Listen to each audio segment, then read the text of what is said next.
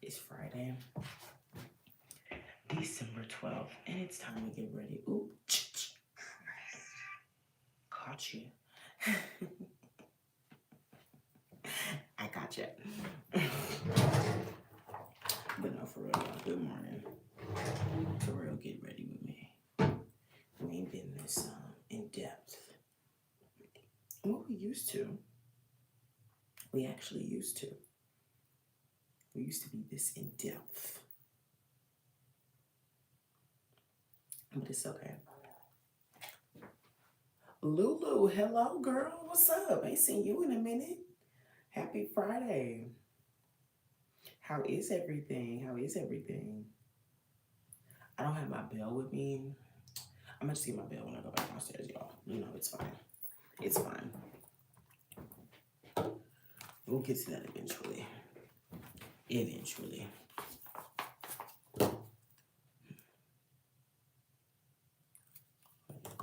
I'm on a blunt. Like, it's crazy. I either wake up in the morning wanting a blunt or wanting some bacon. It's, you know, it's always, you know, either or. Sometimes both. Sometimes both. Sometimes both. I am good. Thank you for asking. Sorry, you know, life has been so chaotic, but I'm glad you're here now. That means, you know, everything is settling back in, just chilling out a little bit. You know, that's good. I remember last time you said that you were in school, so I hope that's still going good, and I hope that ain't stressing you out too much. But girl, we're just getting ready to take on the day. Me and my man are going on a date later tonight, so this is really just gonna be a chill live because I live stream every day, but I want to make sure I save enough of this energy for my man.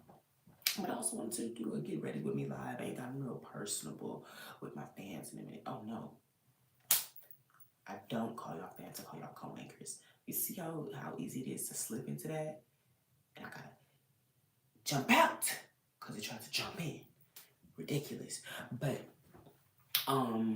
getting ready to just take on the day. Probably gonna fix me some coffee, maybe some bacon and grits when I downstairs. If anything, for sure coffee. And I eventually want to do our coffee at the blunt where me and my man just kind of talk about the everyday mundane things in front of a blunt. You know, I'm very excited about that. But how you been? Well, you told me how you been. Life has been pretty chaotic, but I love that you're here. What are your plans for the day? What are your plans?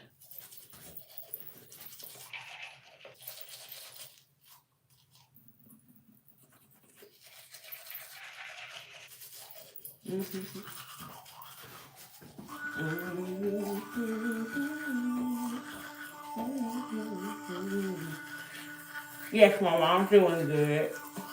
I don't think she ever doing bad, girl. Well, she is. Thank you for asking. I hope you can hear me.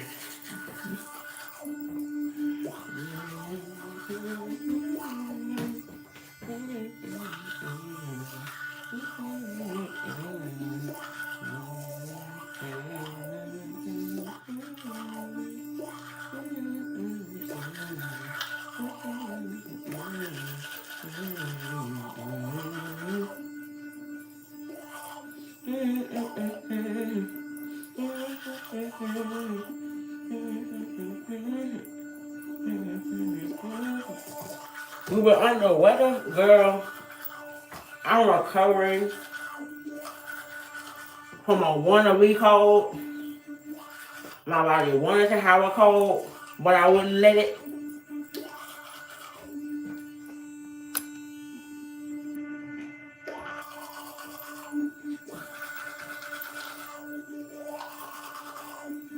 Hold on. This is a major part. What's important part, make sure y'all taking care of that oral health, alright? Make sure y'all do that.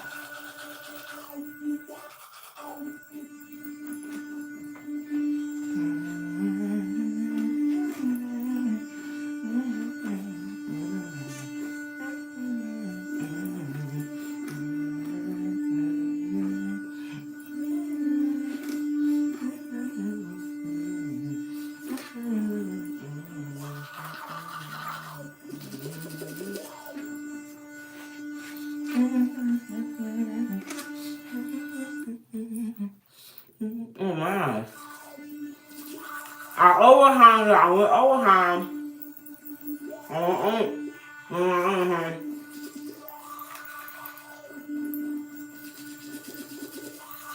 Mm-mm.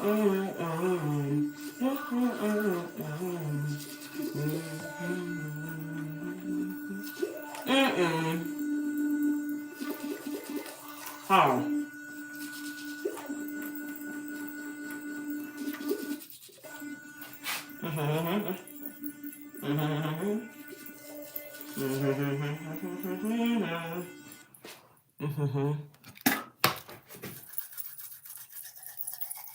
Huh.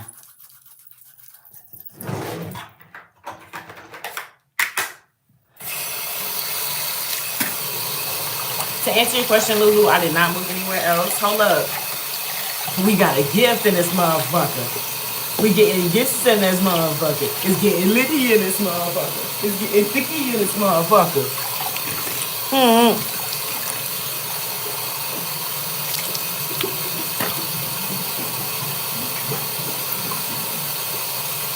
Thank you, BB Star Galactica, for the hundo. Imagine this is the remote.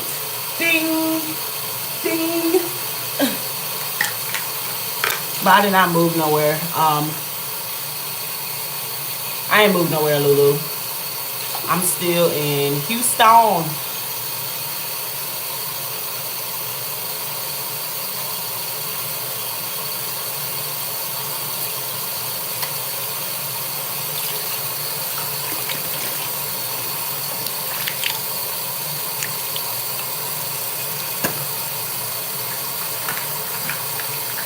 And thank you. I love me some chia bread. I can never not have left. It's actually it's leopard? I figured it out. It's the difference.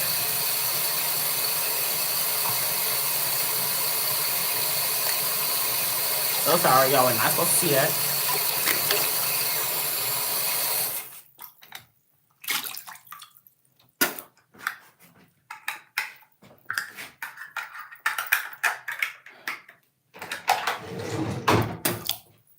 Now we do the face. So I am kind of disappointed because my pan oxo bar ran out a while ago. And I haven't been able to get a new one yet. Just been pushing it to the back of my mind and literally keep forgetting. But that's okay. Because the next best thing, well, it's not really next, but it's more so just good to have because it gets away all that bacteria, is dial. I love a good dial. One, they got good fragrances. But also, it get that dirt. It get into that dirt. Also need to make sure I use an ice cube. I like to do an ice cube in the morning so I don't swirl my face. I actually prefer to do it before I wash my face. So, kind of did it a little bit backward, but it's okay. It is a-okay. I'm going to still do it. If anything, I'll wash my face again.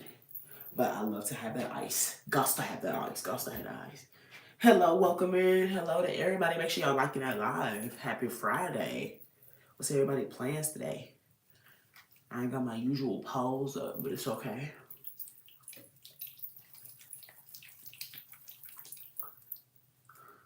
I've been getting somewhere. See, for the pan oxo, because the pan oxo gonna stay foamed up.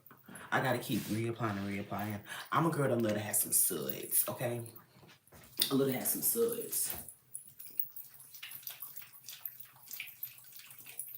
I also mentally think that's for sure cleaning me more when I see them suds.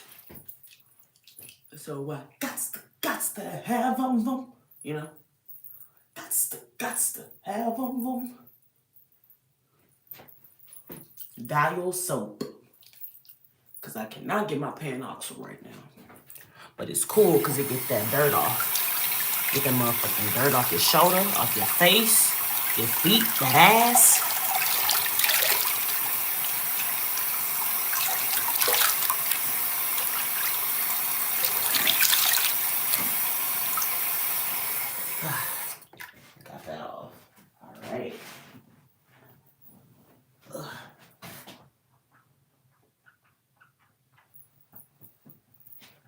and we fluff.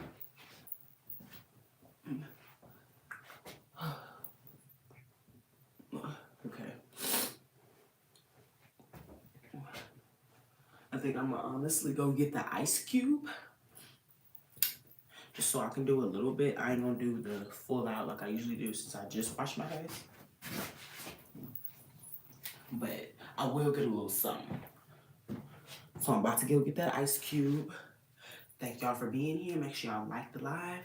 And as soon as I get back, about to be Princess Ice Bitch. Thanks.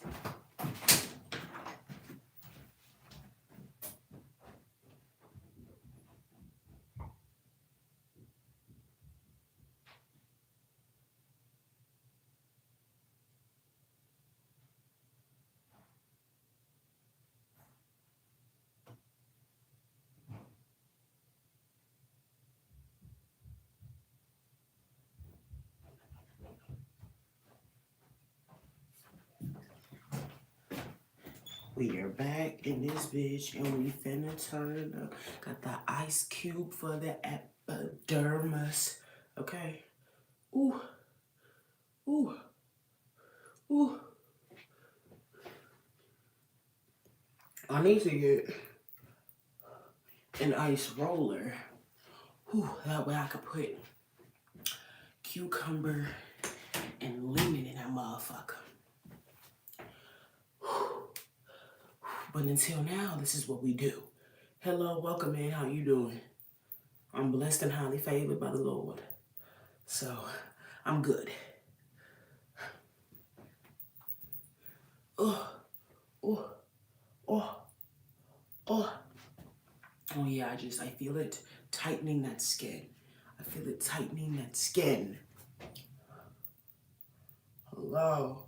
Lulu. You know the vibes.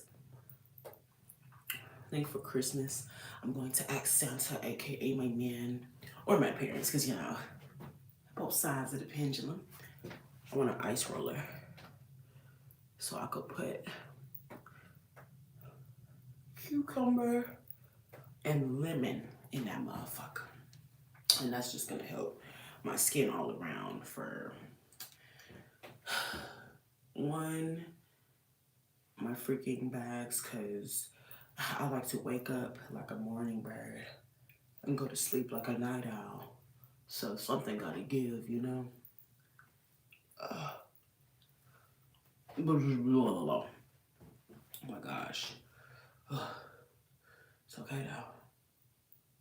I just said I wasn't gonna do this whole thing. It's okay. If anything, I'll like rinse off my face again with warm water. Cause the main thing is that sometimes it be like sticking, and the coldness really make my skin tingle, kind of like a itch. Whew, Lord. All right.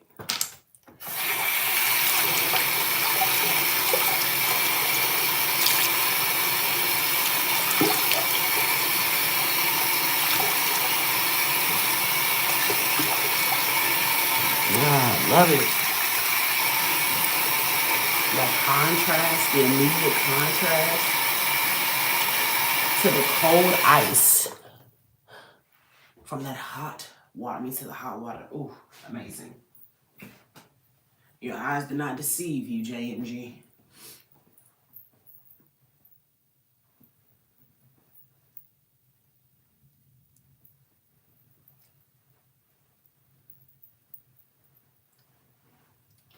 Whew, all right.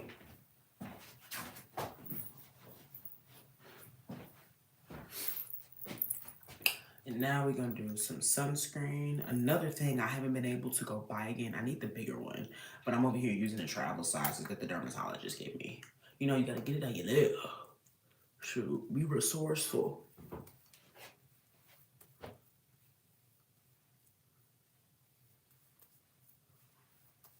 Make sure you're using and utilizing everything God gave you.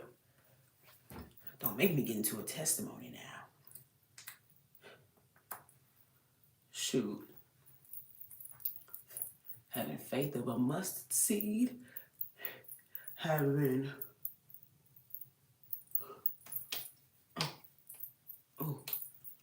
Having the faith of a mustard seed. Or having, well, it's the same difference, so I'm gonna just change it. Faith of a CeraVe travel size bottle. And even smaller, faith of a mustard seed. Gotta trust in the Lord. Amen.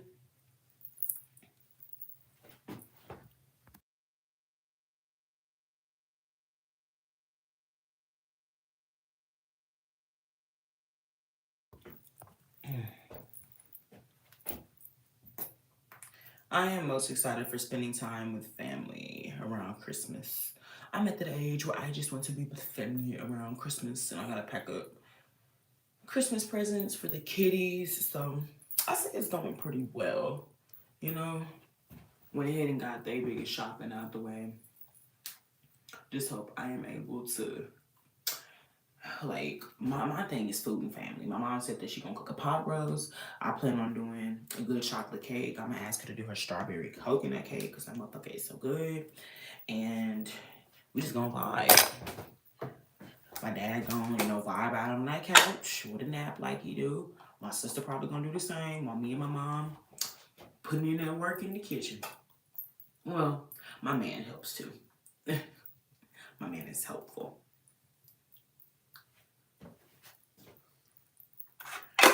CeraVe never misses. Low-key, I can't fully agree because I can't take all CeraVe with my prescriptions or it will literally dry out my skin.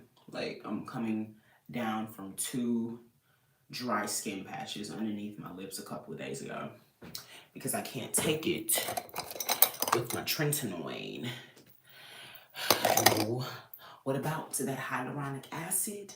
Don't mix up well with the tretinoin, but they are not besties. They do not like each other. What's up, Jake? How you doing today? Welcome in. I'm glad everybody's here on this wonderful, wonderful Friday. Is everybody ready for the weekend? Friday, Friday, gotta get down on Friday. That's good, Jake. I'm glad you're good. I'm glad you're here. All right.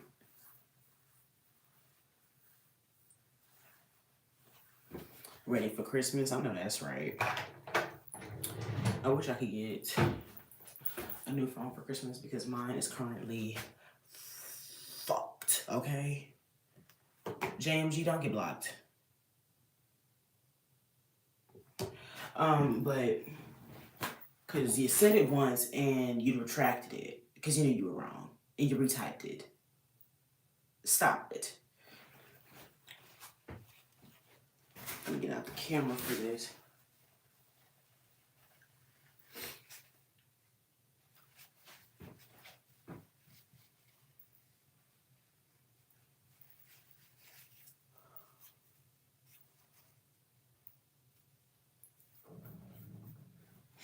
All right. And then this I'm supposed to be doing a get ready with me. I ain't even breaking down all the products.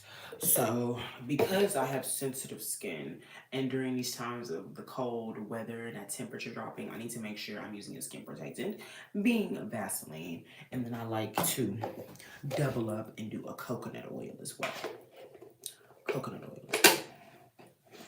I had to type soft instead of skin, hence the delete and retype.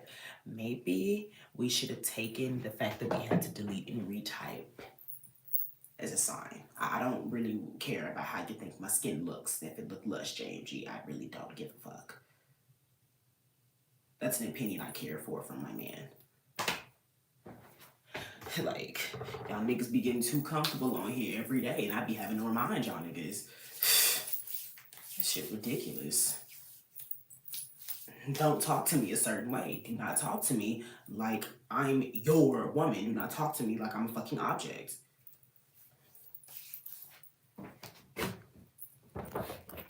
All right.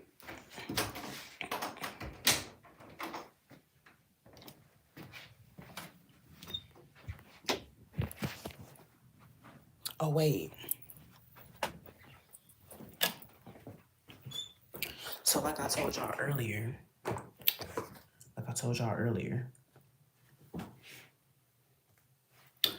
I plan on smoking today.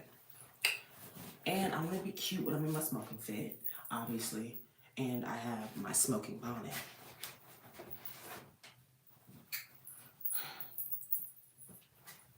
This being the smoking bonnet, this is the outside bonnet. As y'all can see, she a little rough around the edges, literally and figuratively, okay? Rough around the edges. But this is what I wear when we're gonna do later today. Smoke a blunt with the bonnet. You see, it even got that hole at the top. Let's try to hide that. Let's try to hide that. It's still trying to make its way to the front. Let's try to hide that. Okay. Okay. Ooh. Shout out BB Star Galactica for the high five. Appreciate you. Gifting twice today. I need to set that goal. Let me set one real quick.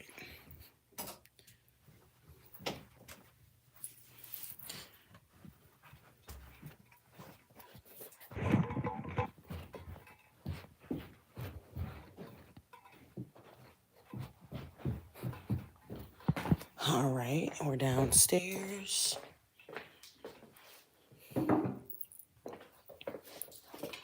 Literally, it's like my stomach just realized we're downstairs and it prepared itself to growl.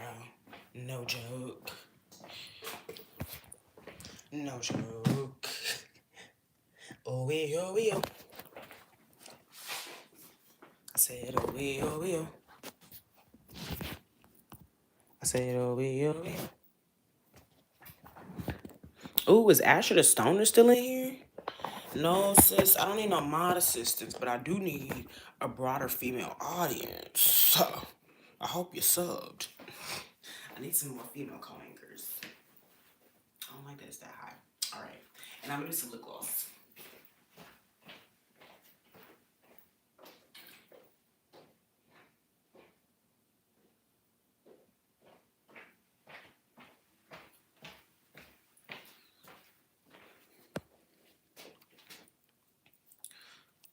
What is up, Franklin, Ben? Hello, Rebecca. Actually, I'm gonna stop announcing names like that because I don't know. And I need to break the news to my mother-in-law. Ew, Kai, ain't no way you forgot to do that skin.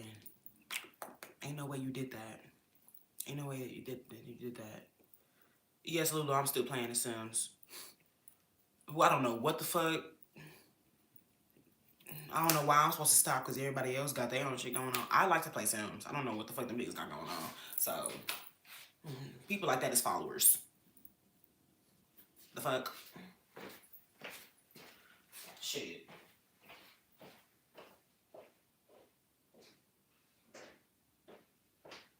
All the money I spent on my goddamn game. Do you know how many motherfucking brands in America are owned by racist pieces of shit? And that is literally something I cannot do. And now The Sims is owned by people that aren't just racist, they're like anti-human. There's literally nothing I can do about that. There's literally nothing I can do about that except for play my game the way I play it and promote that motherfucker the way I play it. They say they don't like lesbian relationships. Oh, I'm making all my Sims gay. Oh, I mean gay as fuck. I mean gay as fuck. Oh, they don't like women. I'm making sure all my Sims about feminine as fuck. I'm doing how I want to do it. I also need to break the news to my mother-in-law. So I need fresh coffee. This ain't fresh. You know, this ain't fresh. So I need to redo it. But we had come up with this agreement. Like it really hurts my heart that I have to do that. But it wasn't fresh, and even when I reheat it on that hot plate, it don't get hot. Like hot coffee. Appreciate it, Jake. Encourage niggas to get it up there. Fuck wrong with niggas. Fuck wrong with niggas. Fuck wrong with niggas. I said, fuck wrong with niggas. And Jake sent that hundo. Appreciate you.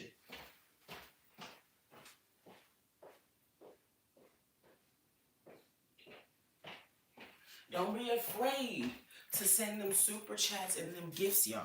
I actually acknowledge people and we get litty over here. Hey, we hit that motherfucking 20 mark. 20 on a Friday in the first 25. I love it. I love it.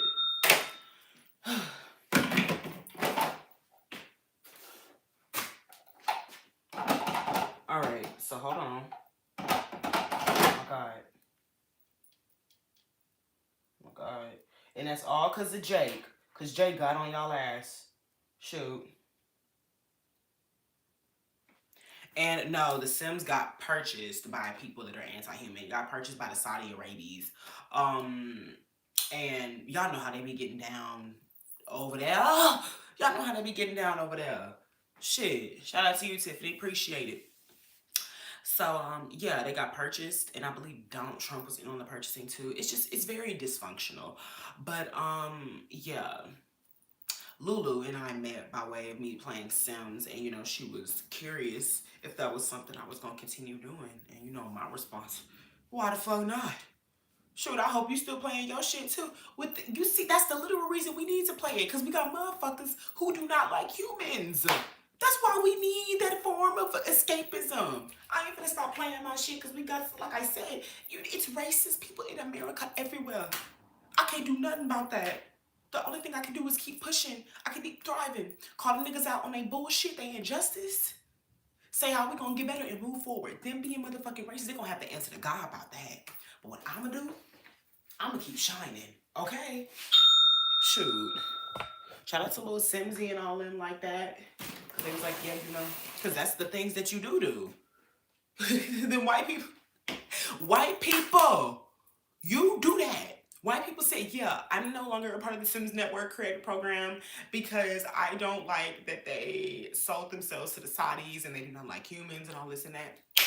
White people got time to do that, okay? They have the resources, okay? They can be thorough with that shit. I ain't got time for... You're leaving the Sims creative program. I ain't never been in that motherfucker. I'm trying to get in that motherfucker. Not right now, though. They don't fuck with humans and women. But it's just like, shit, you got the opportunity to tell a motherfucker, I ain't gonna play this no more. Shit. She got enough money to even make her own escapism in real life. Y'all see where I'm at? I'm making coffee. In a regular, everyday lovely living room. But I want to wake up one morning, y'all, and we making coffee in motherfucking Bermuda or something. And that's the type of shit I'm saying. I'm gonna stop playing Sims, but I can't even live my Sims life in real life yet, man. Fuck. Like, when did the human simulator people get crazy? I think you've always had to have a little bit of craziness to be a person that does human simulation. You're literally controlling people, Signs buying a lot of these gaming companies nowadays. Why? I can't fully answer that. I'm gonna just give you my conspiracy theory take on it. America has always been and probably will always be the capital of entertainment. People come to us for everything. And it's for sure because we're also the American dream. We can do and make life out of anything down here. And when it comes to entertaining, I think that is a very big thing that people take for granted in our American society. Thank y'all so much for being here. Let's get this like to 30 like. Let's get this live to 30 like. Y'all know how I be. Lord have mercy. Flip fondling. But because all these companies. Oh wait, what was I saying? Shit.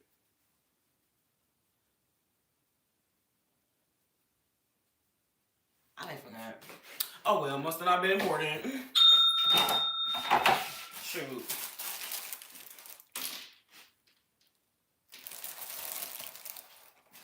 Oh yeah, we was talking about buying Twitter and shit. I mean, it's crazy because I watched Wolf on Wall Street last night, and it was for the first time ever. So that was fucking crazy. Me and my man, but I will say rich people have the tendency, like they showed in Wolf of Wall Street, and it's literally what his character said. What do you do when you have a shit ton of money?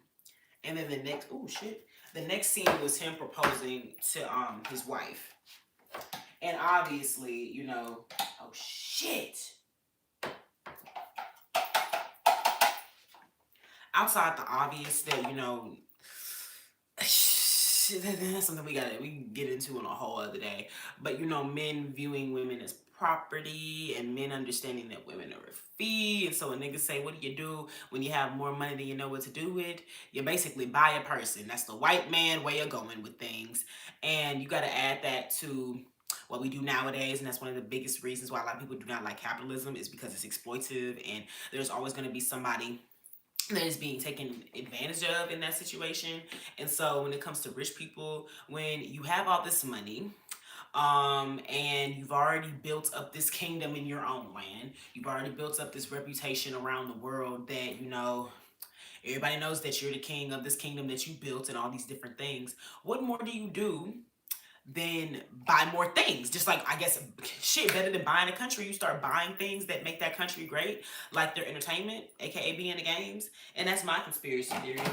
And that has been Lex Files with Alexa Luthor. That was supposed to be kind of like the X Files, but I didn't hit it like I wanted it to. My God. What's up, Lyric? How you doing? People can afford it. You can basically buy people's favor. Indirect means right. Right. I think I'm gonna do. I only want like 2 cups, but this coffee machine only gives us the option of 8, 10, 12.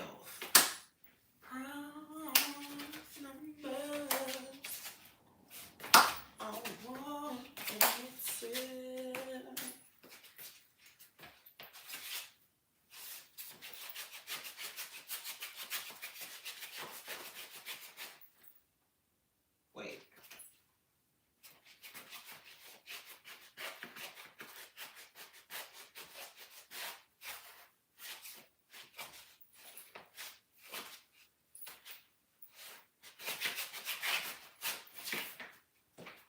Shit called the calves.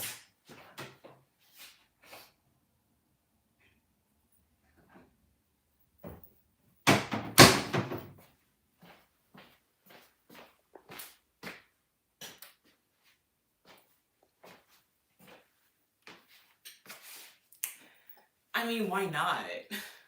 Hello. That just messes up the whole fucking vibe. Jeez, oh my God, there's holes everywhere. Oh, I need a new outside bonnet. Lord have mercy.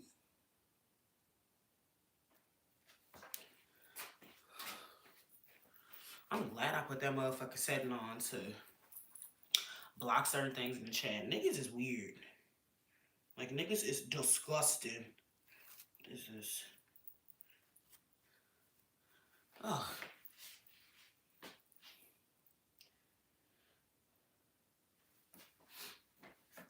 Keep a couple grams in the Duffy. Couple wet wipes, case a bum try to touch me. Ew.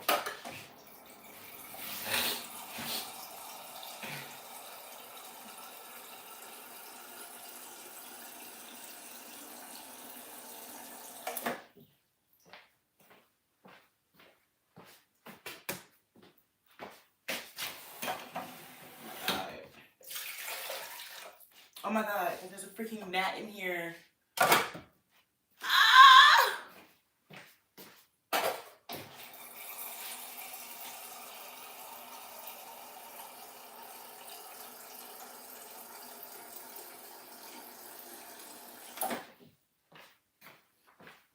And don't.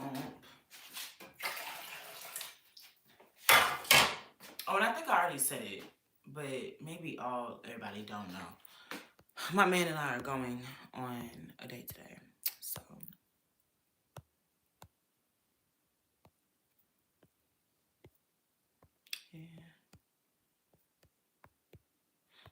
gonna be a chill ass live. Like, just chilling. Cause it's Friday, Friday. Gotta get down on Friday. Fun, fun. Everybody fun on weekend Friday. Need more water. God damn it.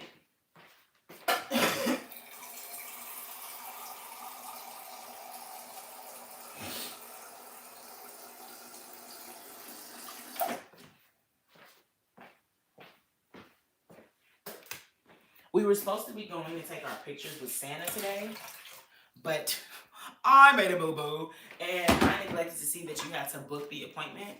And so instead of me, I don't know, doing that earlier this fucking week on Monday when I knew we wanted to go, I saw it yesterday night, and they only have availability for next week. So we're gonna take our pictures next week and see Santa next week, but we will be going on our date today. So go to Christmas lights and have fun, fun, fun. So I'm very excited. How you been, words in chat, just in case I decided to stream one day. You gotta go to your settings on your YouTube studio and you go to content controls. And you tell that motherfucker what words you don't want in the chat.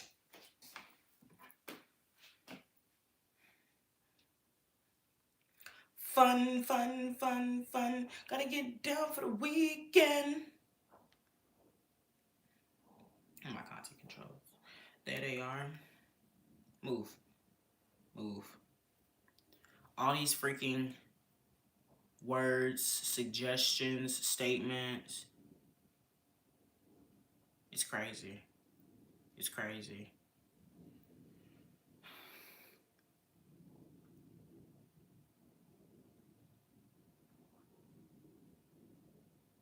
I think the wildest thing in here.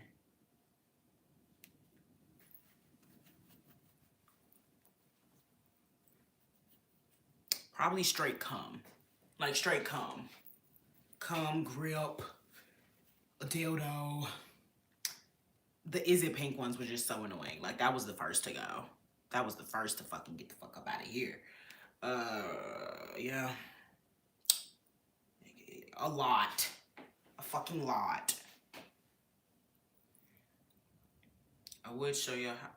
What did you send in the group chat? Child. It's so crazy, Kai, because the only ones that's inside of the Discord anymore is me, you, Lulu, Marcia, and my man. It used to be some other people, but I low-key may take Lulu and Marcia out because they don't use it. So it's just like, you know, I don't like that. Feeling like I'm being spied on. You're lying dormant. That I don't like. Because I also discovered that we have dormant haters in this bitch. Where people will watch me and then they won't show up. Or they won't comment until about 2 lives later. They'll say or respond back to something I said a bunch of lives ago, but it'll be in a hating manner. You're really a dormant hater, like a fucking STD or something. Disgusting. Oh, that's a new one, y'all, that we have to ban. Have you ever been picked up like a bowling ball? I guess let's give this man the laughs he's looking for. He wanted to inappropriately ask, have I been fingered?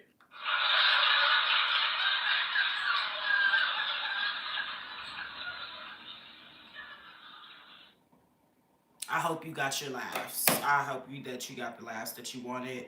Now you'll be blocked. So thanks for that. Thanks. Right? Like, it's crazy. Bowling ball has been added to the hate comments. Oh, shit.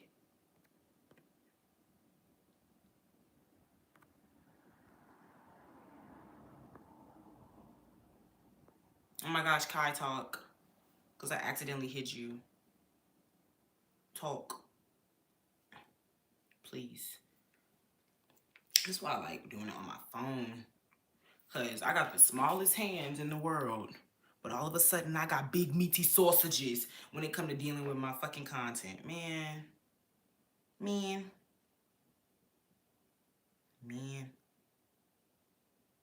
Aren't jokes supposed to be funny? Like, I'm saying. The new motto is, if you want to make jokes on the mic, let it be funny. Yes, it was an accident. Kai, you would like, you have the most mutes ever that were never intentional. The fuck? You have the most mutes ever, never intentional though, and you always come by.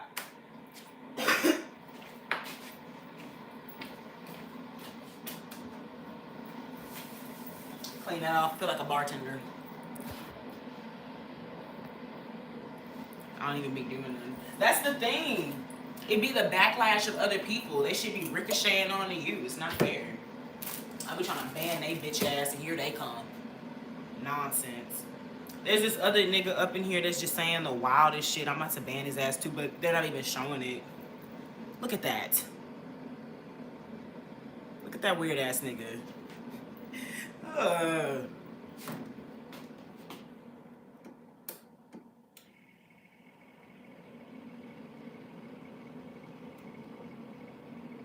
And now he's blocked forever.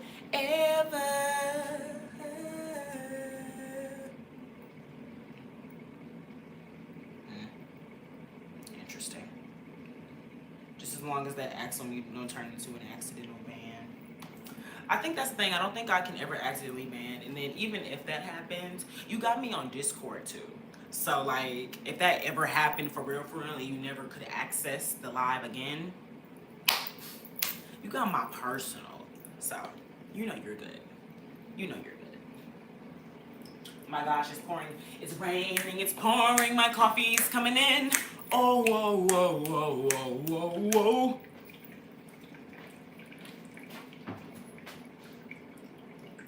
Kai, I'm feeling sporadic.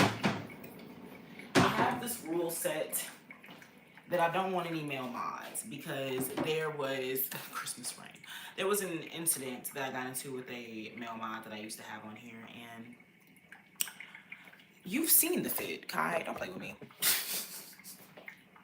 Cheetah print with the was actually leopard.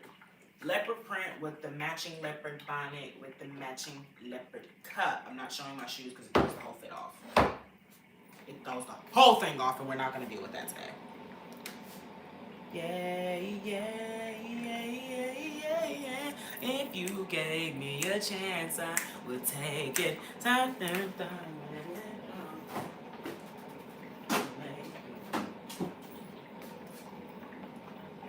When I am with you, there's no place I'd rather be. Okay, so I'm gonna actually put some stuff on the docket that I want to talk about. So Ty Lil got some allegation situation going on. We for sure gotta discuss that. I watched Wolf on Wall Street yesterday. Feel like we gotta discuss that. I'll probably end up making breakfast, but I don't know. It depends because I want my man and I to do coffee with a blunt, but that's only if he's feeling up to it. So if anything, we can have our usual conversation, but I wanted us all to talk about these things. This one woman came out and said that, oh shit! And this is exactly why I need a new phone now. Ugh. I didn't even know he had a girl, but that makes it even sadder. You out here being rapey McRaperson, and you got a girl. But some woman said that he sexually assaulted her. She did not get into the details, but you know, she was crying on live and said that he sexually assaulted her.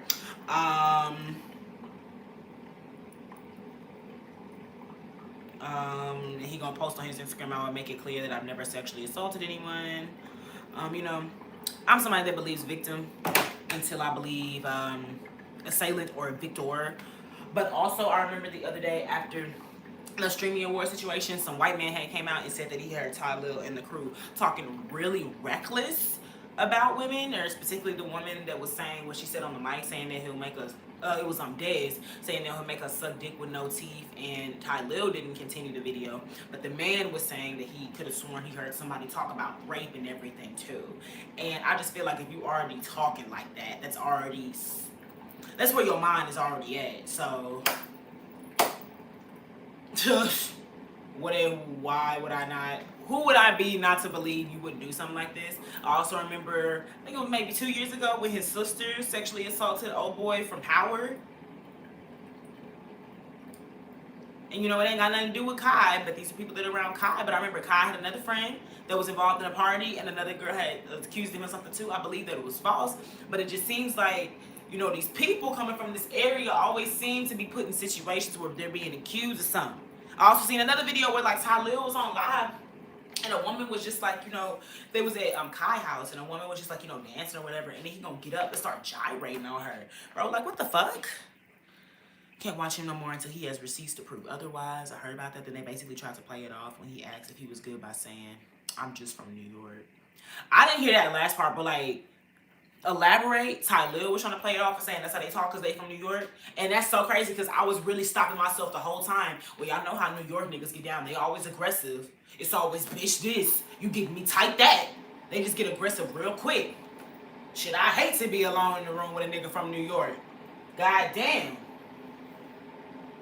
Y'all see how Diddy get down? New York niggas is crazy. They live around nothing but concrete. Oh, that one may be a little...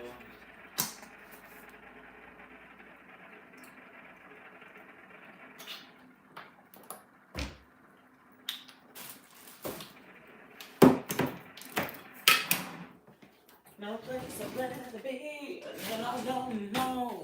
No place. The stock guy came out and he asked him after he heard all that and asked where y'all living. I'm just from New York. You just from New York, so you belt out that you'll make women suck dick with no teeth? Mm. Mm.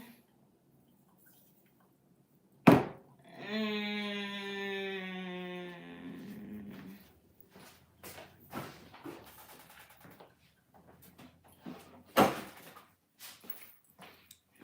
My child, I guess. I'm from Texas, so like, should I go around shooting motherfuckers with that type of logic? The way that nigga on with it.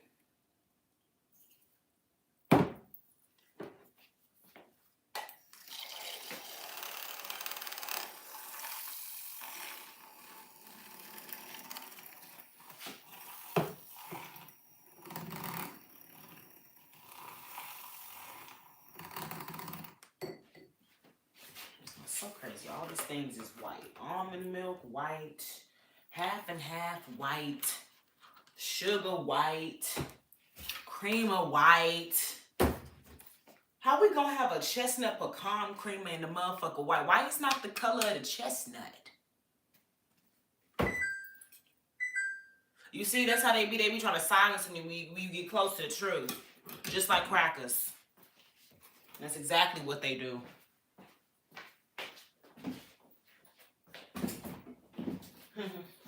Uh-oh. Uh-oh. Uh-oh.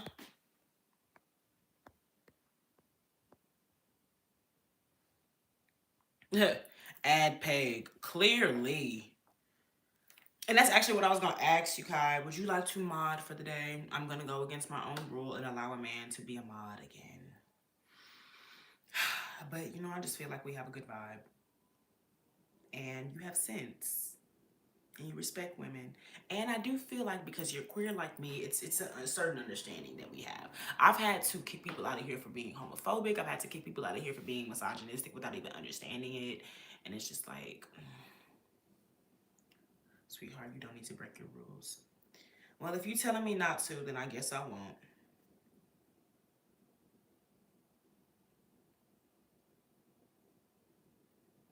And to be fair, I don't really have a lot of women that watch me either.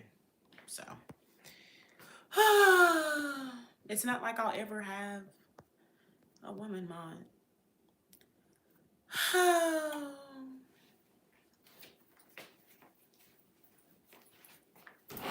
You know it's hard out here for a pimp.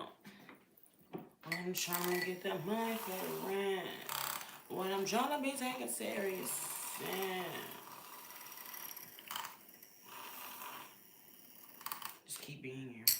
Thanks, Kai. Such a hang in there cat poster response.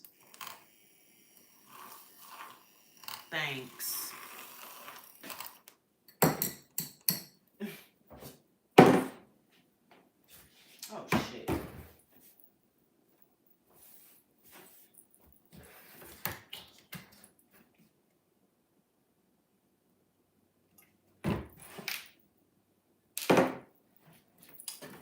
gonna pour that coffee.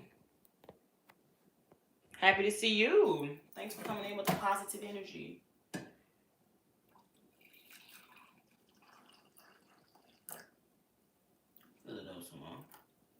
I haven't even opened my laptop yet.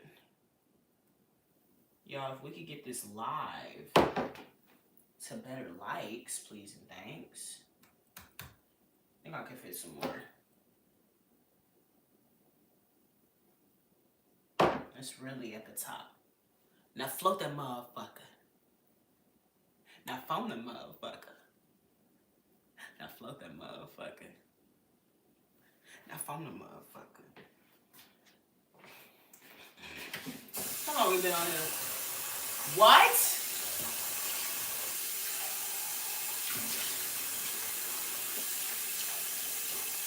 What?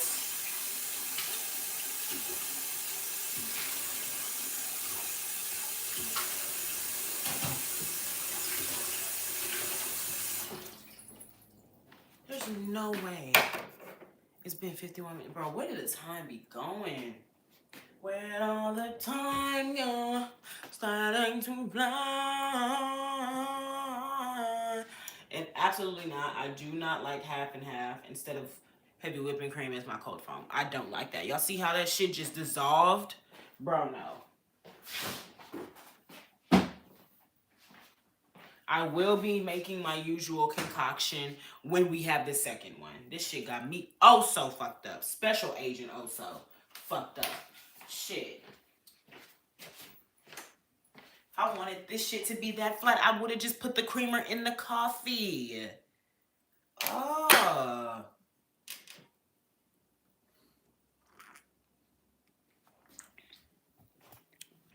Oh my God, and it's not even good, bro. Oh, I think that's the worst thing that could have happened right now. But I'm going to still drink it because I'm not going to waste it. And I'm a low-key cold, so. Jeez. Starting to fly. Oh my God. This stand is like my favorite thing that has been created. Y'all, let's continue to up these likes too. Y'all know I love a good like. I love a good like. Oh, almost forgot.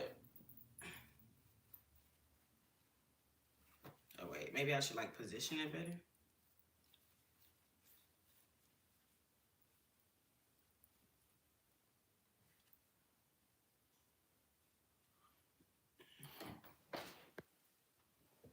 Oh, thanks, Kai.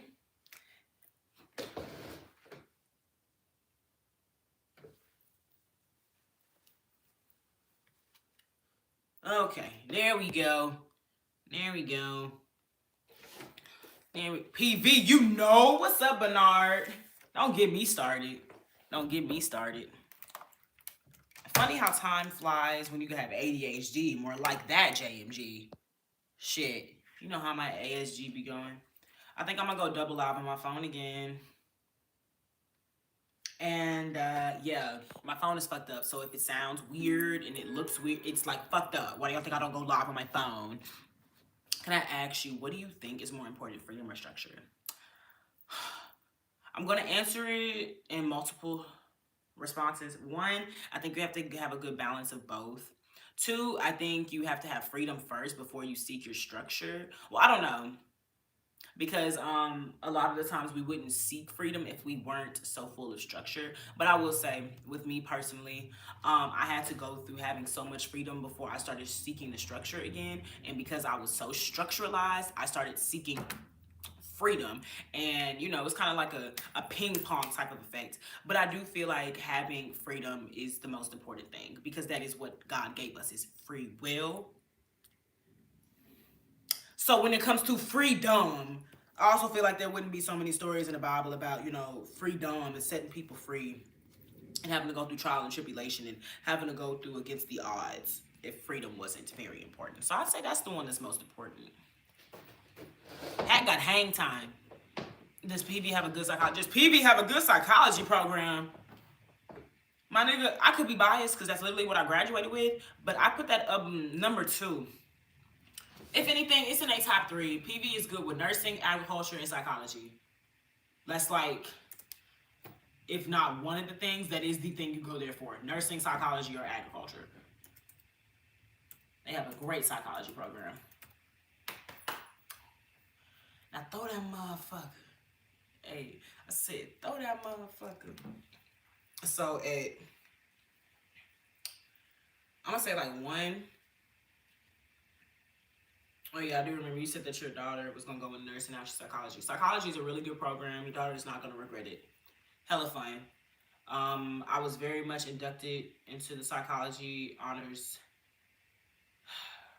frat sorority, but I was on the phone for a meeting for like 3 hours, and it was just like, man, this why I don't like this shit. This why I don't like organizations. That's why I don't like organizations.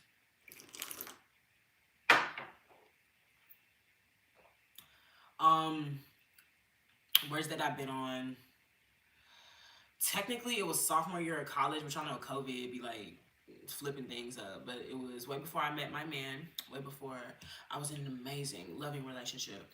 Oh no, we not answering these questions until this live is at 30 likes. Let's get this live at 30 likes, and then we gonna answer these questions. Let's go. Let's go. What area game do you think was the most fun? I can't honestly answer that because I'm not a gamer. I play Sims. That's a big difference. Okay, thank y'all so much getting this live at 30. I knew y'all could do it. Worst date I went on was COVID. I believe it was sophomore year of college, and it was with this dude named Dante. Um, and one outside of just like college shit, it was just like younger me was just a very insecure gal, and this was a person that we was already like supposed to already have our little fling or whatever, but he decided that I was not the one that he wanted, which makes sense because I didn't want that nigga either. But we ended up postponing it to like a year later, and so then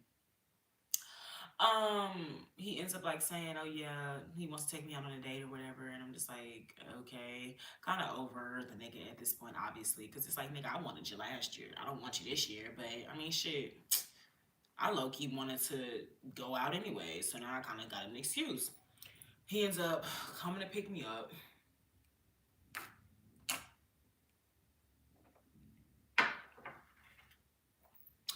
Ends up coming to pick me up, and then we go to LA Crawfish, which is a place that I had selected because just like a lot of niggas in this generation, and that's why I'm so glad I got my man, initiative leader. I asked him, where we going today?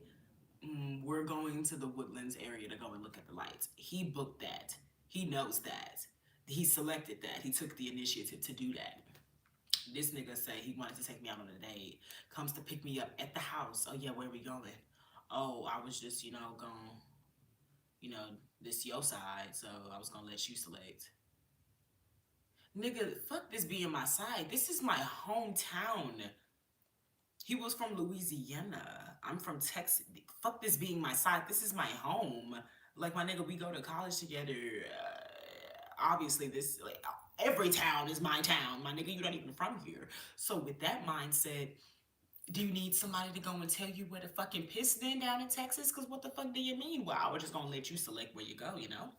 So, I'm just like, okay, well, I was already gonna take myself out on a date to go and get some crawfish. So, or actually some oysters. So, let's just go to this LA crawfish area. Like I told y'all, he from Louisiana, so we pull up there. He like, yeah, I don't eat nobody crawfish except for Louisiana crawfish. Nigga, just say that you're broke. Just say that you're broke. Like, please do not pull this bullshit right now. Now, I'm very much one of them people. I'm not gonna eat barbecue that's made in California, because we're too far from Texas. Now I may eat some Memphis barbecue. I'll even eat some Oklahoman barbecue because based on the environment, you got the set. Okay, if y'all are watching, I need y'all interacting in the comments. I know that's something that I promote, being the likes, but I need y'all interacting in the comments. Respond back to the things that you're hearing me telling in the story because I'ma just stop. I ain't talking for my health. I'm talking to entertain. I can't know if you're entertained if you're not talking to me. So I'm gonna stop talking and I'm going to let y'all do it. Since I guess I'm just wasting my breath.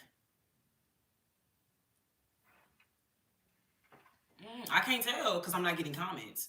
I'm not gonna be talking to a screen. If I wanted to do that, I could talk to myself like I was doing when I was younger. I came on here to talk to people, not a screen. Kai, the only one that likes the story. The other seven of you don't like the story. Why are you here then? Don't tell me the other seven of you are people that are blocked on the channel and y'all can't type or something. Okay, exactly. Thank you. You see, thank y'all. Can we get some interaction? Like that's all I ask. I just like to know that we conversing. Thank y'all so much. Okay. Okay, y'all love crawfish. What's the difference between the crawfish in the two states? Obviously one is going to be more authentic because in Louisiana they're getting the crawfish out the hole. Like it's kind of like eating barbecue in Texas. We have big cattle, we have a lot of land, we can make a lot more barbecue. It's just one of those environmental settings. And so barbecue in the chat. And so then when it comes to the crawfish in Louisiana, it's just, it's coming from their actual farm. Like farm to table, it would be crawfish holes. They go in and get the crawfish out them holes and they bring them to the motherfucking tables at the boils. So I would say it's just more of the freshness, authenticity of it. But in Texas, we very much eat seafood boils. Our I would say it's for sure our top tens, if not top five, good food as well. Because we're a melting pot of cultures as well. We got good Indian food. We have good Ethiopian food. Good Mexican. Y'all know we got good Mexican food. This is Texas, okay? It's motherfucking Texas. But that was just like a nigga, either this is just pure ignorance or you're broke. Because everybody from Louisiana, people that's from Texas and that have gone to Louisiana and vice versa understand you can eat some good seafood and some good crawfish in motherfucking Texas all the time. Is gator popular food in Texas too? We eat some gator. We fuck up some gator. My dad loves some fried alligator. Lord have mercy. The Ethiopian food in Texas is good. It's amazing. She said amazing, actually. I say good. That one little spongy bread, I wasn't the biggest fan, but I do like that food. I do like Ethiopian food. I've had crawfish in New Orleans. It was good, but not in Houston. Okay, okay. Gator tastes like a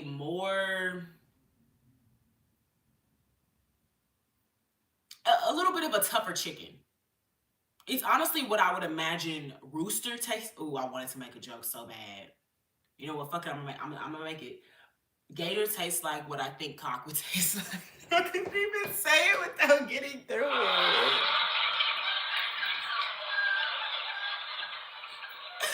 it. But no, like for real, gator, like gamey chicken. Yeah, like it's a good texture. You for sure can't have it like fried too hard or like too long, but yeah, it's real good. And you have to have a good sauce with it, just like some chicken. Just like some chicken. This is a major motion production, Soraya. Yeah.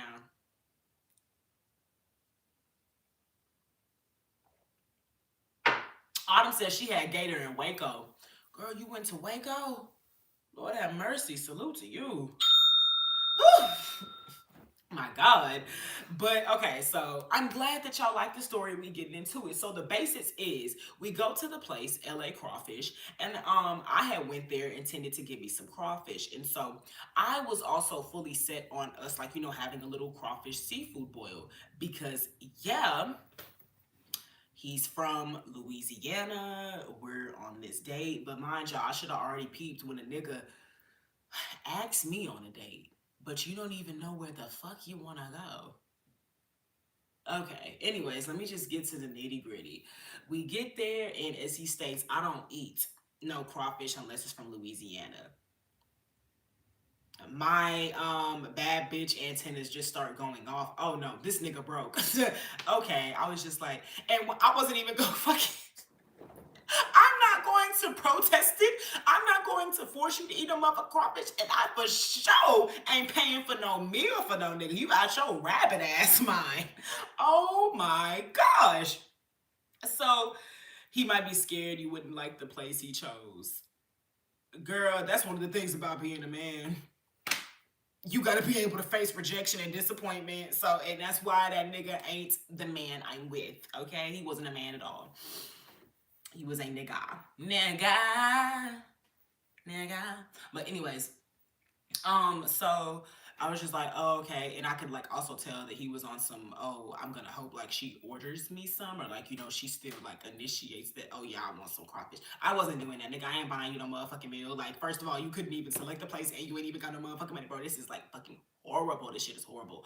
So I was like, okay. And y'all can ask my man. I'm a little bubble popper. So I grew up being told not to believe in Santa. I understood that Santa was my parents. I also understood that Jesus was real and we got our presents from Jesus and our parents. So when it came to other kids believing in Santa, oh, I would burst that bubble. I don't give a fuck. I'm gonna let you know, yeah, this ain't what it is, because I don't know what it is about me. It's just like that. I like to just kind of aggravate you a little bit. I mean, y'all can tell I be on here.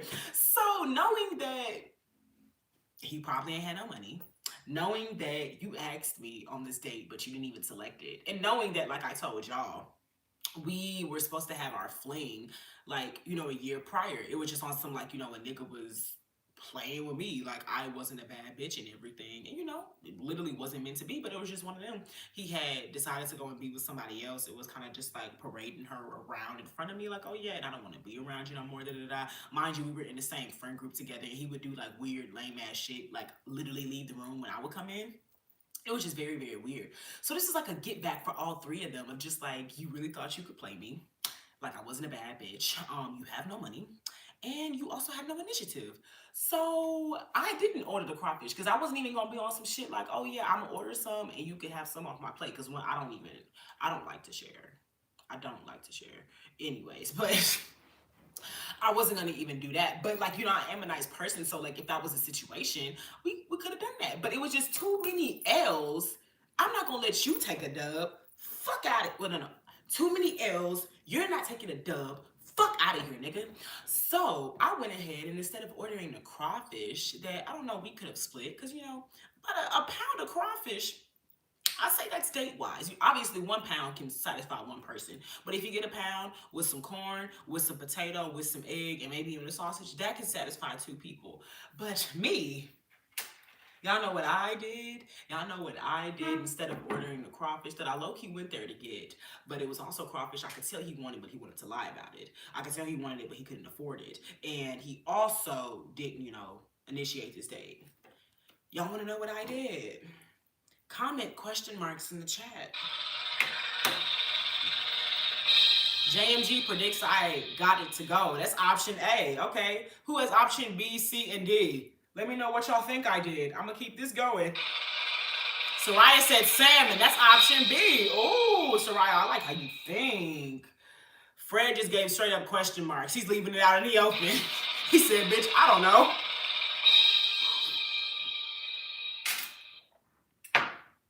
Thank you, Renee. God bless. Thank you so much. What y'all think I did? Option A, got it to go. Option B, salmon. Option C, we're leaving it out in the open. We have option D, and then I'm gonna let y'all know what Big Me did on that day, okay?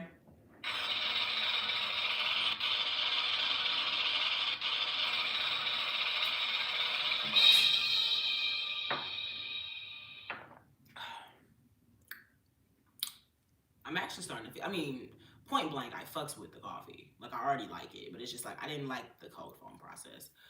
But come on, y'all.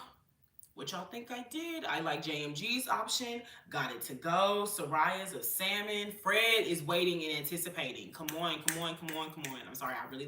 I love comment interaction. I interact with y'all. Can you interact with me? My gosh. It's awkward. I also meant to pull up my second live. That's what I also meant to do. Where'd all the time go? Starting to fly. I'm going to say it in a second, y'all. I'm going to set up the second live and then we're going to do it. Y'all seeing the behind the scenes of how I be setting up my lives. So I gotta do the thumbnail. I'm sorry, you wanna do a whole intermission. Just pretend that this is a commercial. Do you love rambunctious chats?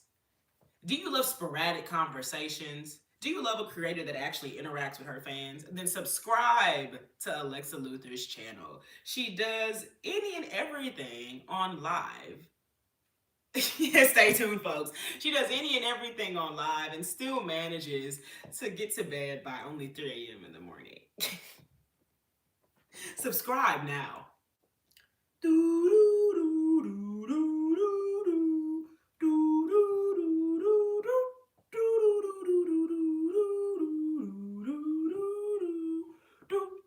You are the write a book on this date. Say that again, Fred.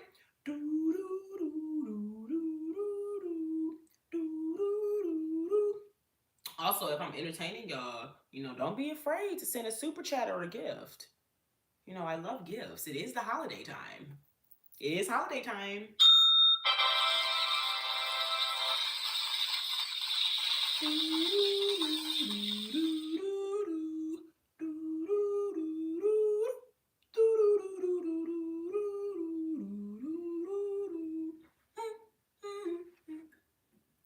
What? Go live together? Oh no. They got a go live together option. Crazy as fuck. Okay, I gotta cut my light on over there. All right, y'all. Commercial break is over. We're gonna get this one started too, and we're gonna get back to it. So I like, oh, Jesus Christ. Should I add some music with it? Should I get the piano out too?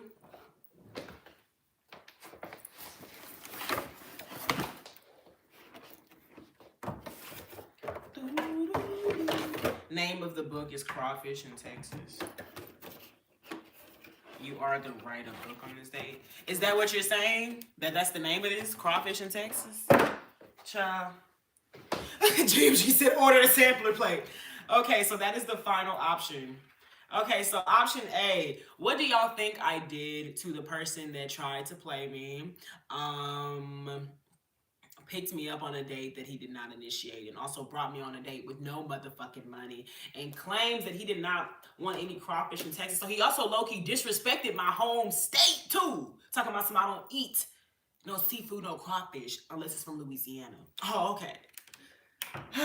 Option A was got it to go. Option B was salmon. Option 3 was ordered a sampler plate, and option D, I said option 3, option C was ordered a sampler plate, and option D, ordered it and excuse yourself from the date. Oh no, y'all think I'm like modest? Y'all think I'm generous? I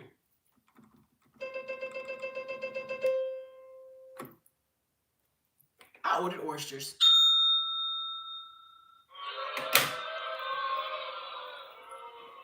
What? Why is everybody so mad at me? Had I ever had oysters before? No. But I was gonna have them today.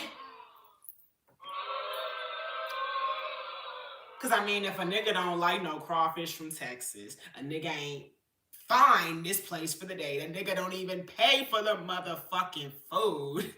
I'm ordering oysters. Hello. Hello. Excuse me? Hello. Good morning. The fuck? And then I got garlic butter oysters on that motherfucker too. And oh my gosh, when I tell y'all, I heard that nigga stomach growling. And I did not give a fuck, because you're not a man. Like, all that just showed that you are not a man. And that's exactly why I am not with that nigga. Exactly. That's why I'm with my man. Exactly why I'm with my man. You do motherfucking childish games. Like, parade people around in front of other people. Like, oh yeah, I got a motherfucking trophy, bitch. And that's what you're not. My nigga, this is college. Like, it's not that serious. Like, it's not that serious. Like, we just all try to have fun. But like, you took this fun to just like being something weird.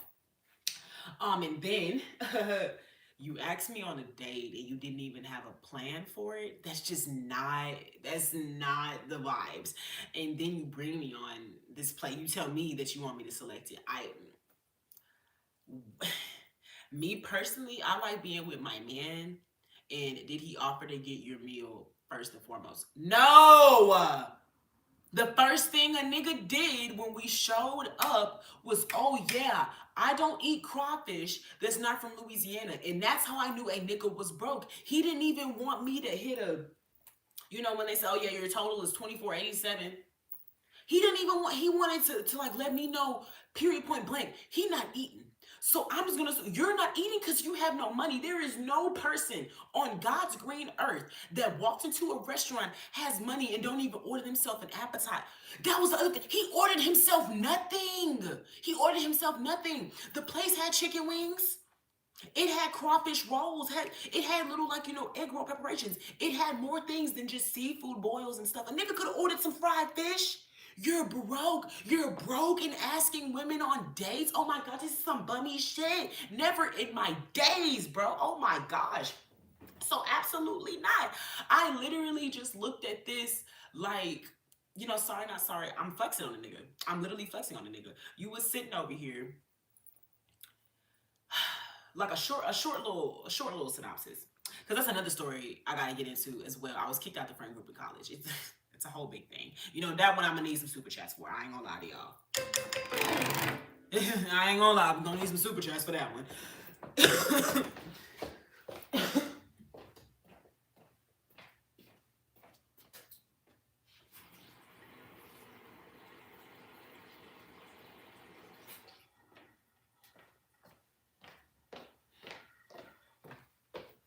But everybody, come on, y'all. Let's keep being interactive in this motherfucking chat.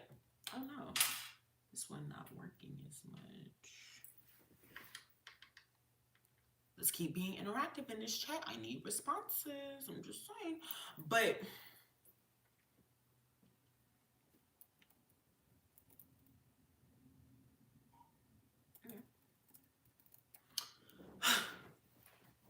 and so, hand eye.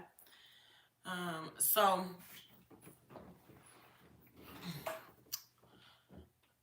it was one of them like because I'm a short story. My roommate was his childhood friend, okay? So he had met me when I was already in the room. And that's like, when he had like, tried to shoot, try to shot and everything. It's like, okay, like, we can do this thing. Really living a Disney Channel type thing. Like my roommate, this her childhood friend, this her dude. And we was talking for a minute, but he was very much one of them niggas that like pussy was just on his mind way too much. And it's just like, bro, like I get that it's college, but there is no way you're fiending for coup like that much. Mind you, never gave the nigga pussy. Never. Never. Nigga ain't seen, felt, smelt, nothing. Never. Never. And it's just thank God. Cause but that was like one of the like things that literally stirred us away, was because he was just so adamant to get the coup. And it was just like, I mean, I'm not trying to do that right now. Like, can we get to know each other a little bit first? Like, I get that it's college. Like, okay, we could get to the bump, but like, can we like at least get to know each other's noggins before we get to know each other's bumps first? My nigga, Lord have mercy. And so I am. Thank y'all for being here. And so that was one of the big, things of, oh, I don't, I basically don't want to fuck around no more because, like, she playing. And then it began, oh, yeah, you're bougie. And that is something that, like, I ain't gonna say it's like, a crazy insecurity, but I will say, as a light-skinned black woman, I don't like to be called bougie, because when I feel like, bougie is just a little bit under bourgeoisie. Bourgeoisie is just right under that colorist mark. And I don't like when people are receiving me in a particular way where they feel like I'm uppity and I feel like I'm better than people, especially because that is something that my man had to get me out of, was feeling like I'm better than people. And so, y'all, why are we not interacting in these lives? I need comments. Tell me how y'all feeling about things. Give me reactions. Give me emotions. Something. Y'all can even give me YouTube reactions. I need interaction in this live. I'm interacting with y'all. I need interactions. Please and thank you. Don't make me put you on the list. You don't want to be on the list. You don't want to be on the list. And so I found an angle too. Here y'all go. Here y'all go.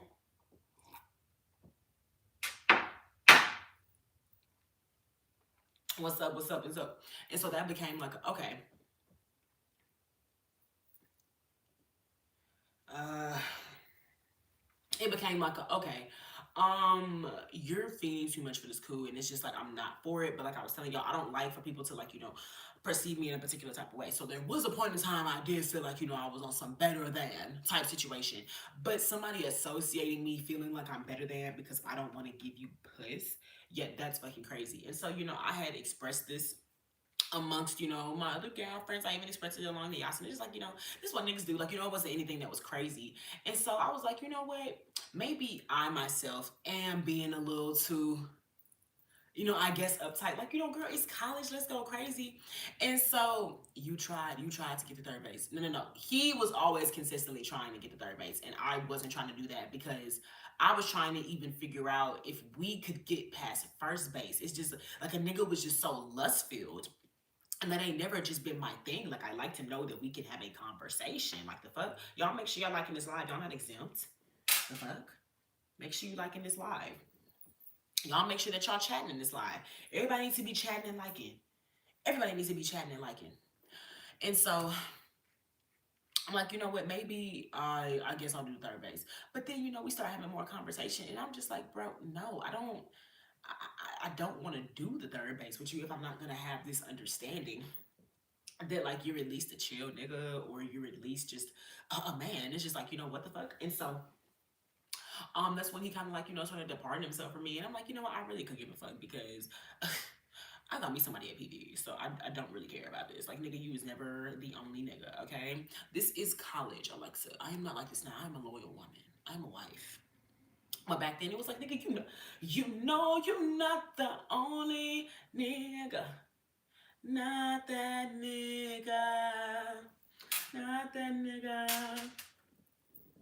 And so then, like I told y'all, he ends up getting a girl, clearly somebody that like, gave him that bump bump, which is fine. But he just like starts parading her around like it's like, oh yeah, I got the baddest and I'm doing this and that.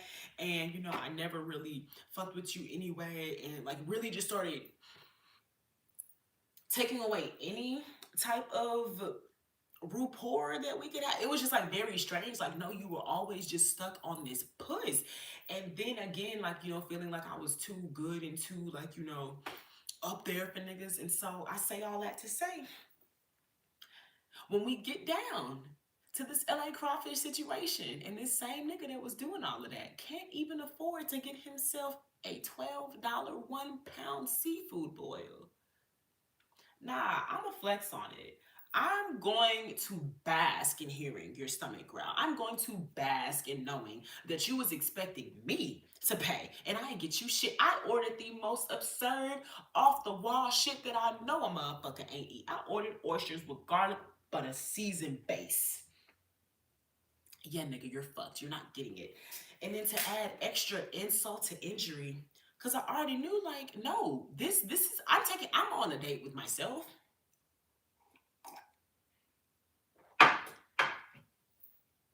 You my bad boy. Like, honestly, this is really just a time for me to flex on you and show you that bitch that you thought I was, a bourgeoisie bitch, a motherfucker who thought that she was too good for you and all. Yeah, I am that. I am that. You were right. I'm glad that the inside of you felt that and knew that I was too bad of a bitch for you, because I was. And I was like, you know what? Yeah, let's go to the store. Let's go to the store. I want to go to Ross, and I want to go and smell me some candles. I want to go and smell some candles, and I also want to go to the furniture section. I want to see if I can find me a little something, something. I want to go and see the deals. The deals.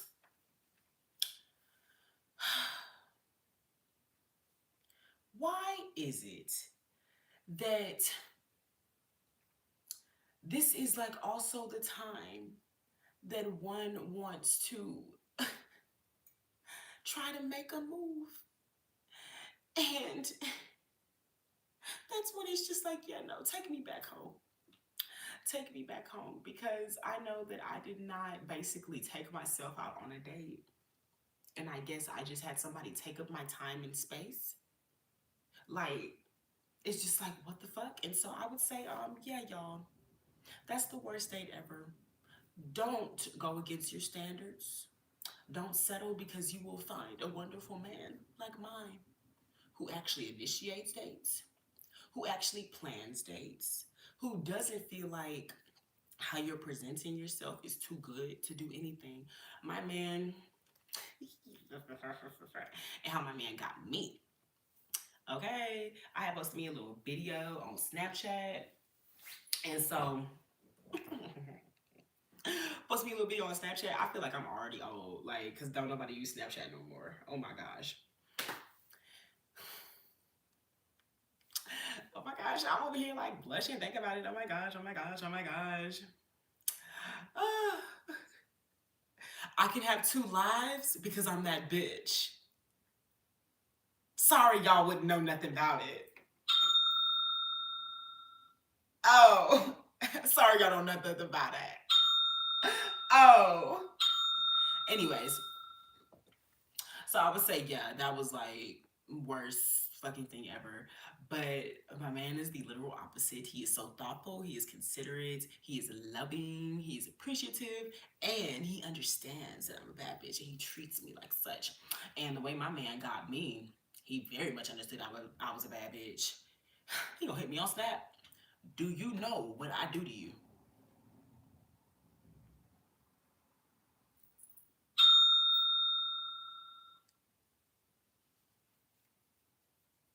And do I know what you do to me? I mean, I don't know. I'm trying to find out, like, what you talking about? Like, I'm just trying to see, like, what do you mean? Like, hello? And, straight off bat was just on me. On me. Just on my body. I mean, hey, hard eyes.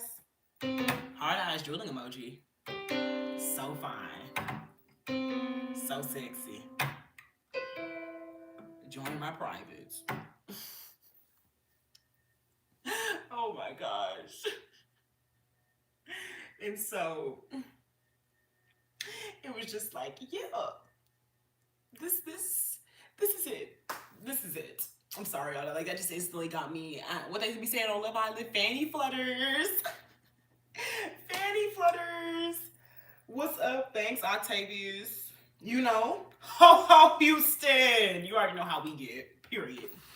But yeah, I would say that is the worst date ever. And honestly, thanks for that question because it reminded me how far I have come and how amazing that my man is because we're going on an amazing date today. Oh my gosh, y'all. Sometimes you do really gotta reflect on where you started off. Lord have mercy. Lord have mercy. Ooh.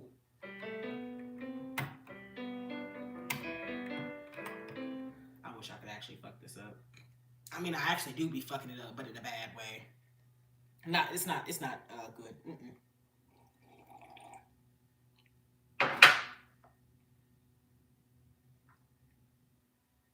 Uh,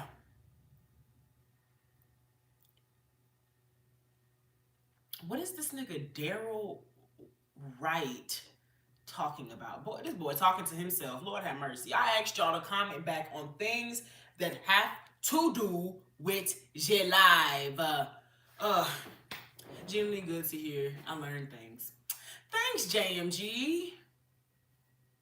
I love telling stories. You know, I love being I love being interviewed. That's my thing. I feel like it is my Oh wait, did I already? I did. I did. I love being interviewed. I feel like it's what a talker like myself just enjoys. Like talking about myself. Like, hello? Hello.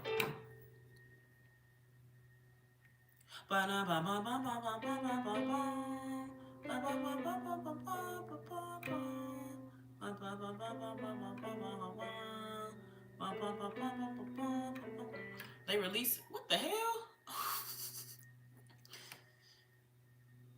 The Democrats released Epstein and state photos showing Donald Trump, Bill Clinton. It'll be the first day where it's fancy dress up. I've been planning for a cute date for my girl for her birthday coming up. Oh, it'll be the first day where there's fancy dress up. Oh, that is so cute. Where y'all gonna go, Octavius? Y'all going like out dancing, or y'all going to see the lights? What we doing? We're going to see some lights, and then we're going to also go around in a river where we're like floating inside of a pond, or I think it's like a lake, like a nice little river walk type situation. But we're gonna be in a swan. We're just gonna be like living it up. Hopefully, I can find me a little lemon drop or something tonight. Hello, hello. Shutting up and listening is becoming my superpower lately. Honestly, it's the best thing on both sides. As somebody who is a talker, shutting up and listening, it really does me good. Like, especially like my man is an amazing listener. I had to follow suit from him because I be he had to get on me about that too. And he's like, you know what, you right. Let me and hello.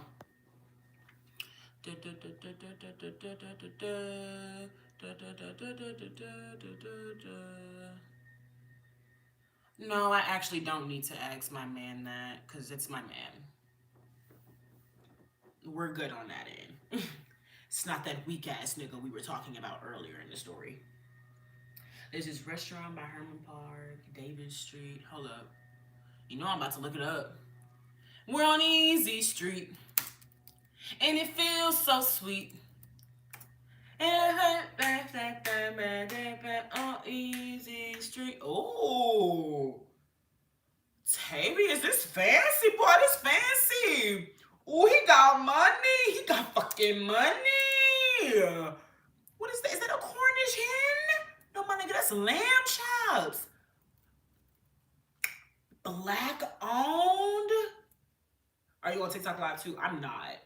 I'm low-key scared of TikTok Live. But I feel like that should be what I do to gain a more female audience. But like I'm very scared of TikTok Live. I don't know.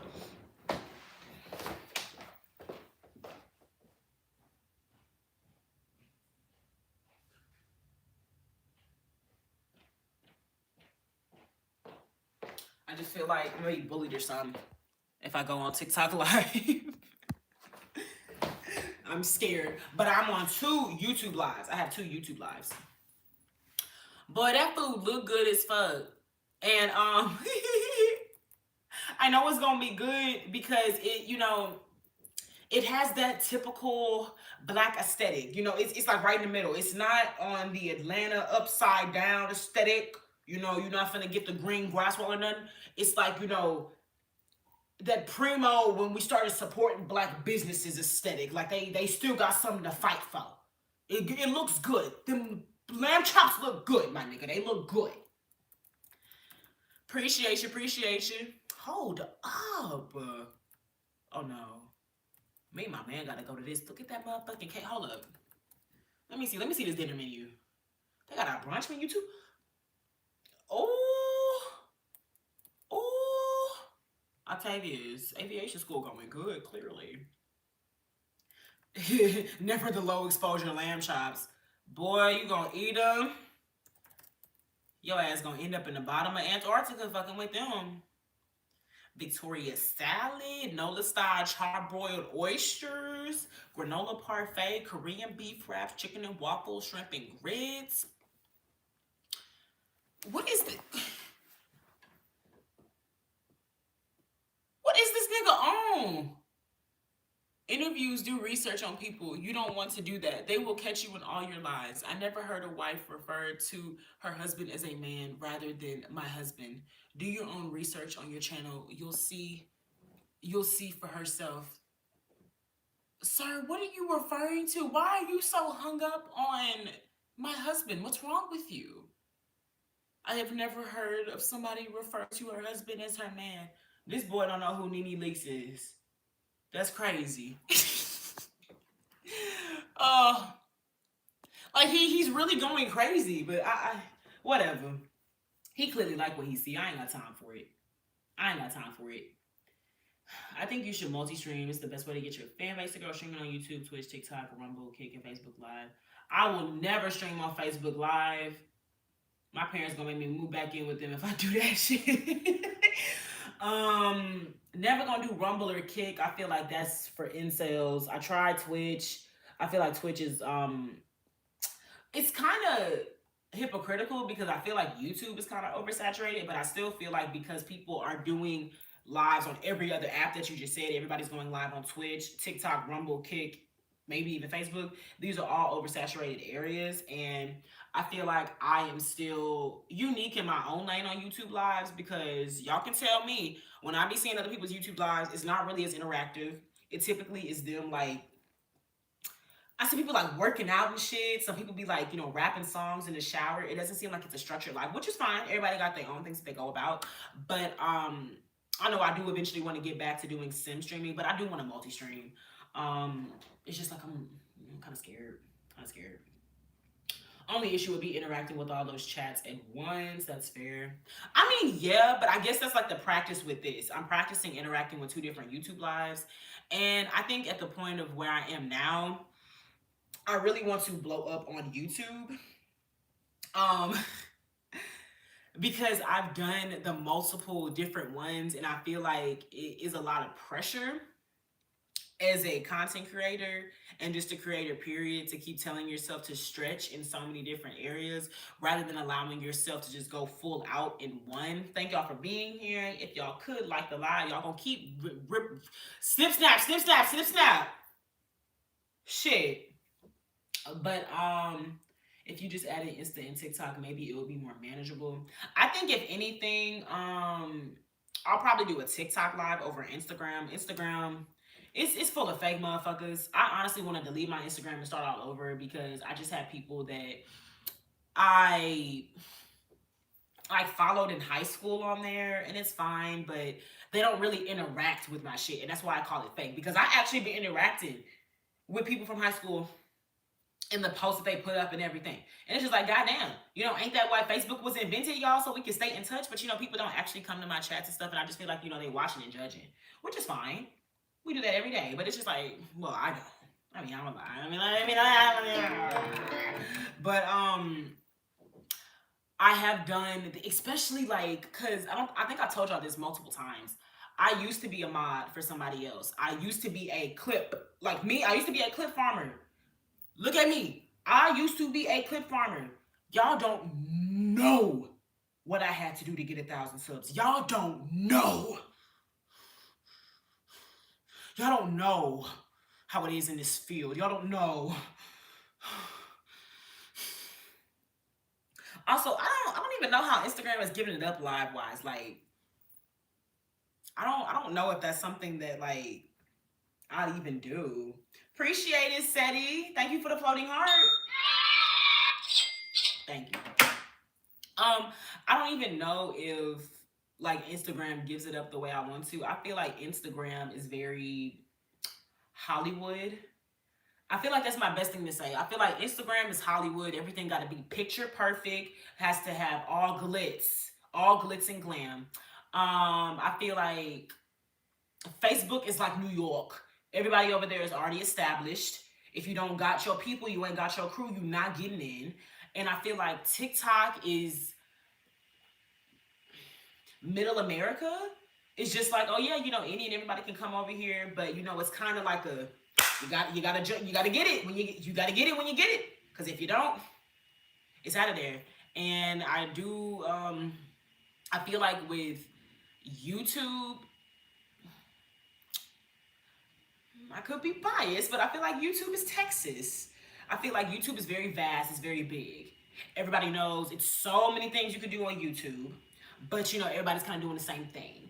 Or if they aren't doing the same thing, they're doing the same type of execution, but they're not trying to change the delivery. So, like I'm saying with lives, I want to do actual interactive lives. Y'all know I be coming on here doing piano. Some people compliment me on my soundboard. I actually come up and I try to treat this like an actual Wendy Williams show setup, because that's what I want to do. I eventually want to have a big streamer set up, and that's what I do. I want us to be watching, I want us to watch videos. I want us to watch movies. I want us to play games, but I really have to build up that format, and I feel like that's what YouTube is to me. I feel like it mimics Texas, and there is so much opportunity. You just have to figure out what yours is, but with these other sites, I do feel like they're kind of already established in what they want. And I feel like with YouTube, this is really the only place I can be myself, if I'm being honest. Because I even feel like with TikTok, Let me rephrase that. I do feel like TikTok is middle America. Ooh, actually, no. I feel like TikTok is Vegas. I feel like TikTok is Vegas. You have to be willing to suck a lot of dick, kiss a lot of ass, do a lot. And y'all know Vegas got that. It got a little reminiscence of what's it called? What's it called?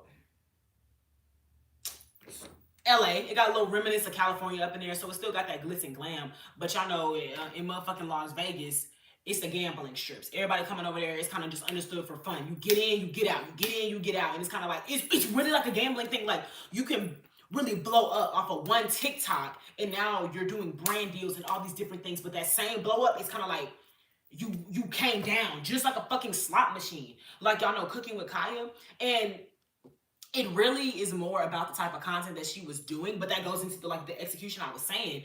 It's so many things that you can do. Content is vast, but if you're making content and your content is kind of just like sexual, and your content is just it's just based in this one sexual nature, kind of like I'm saying with Vegas. It's like, yeah, that's what it's gonna get pushed. Oh my gosh, this is like mind blowing. Like, even on book talk, y'all know I love books, and it seems like the books that get pushed the most is spicy books. Again, TikTok is Vegas. It's like we gotta sell a little bit of sex, you gotta suck some dick, you gotta kiss some ass a little bit for your shit to go up there and propel. And I feel like YouTube is where you can kind of just like chill. You can really be yourself, because on TikTok Live, even you gotta already have the game setups, which is fine. But I feel like in all these other apps, you have to already be perfect. And y'all know good and damn well there be haters over here all the time. It's gonna be people that be talking about popcorn stealing. It be people that be misogynistic. It be people that just be negative all the time. But I do feel like, honestly, that's the real world. Like, crazy as it may seem, if I get on a live and everybody is up in there just eating my coo, everybody just glazing me, everybody just, oh my gosh, you're so pretty, oh my gosh, you're so innocent, this is so great, I'm going to feel like I'm in fucking Sims. So don't nobody got nothing bad to say. That's what I feel like be going on with TikTok. Everybody be like, and also on TikTok, you low-key gotta share your fame, or more so your exposure with other people. I need to fix that, because I don't like to refer to it as fame or anything. I think it's just like the notoriety and the attention. But you gotta like share your recognition with other people. Y'all get what I'm saying? They be having to do like the double lives and all that. And I don't, you don't mean to be that person, but like, I do prefer being a one woman show. I like being a one woman show, and I'm talking to y'all, I'm interacting with y'all. I don't want to have to fucking FaceTime somebody and that be my form of entertainment. But that's what I mean. You gotta suck some dick, you gotta kiss some ass to get to where you want to be. And it's just like, what the fuck? I think that's kind of also a byproduct of just creating a fan base. What do you mean? Which one? Which one? Oh my god.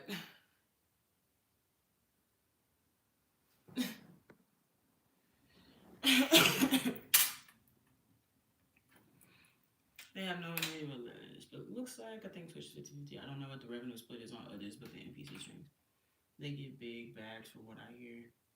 I'm not an NPC streamer though, so sometimes people feel like they have to act a certain way to fit in on all streaming sites.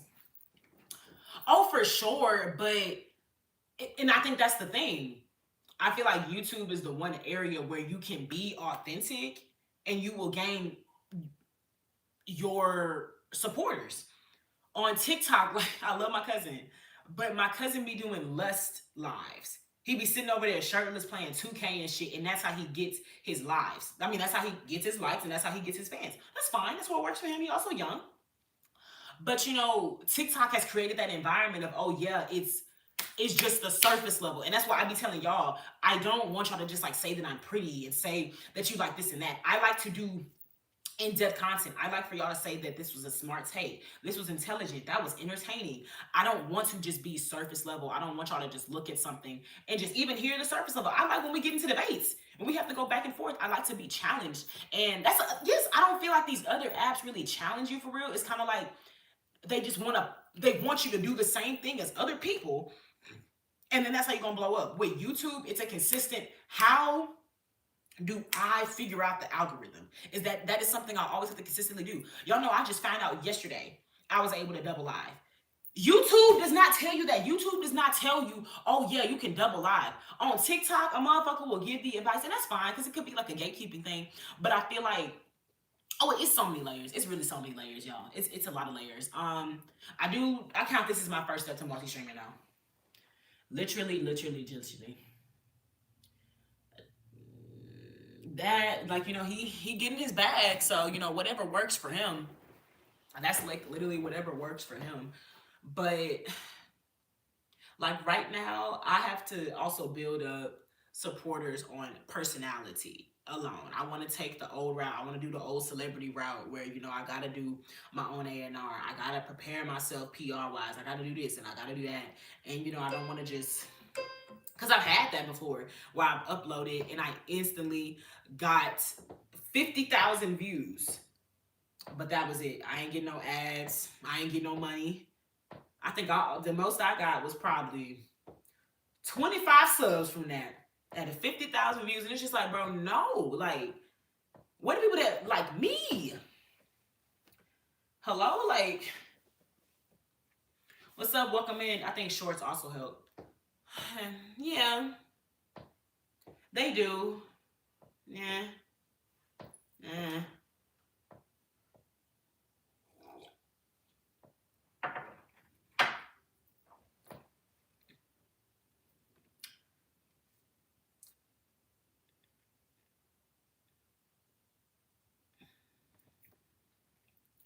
Uploading a lot seems to be the easiest way to get pushed by YouTube. Yeah, but I would say it's how you can get pushed by YouTube, but it's not how you gain fans. I'm telling you, I've been a clip farmer. I've been a modder. I've literally done straight up video essaying. It's always going to be a new algorithm you're going to have to figure out. You could just clip farm your skills to. It sounds that simple, don't it? It sounds that simple. If it was that simple, I would not have to keep going live from my living room every day. So, hey, if that's something you want to do and you want to send them for me, yeah, I'm not doing that because that's a lot of work for a little reward. That's what that is. That's a lot of work for a little reward, and that's something else that you have to make sure you figure out when it comes to doing content, because when you do content, you are the product, and you sell yourself. You have to know how to sell yourself, like straight up. You have to know how to sell yourself, and it will get tiring. And if you're doing so much effort and you're putting in so much work and you're literally getting nothing back, that shit will start to eat you up. And so you really have to figure out what works for you. This is what makes dollars. This is what makes sense. And so speaking of that, make sure y'all are liking these motherfucking lives. If you did not know, you can send super chats. If you did not know, you can send super gifts. All right. Let's proceed. Let's proceed. A good amount is just it's literally what they say. It's easier said than done. Straight up. Because I'm gonna get mad just thinking about it. I've uploaded multiple Sims gameplay shorts, thousands of views. You know how many of those views actually accumulated to watch? How many people actually watched that short and came over to my video? But it has 1,700 views. It has 60 plus likes. I couldn't even get 60 of those people to come and watch the video, but they liked the video. Sometimes shit does not make sense. It doesn't make sense. How do you sell yourself without selling out? Seems like most people only get pushed when they conform.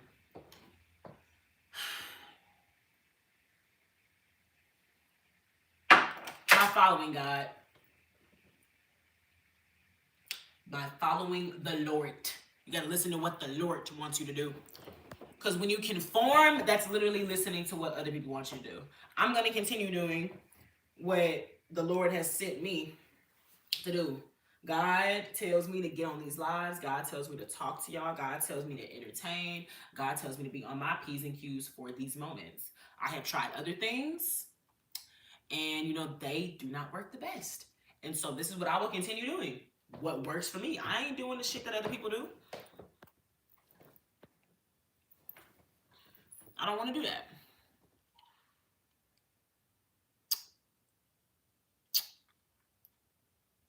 honestly don't want to tell you because you've been being weird in the chat, so you don't deserve a response from me. Honestly. I won't because you asked me to. You asked and you didn't send no gift. You asked and you probably didn't like. And you also think that you're telling me what to do. And I be having to remind y'all niggas every day, don't nobody tell me what to do but Jesus Christ. So my mom can't even tell me what to do. And that's why I'm not in her house right now.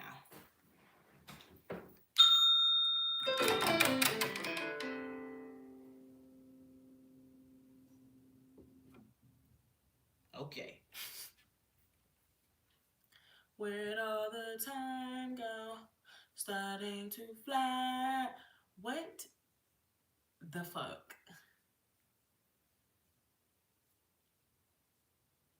Moms love hitting you with the not in my house. I'm not going to expand on it, but we'll just leave it at that. We'll leave it at that. We're going to leave it at that.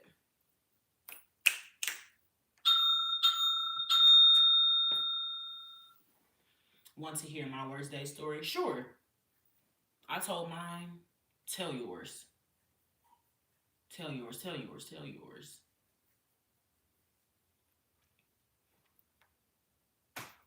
Okay, so boom. Child.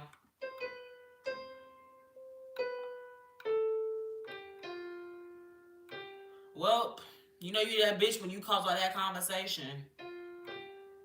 Even though you're just trying to promote your channel. So, ew.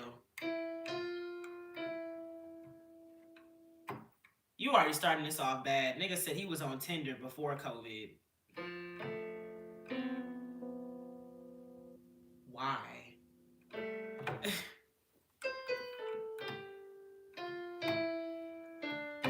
No, I'm just a chill girl that likes to do a little 1-2. Go to a cafe. Oh. Were they poly? She asked you on another date and she was already on a date with another nigga? Maybe they were poly. Poly in a pocket?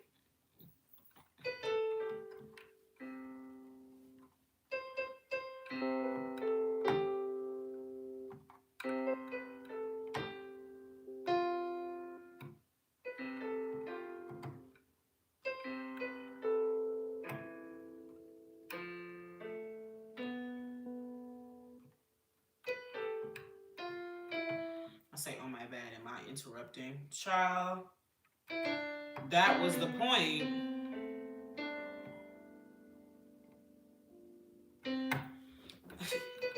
She was trying to invite you to that 3-way parlay.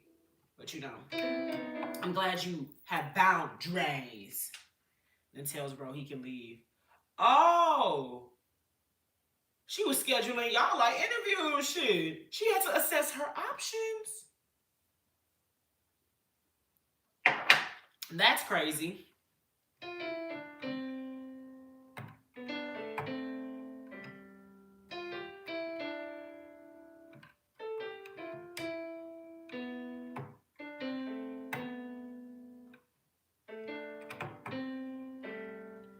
I thought it was going well, and she says it wasn't.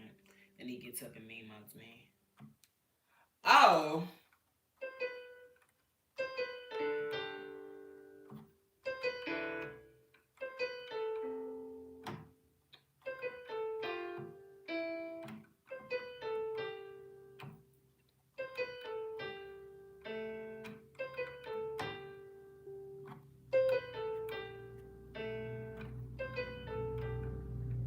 She's crazy, but I'm curious. Ain't that how it always starts?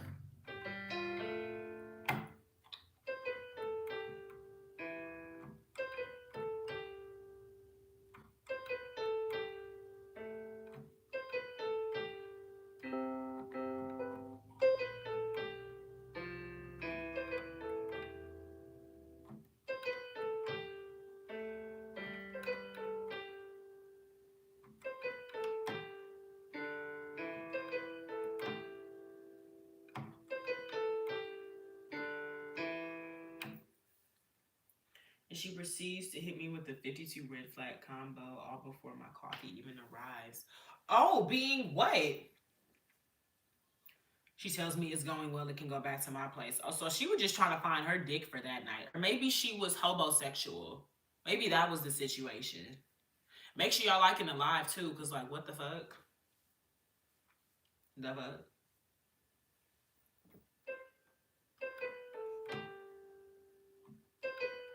I ain't gonna lie, Kai. It's hard to read on this small ass screen. Go to the other one.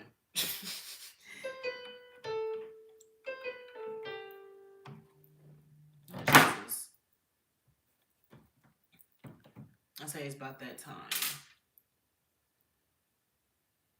We make out of it.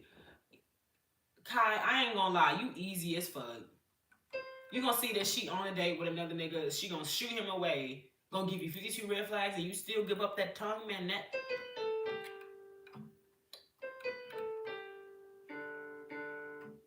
Lord have mercy. I like how she said she was trying to find her dick. Because that's what she was trying to do. She booking niggas like interviews. My God.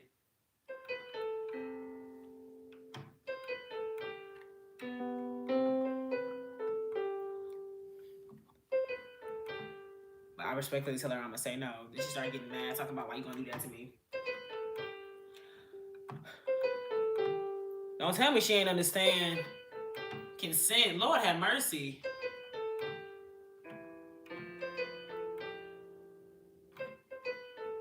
Welcome in, y'all. Welcome in.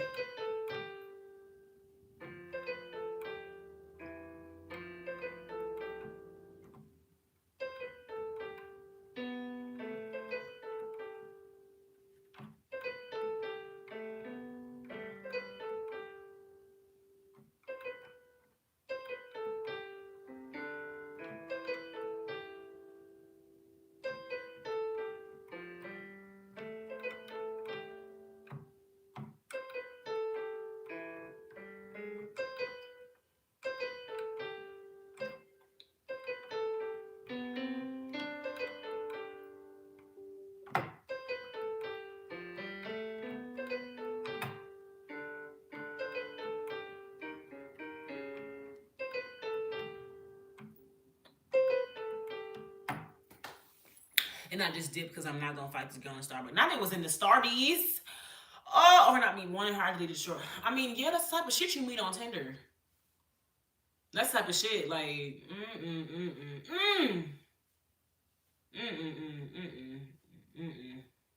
We not gonna talk Tinder moments, cause, just,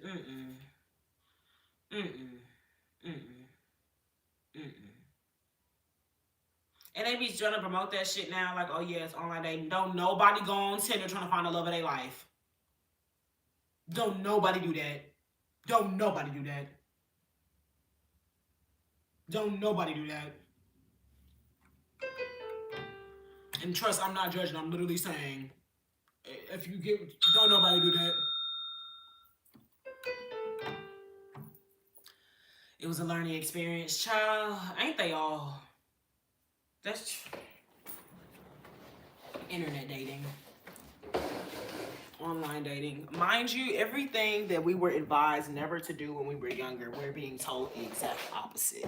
It's like the world is going in reverse. We've lost our minds.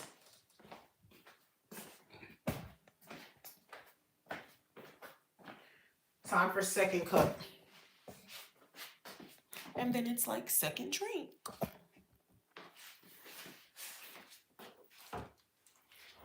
Oh my God. Motherfucker, stay up. There we go.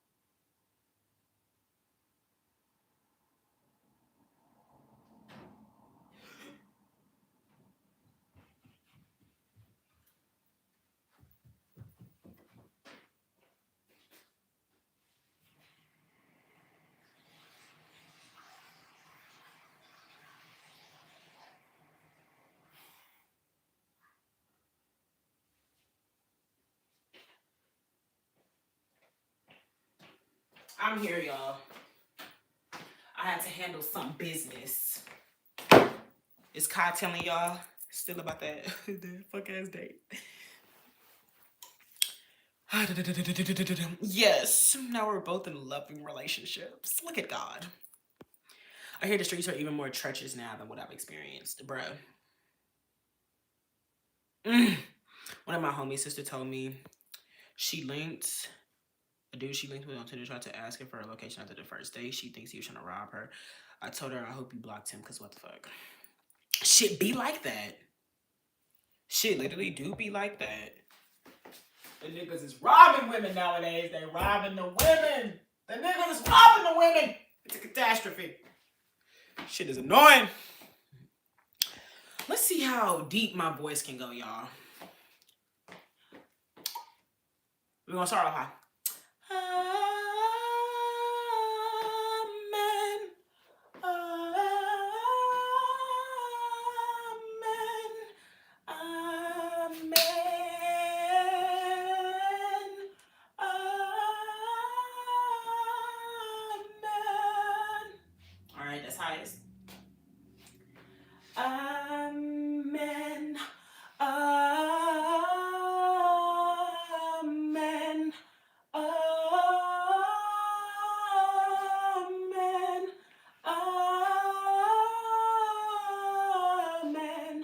Amen. Amen.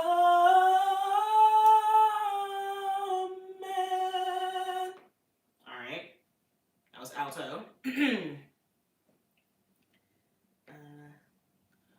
Amen. Amen. Amen. Amen.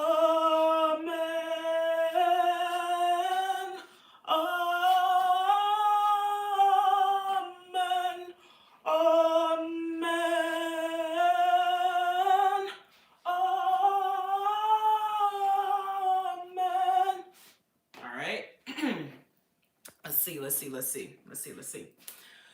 I could try to do baritone. I think that was kind of like tenor a little bit. I try to go to more tenor before I do baritone. Amen. Amen.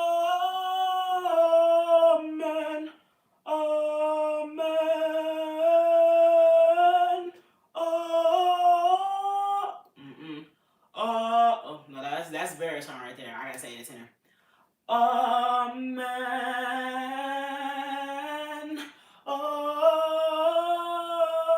Amen. All right. Now the one that we've been waiting for.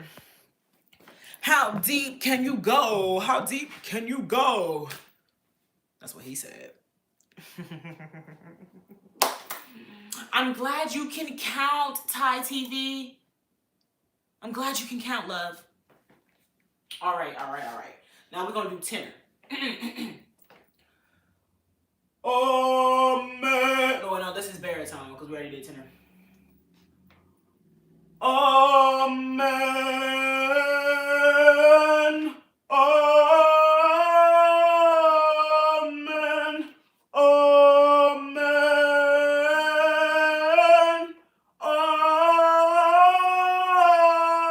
Amen.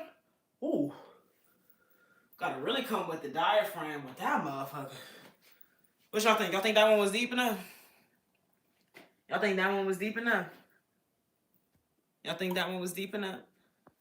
Oh, I don't care. I don't care. Amen.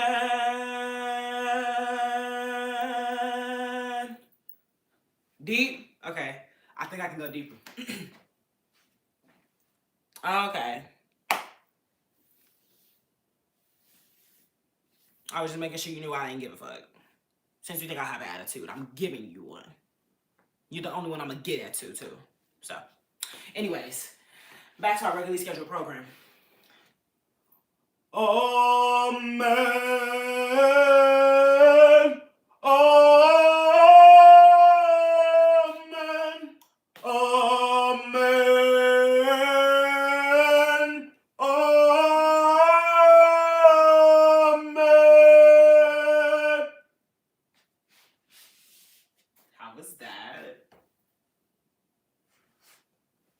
was that one? Was that one deep? Y'all know I want to be a voice actor. Do I got the chops? Okay, Ivy, you and I good now. You did. You said the attitude sound the same. So I know that you can count, but apparently you can't read. It's right there. Don't start, because we just got that good.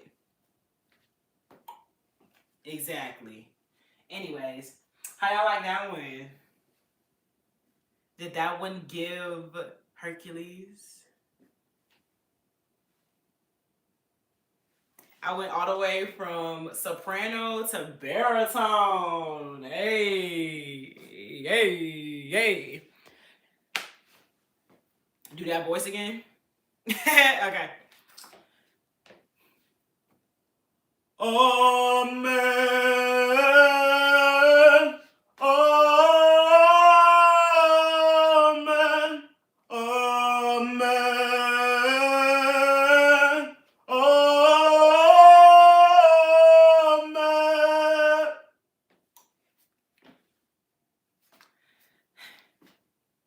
And I promise it's not intentional. I just like to sing. I just like to sing.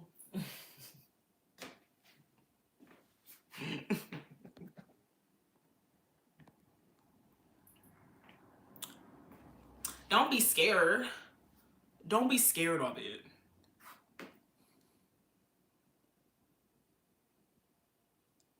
Why it sound like it was trying to come out?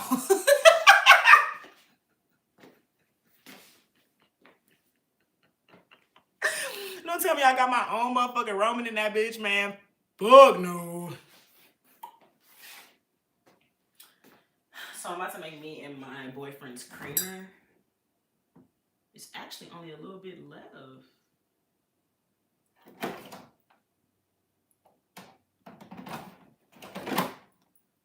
If anything, I'll have me a Coke, because I've already had coffee. I think I've already had coffee. I know I've already had coffee, but there's only this much left. I'm not sure I could split that between two people. But I know my man said that he wants coffee too. What you mean, what type of coffee do I like? Like, you asking, like, if I like cappuccino, if I like latte, if I like I think the one I just learned of was cortado or dato. I think I'm a cappuccino person, because I believe cappuccino is more coffee than it is milk. Or I think I'm honestly interchangeable, because I really enjoy the taste of coffee, but I love when a creamer really heightens it.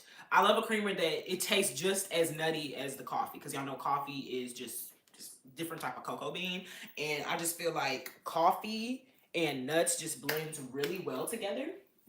And when you blend a hazelnut creamer or a pecan creamer or a praline creamer with some coffee, I feel like that's my favorite type. So I could have a pecan cappuccino, or I could have a pecan latte, whichever. I just love it. I love it when it's served in that way. Hey, hey, come on, Wayne. Serve it up in Gary's way. My God. No, honey, I'm good. I can have a problem. I can have another, but I probably should not. I got somebody at home.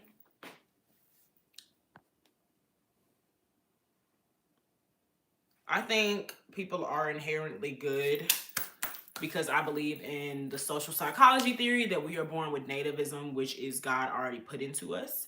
And you very much have to be surrounded by an environment that does not guide you or lead you in the right direction. And you also have to be surrounded by a lot of adults that will fail you for you to be put into a just horrible situation. I don't believe people can be both inherently good or bad. I believe that we are inherently good and that we can make bad decisions. Or we live in a world, not even in society, we live in a world where you can be influenced to make a bad decision, one that won't reflect yourself, you know? Because like I was saying the other day, fear is a powerful motivator for a lot of different things. And like, be for real, y'all. We cannot be inherently bad when babies exist. I know y'all are not on them phones that much that y'all forgot babies are people too. People are inherently good because we're born as babies. We're literally innocent as fuck. Like, come on now. Nah, honey, I'm good. I could have another, but I probably should not. I got somebody at home. I gotta have another, but I probably should not. But that's one of the reasons why Batman is my fave, because Batman understands that he, deep down inside, may not be a good person. And that's why he does the things that he does, because he tries to be a good person, because he feels like deep down he is not. But versus, a Superman, who we know deep down is good. And that's why he restrains himself for doing bad. I heard one of Superman intimidation tactics was that he would go in front of niggas, grab some steel, and just start eating it. Like, start eating the steel. Like, showing niggas, I can eat steel. Fuck eating a punch. I can eat steel. Ain't nothing you can do with me. So you might just want to chill. You better lay low.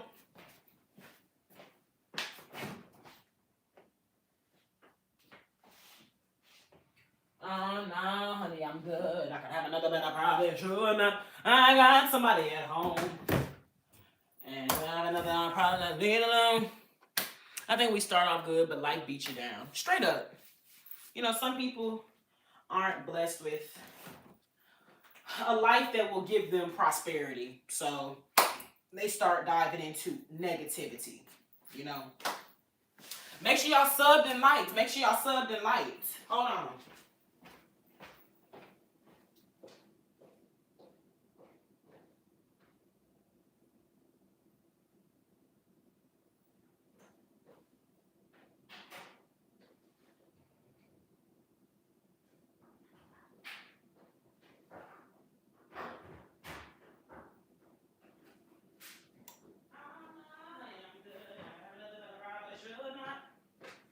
I got somebody at home, and if I leave with you, I might not have been. I know. So past a certain point, if you aren't feeding your light, the world will feed you dark. Amen. And that's why you gotta watch what you allow yourself to hear and see and do. Can't get trapped in the bull. Can't get entrapped in the bull. But y'all, we about to do coffee and a blunt. If you have questions, get them prepped. But just know all of them will not be answered. If you really want your question answered, $1 super chat. But we are about to do coffee and a blunt. Need some water.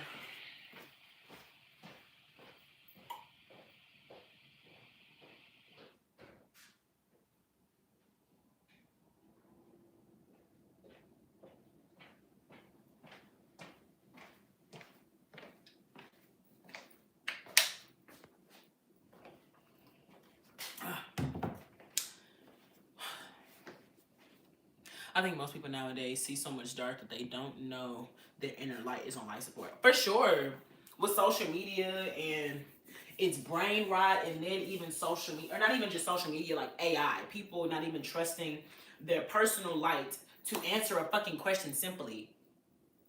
It's just fucking crazy. It's fucking crazy. What's up, y'all? Welcome in. We about to do coffee and a blunt.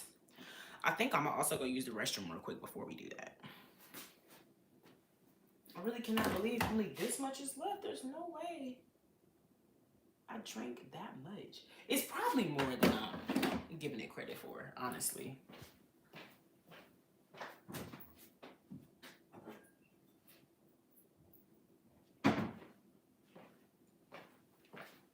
I'm going to give him his Jack cup.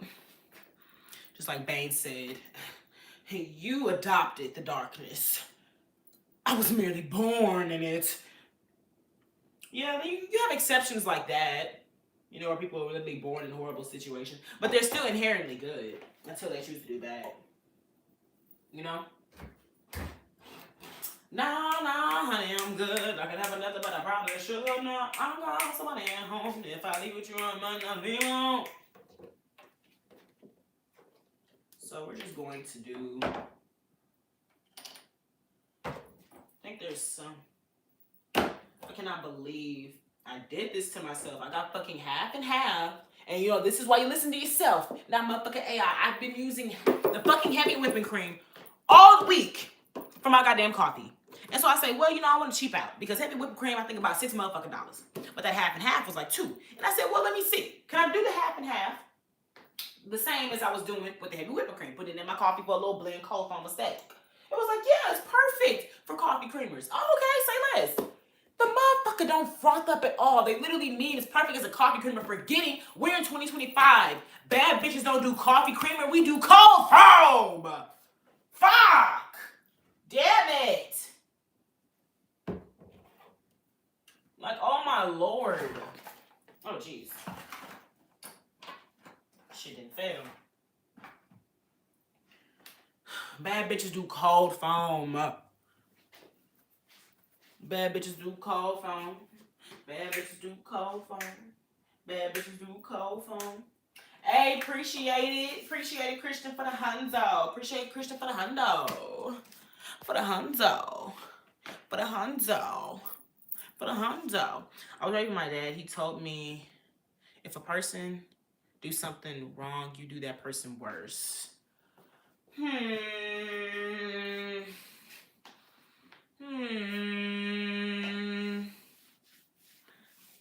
you know, it's good to defend yourself, but you know, I was taught to lead with love. I literally was talking to my man about this the other night when we were watching the Diddy documentary. My mom was very much protect yourself. I'm gonna just use the same example that she told me when I was a kid. If somebody hit me when I was in school, you hit them back, but then you go tell the teacher. Because you get that person to face justice. You don't sit over here and, you know, beat the fuck out of them. Like you said, do them worse. Hit them back, because you don't hit me, but then you go and get the teacher. And, you know, as an adult, I take that as, you know, obviously somebody hit me. Bitch! Now, Lord, I ask that you cover me and cover them. Literally, you got to lead with love. You got to also give it to God because vengeance is the Lord's. Okay? Vengeance is the Lord's. That's Batman motherfucking problem. He don't get it. I wouldn't know. I know that these cabinets are wooden and that they're cute. That's all I know about these cabinets. No, honey, I'm good tonight. Oh, you out of sight. I said, no, honey, I'm good tonight. Oh, no, I'm going to sing some Jordans. Promises you made me. All the things you told me. You said you never leave me. Hey, we'll be together for eternity. Now it's all in the past. Now I know our love will last. Lady, I will do all I can. Lady, I will be all I am. I'll give you all you've had before. So come on in and close the door. Let me show you what I could be. If you just please tell me, do you believe in love? I believe in walking away too, but I also believe in justice and revenge. Revenge is not yours, it is the Lord's. Vengeance is the Lord's. You cannot do shit about revenge. You literally cannot. But, you know, I mean, you can, but it's not going to do you good. It's not going to do you good. So you better live in love and the promise that it gives. I want to love you for life. Cause your love is what I live. Do you believe in love? And the promise that it gives. I wanna love you for life. I ended it just like they ended the song. Abruptly.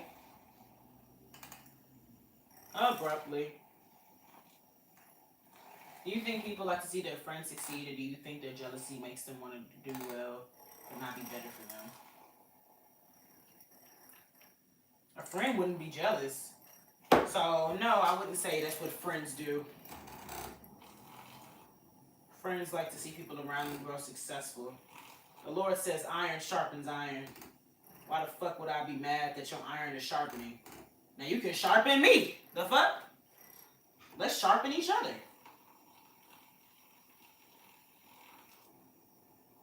And if a motherfucker is around you and they're dimming your light, they're telling you not to do this and not to do that, you cut that motherfucker off.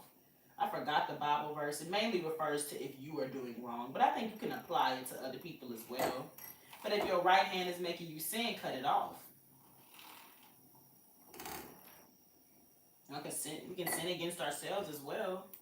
If you have a standard, if you have something that you know you and God have already discussed.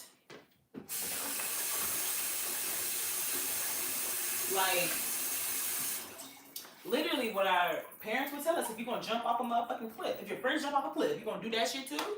It's literally that same situation. If you already know that God has told you, you don't need to put yourself around temptation, and you then go to a cliff to jump off, and it's because of the friends. It's like you need to cut them friends off. They are making you sin.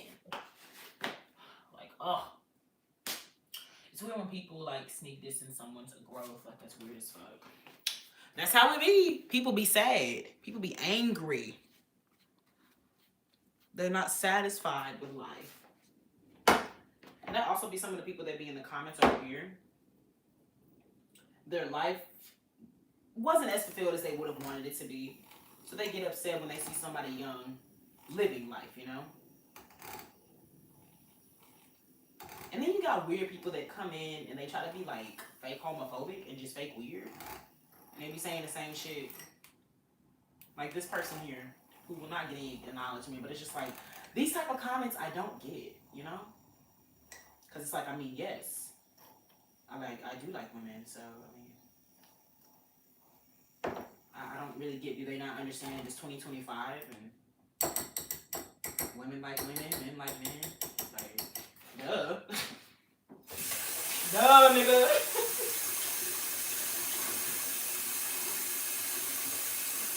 But you can tell that's the only attention that they get. Because I guess they tried to do something else in life and they didn't get attention trying to be authentic. And so now they come and they harass people who they see being authentic and they're just like, oh my God, stop it. Stop doing something that I never had the power to do. Stop doing something that I never had the will to do, the strength to do. No, you bum, get out my face. Cause your love is what I live.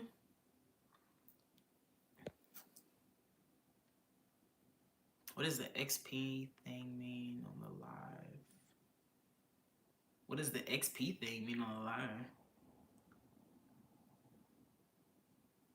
They are obsessed. They obsessed because they one of us. That's the problem. Like, yes, I'm queer. Hello? I'm pan. I don't really know what they want to hear. Like, what is it? Do they want... Oh, my God. They called me gay. I could have sworn Kelly Clarkson told all you motherfuckers in the 2000s, hey, when you're saying gay, stop saying it like it's something mean to say. Like, I could have sworn we stopped this, y'all. Like, what is that? Like, my gosh. My goodness. And you said XP thing.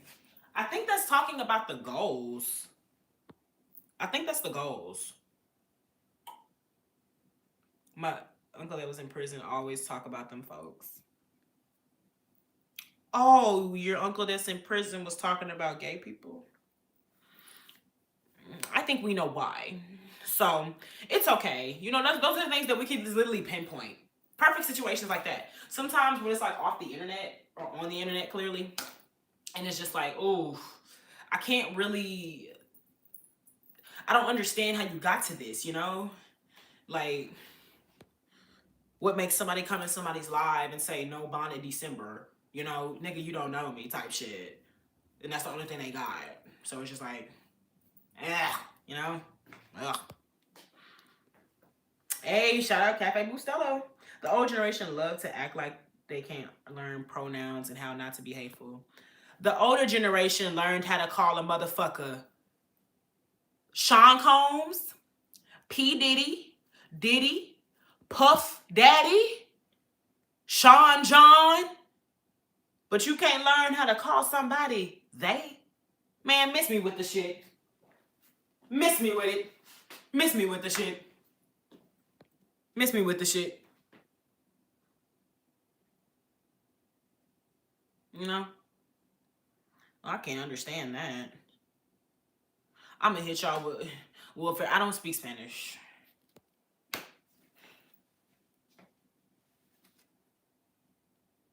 No habla español. No habla español.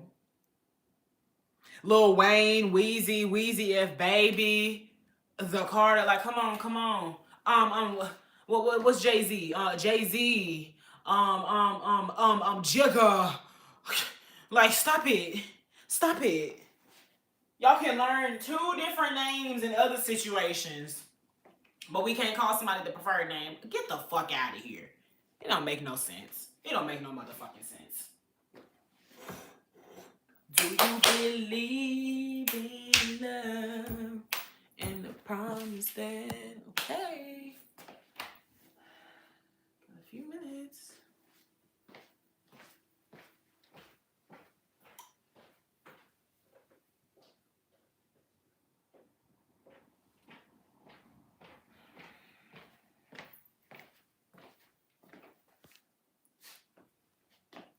Rappers low-key got more pronouns than modern gays. Hello.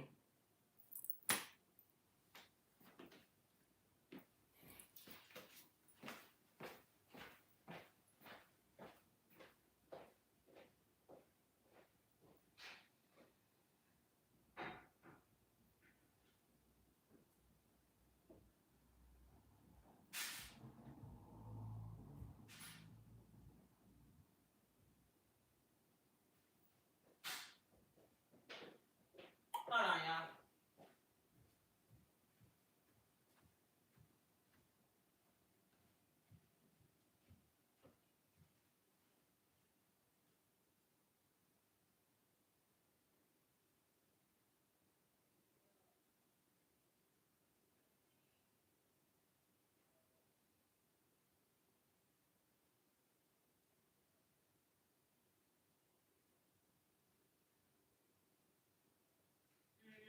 That's the plan.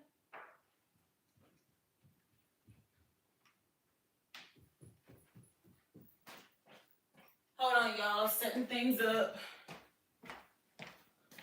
Gotta go set things up for our coffee and a blunt. Be right back.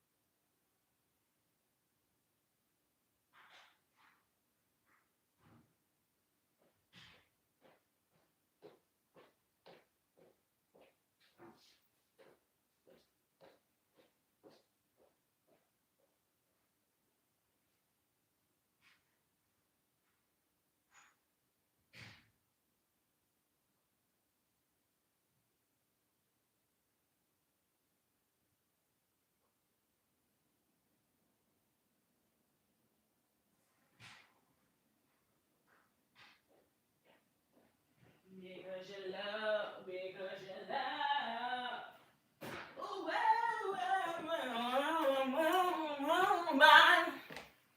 as the promise that it gives. Hold up.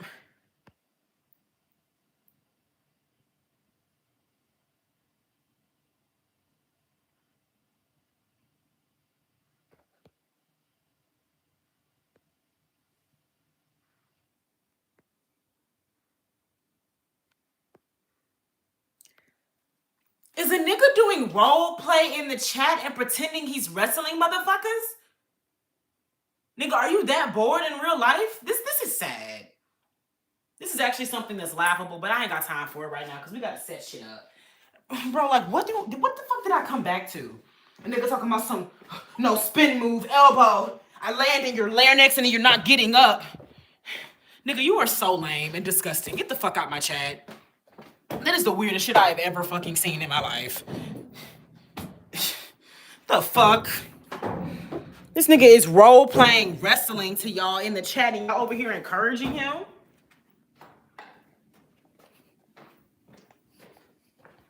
Man, it's just certain shit we don't do, y'all. It's just certain shit we don't do. But I get it. I have to lead by example. And I've responded to some nonsense myself before. So why would y'all... Damn it. What the fuck?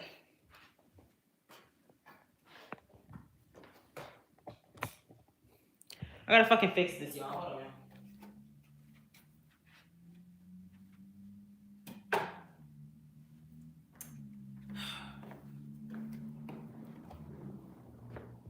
That's if it can even fit right here.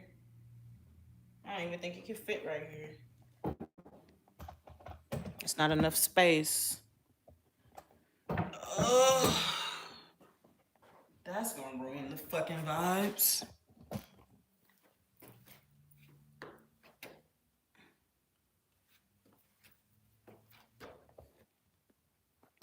Child, if it's funny to y'all, what else? That shit was weird as fuck. Shit was very weird. Like, I mean, very weird.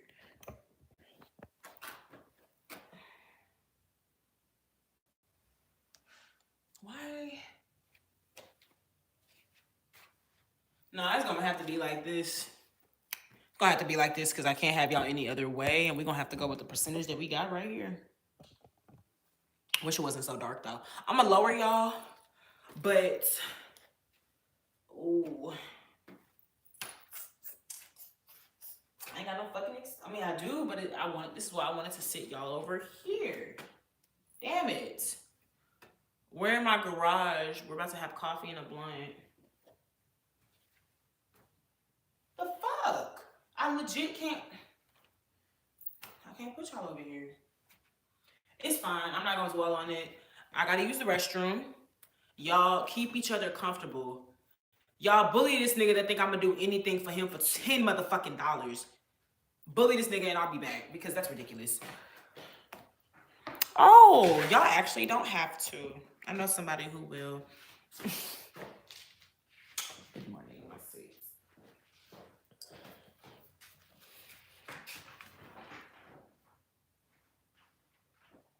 You know what I'm saying?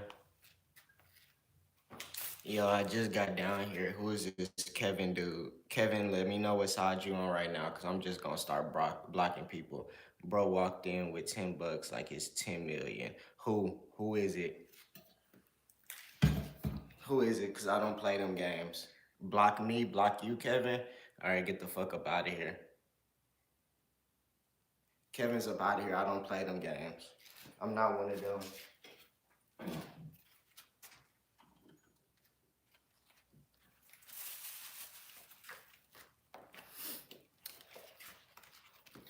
Good morning, my brother. My black brother. Good morning. Understanding investments. Now, what we're here to talk about today is understanding investments. I know y'all have been reading whorish books of lately, but today we're reading Understanding Investments by Professor Connell Fullenkamp. Now, the part I'm on is four most important investments that every individual investor should consider. Okay, are you listening? Here are the four, and I'm going to give you the sauce real quick, and I'm not going over this again, so write it down. Stocks, that's one. Bonds, that's two. Mutual funds, that's three. Exchange traded funds, or others like to call them ETFs. Write it down, write it down, write it down. I'll say it one more time, even though I said I wouldn't. I'm a good teacher. Stocks, bonds, mutual funds, and exchange traded funds. ETFs. Where's the money sign?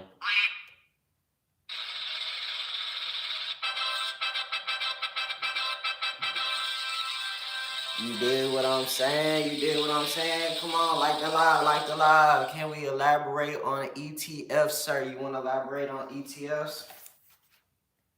So as you know, ETFs are exchange traded funds.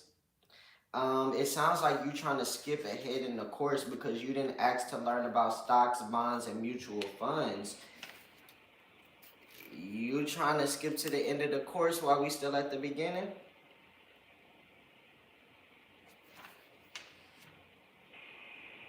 We could talk about bankruptcy, market downturns.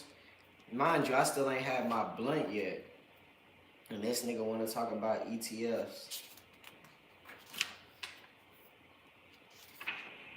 Man, I ain't got there yet. Damn, give me some time. Look it up yourself if you want to jump forward.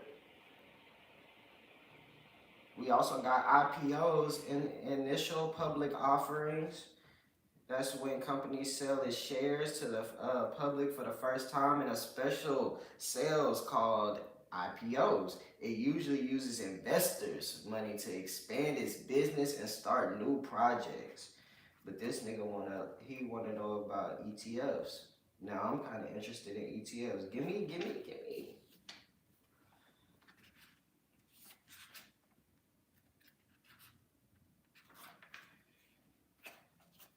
Ain't no point in doing this through the book. This is why the fuck we all got cell phones nowadays. I'm on this little binge right now because we watched Wolf of Wall Street last night.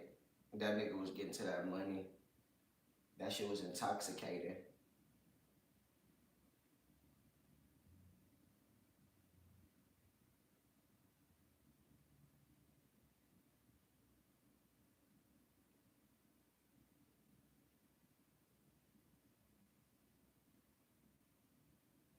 Okay, so ETFs are baskets of investment, stocks, bonds, and commodities that trade on an exchange like a single stock, offering instant diversification and easy trading through the day. Buying one share gives you a piece of many underlying assets, reducing risk compared to picking individual stocks, and they can be tracked index-wise, sector-wise, and commodity-wise. Okay.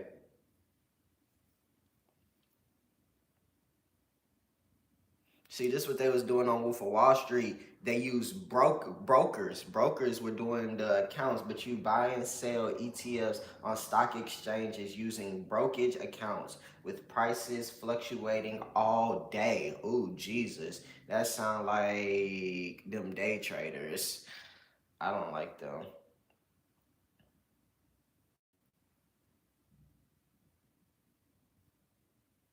Let's see, examples of ETF stocks.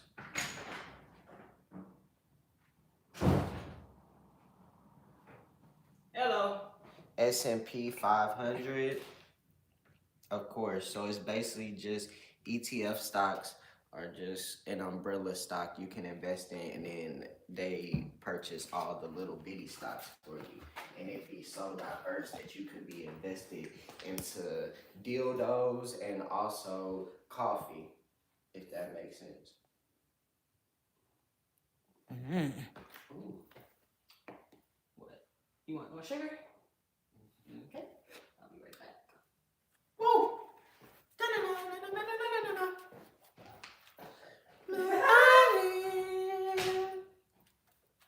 It'll make you feel so high.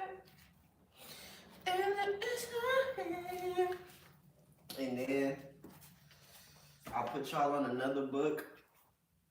It's called Think and Grow Rich.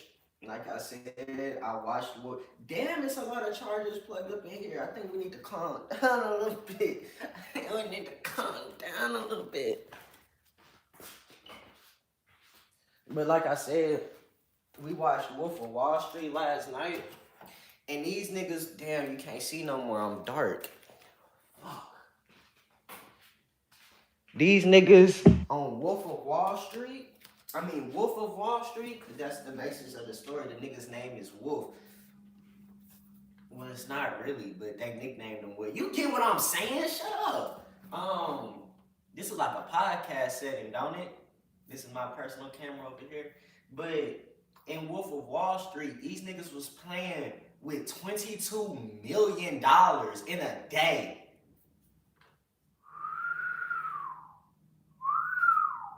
$22 million in a day. Could you imagine that? You fucking off the money. And who's to say you wouldn't want to do that at least once in your life? Thank you.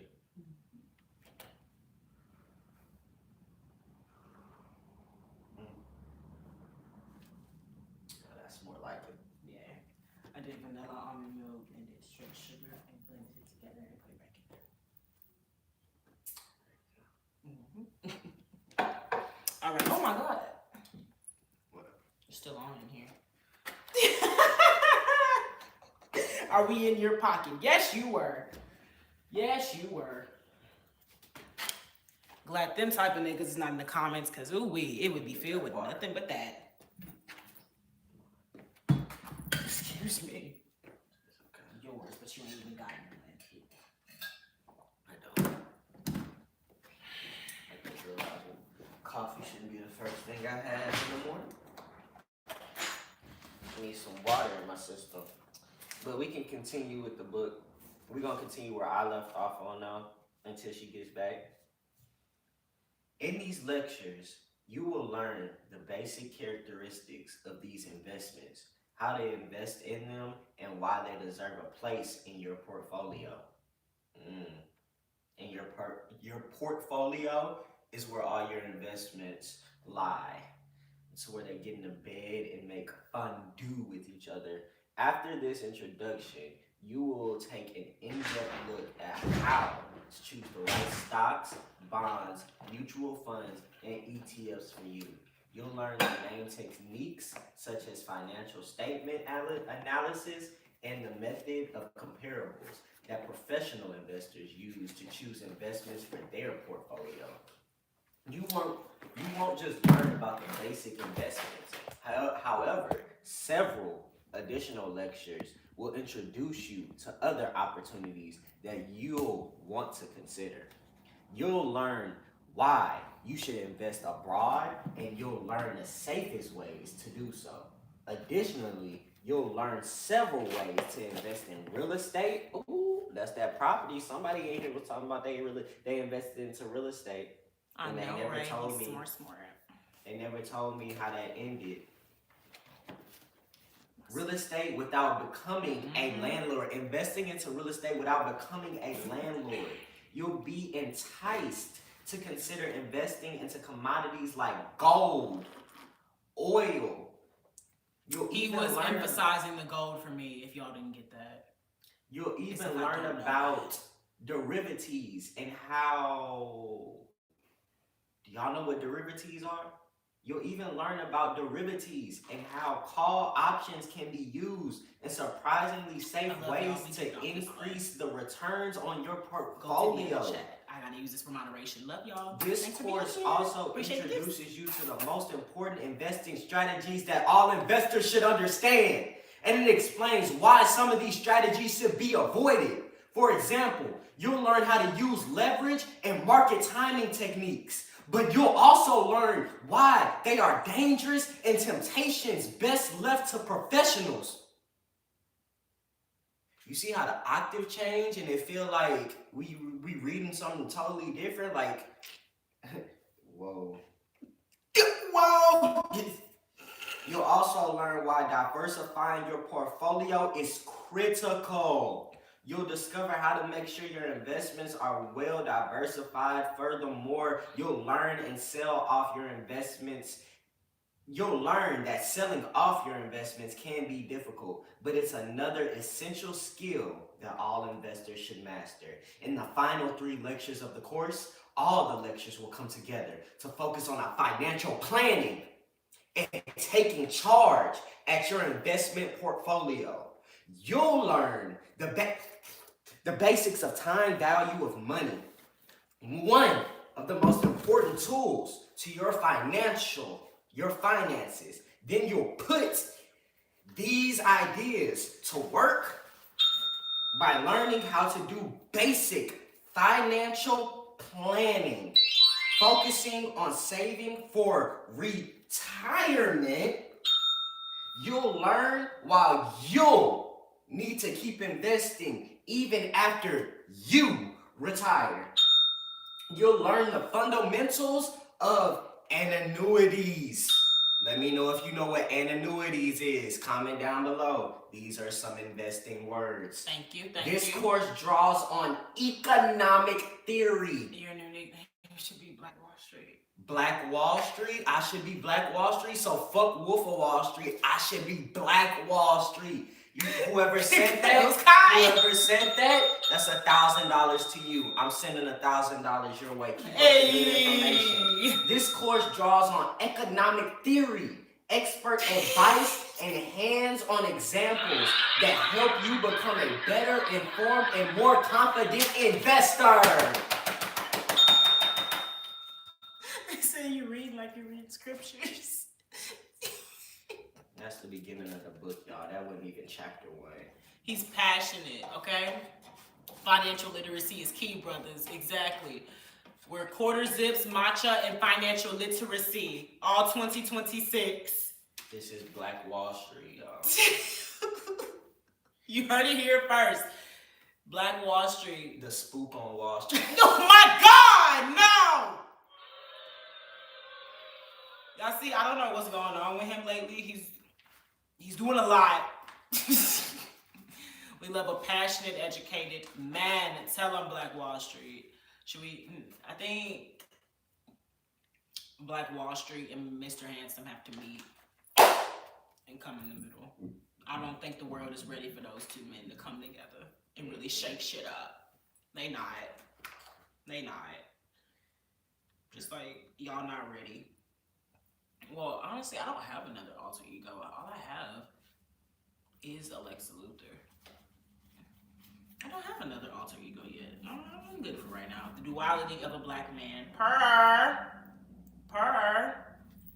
And speaking of that sounds like a Tyler Perry movie. Please, Kai. Speaking of freaking Black Wall Street, I told y'all we watched Wolf on Wall Street last night. And so honestly now, we could get into it since my man is here. Because, like, I love when I do reviews with y'all, but it'd be so different because obviously we didn't watch it together. And having my man, what? For me, further. You left it up. And when I'm with my man, obviously my man going to be able to just review it a little bit more easier because we watched it together, but also my man, you know, he understands me more than y'all ever could. So if I'm making a joke and only I get it, I actually get a laugh because he understands, not because he's trying to relate. I'm like some of y'all sometimes, but I get it. I love that y'all try to relate. But this isn't really more of a movie review rather than like a movie reaction. Cause like, bottom line, I will say the movie was good. It was a good movie. I see why Martin Scorsese is held up to the high standard that he is. He for sure is somebody that appreciates movies. The length, I wouldn't have such an issue with if majority of that lengthage was not based in sex. Like, I mean, it was a lot of sex, y'all. And I got it for the story. We're trying to emphasize the fast life. We're trying to emphasize a very hedonistic lifestyle because that's all it is when you're on Wall Street. It's hedonistic. You have to be self-pleasing because you are trying to get this money. Having to convince a motherfucker who on average keeps, we'll say, a minimum of $3 million in his bank account to at least give you some of that. Because y'all know the cheapest motherfuckers be the richest motherfuckers. And that is a crazy job when you think about it. Even what I do is crazy. I have to sit over here and manipulate y'all to listen to me. I have to literally say, no, Kai, your job is not as important as what I have to say. It's like, you know, one of them things. And so getting into it and seeing, how just grimy you really have to be a salesperson is crazy. And that's actually crazy because I've been a salesperson multiple times, and that's all. Every time I got in trouble, it's because I was not grimy. Literally, I worked at fucking Academy, and so they wanted us to sell the credit cards to every customer that came up there. I don't gotta explain credit cards to y'all. Y'all know what the fuck credit cards do. At this time, I wasn't fully aware of what credit cards did, but because my mom was paying for my credit cards every month, and she was always telling me if I myself am in an opportunity or a position where I can get one, it's really good to get it because I'm trying to start my credit anyways. So I had a very small understanding of a credit card, but what I did understand is credit is something that follows you forever. Something you purchased on a late night in fucking 2006, you probably still gonna have to pay off in 2016. My student loan debt was $30K even. I didn't pay it. I have not paid anything to the motherfuckers. Y'all know they gave me $1,900 worth of interest, and now I owe them niggas $32,000. It's just crazy. It's crazy how it goes. And then I be having motherfucking Credit Karma be telling me, oh yeah, your credit done changed. I really could give a fuck. Because I forgot the fucking Glorilla lyric, but I could really give a fuck about that credit. I could be rich as fuck tomorrow. I really do not care. I will be fine. And I am rich in the blood of Jesus, so I'm good. But understanding, again, what credit cards do, though I did not have a full synopsis of it, I understood credit card, purchase something, follows you forever. So when I'm being told, oh yeah, you know, sell these credit cards, one, y'all know me, I don't like being told what to do in the first place. So I was already combative with that shit. Don't tell me you done gave me the manager position, but you still trying to tell me what the fuck and how to move. That just don't make sense to me. Obviously, I know I had a boss, but it's just, yeah, that's my type of mindset. You said I'm the manager, so why are you telling me what the fuck to do? I'm the manager. So that was first step. Second no was the, oh yeah, you need to make sure you're selling these credit cards to every single person that comes up here. I don't give a fuck if they are just buying fishing bait. Fish bait is like $1.60. I don't care if they are buying fishing bait. You sell this credit card to them. And so that shit just ain't sit right with me. Like, what the fuck? I have to sell credit cards to every single person? What is this? And as I was telling y'all, I didn't fully get the credit card thing. So I low-key for a minute kind of thought they were like on some gift card shit. I'm 19, y'all. I'm very young. I don't really know these things. But I still understood, no, this word credit is very important.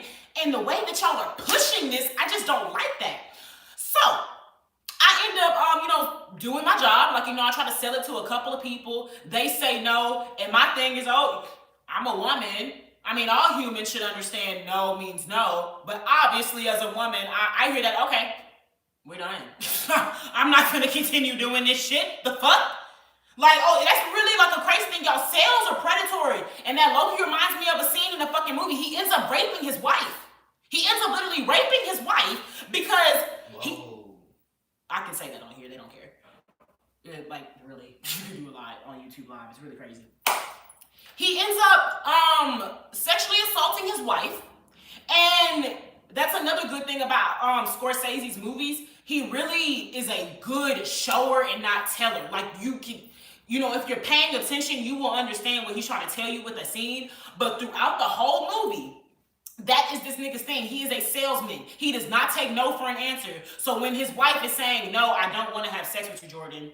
Yes, now she's getting raped because this nigga literally does not understand when to stop. He has no boundaries. He's literally sitting over here having people give up their retirement checks. They've worked for 40 plus years and he don't give a fuck that he's taking away their life in 5 seconds. So why the fuck would he care that his wife is saying no to some sex? Sales are very predatory.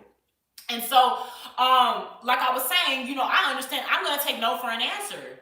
So after a while of me just continuously getting these no's to these credit cards, I just stopped trying to sell them, period. Because I, one, didn't give a fuck about selling them in the first place.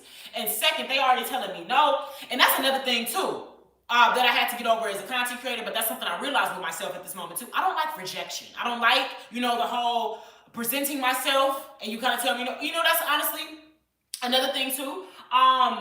I believe the human brain also cannot like really comprehend a no as well, and so that's why we do have difficulty with, even if it's just like a simple task, just a simple no of, oh, could you do this for me? Could you go and like paint the wall? And it's like, well, no, I don't feel like doing it.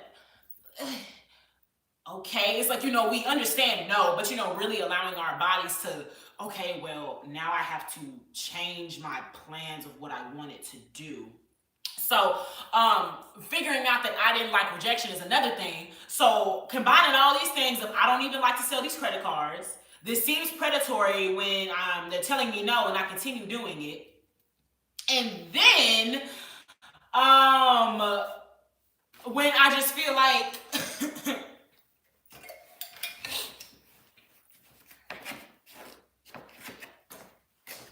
Get you a bottle. Where's that bottle you have this?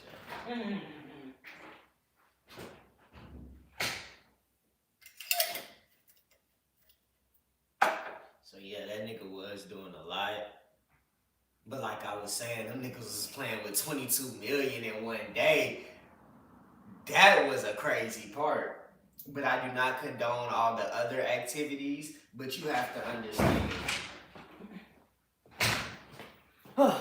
But combining all those together, y'all, I did not like doing them credit cards. So getting back to the story. Getting back to the oh shit. They end up trying to really persuade us to sell these credit cards. So they end up putting up an employee credit card list showing, oh yeah, how many employees are selling the credit cards. And so everybody dominating again. Like I told you, I'm a manager. So I literally have my own section. And so it was like 2 weeks before I went back to college. And I think it was the district manager. She come in and like, she's talking to me and she's like, I noticed your department is doing really good in selling these cards, but you aren't.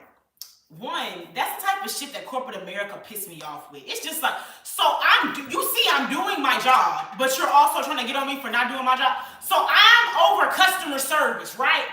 You said my whole department, all my little niggas, the people that work under me, that I say, oh yeah, do this, do that, they're doing good. But you coming up to me, it just seems like, yours is off though. I seem to be putting in a lot of work and time into my people rather than myself and your like, this is crazy. Anyways, and so, she was just like, I like that your department is doing good, but I just wish that you were able to sell a little bit more cards and stuff. And, I don't feel like getting into the nitty gritty with her of I don't feel like selling cards. So I just straight up, like I was telling y'all earlier, a girl used to be on some better than shit. I don't need this. Okay. And I just hit her with, I'm going back to school in 2 weeks. Just straight like that. I really don't care about you trying to push me to sell these cards. I don't care. I didn't want to sell them in the first place. I'm not going to sell them because I leave in 2 weeks.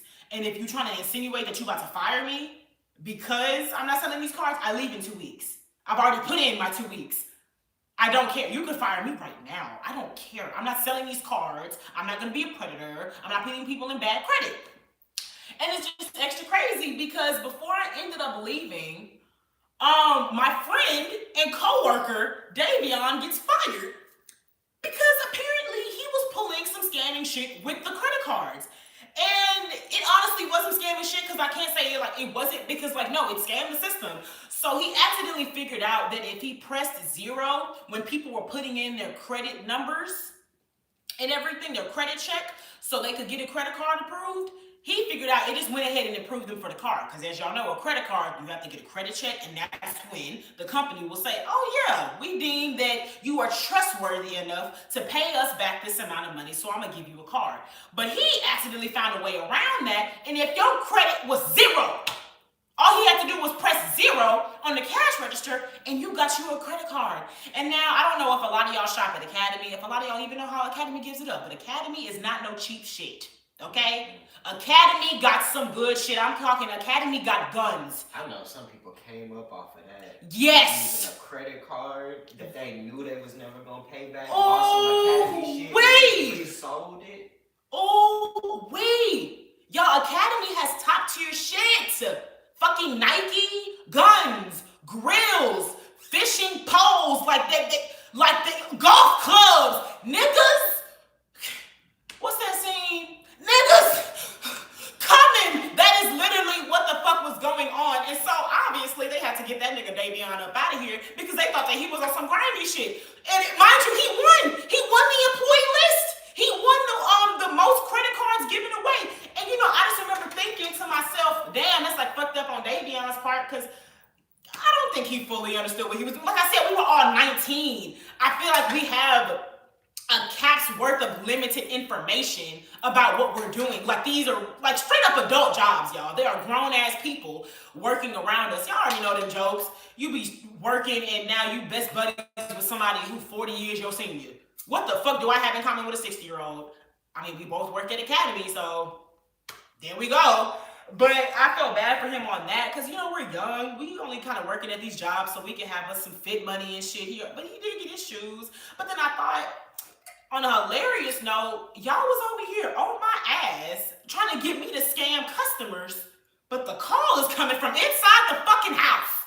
Somebody is scamming you niggas. And you see, that's that shit. That's that shit. All this because I'm literally trying to emphasize that is the mindset you have to have when you're working in Wall Street. You cannot give a fuck about people's feelings. And I honestly don't even know if Davion knew what he was doing. He claimed, you know, he told me he ain't know. It was really like an accident situation. But let's say he did.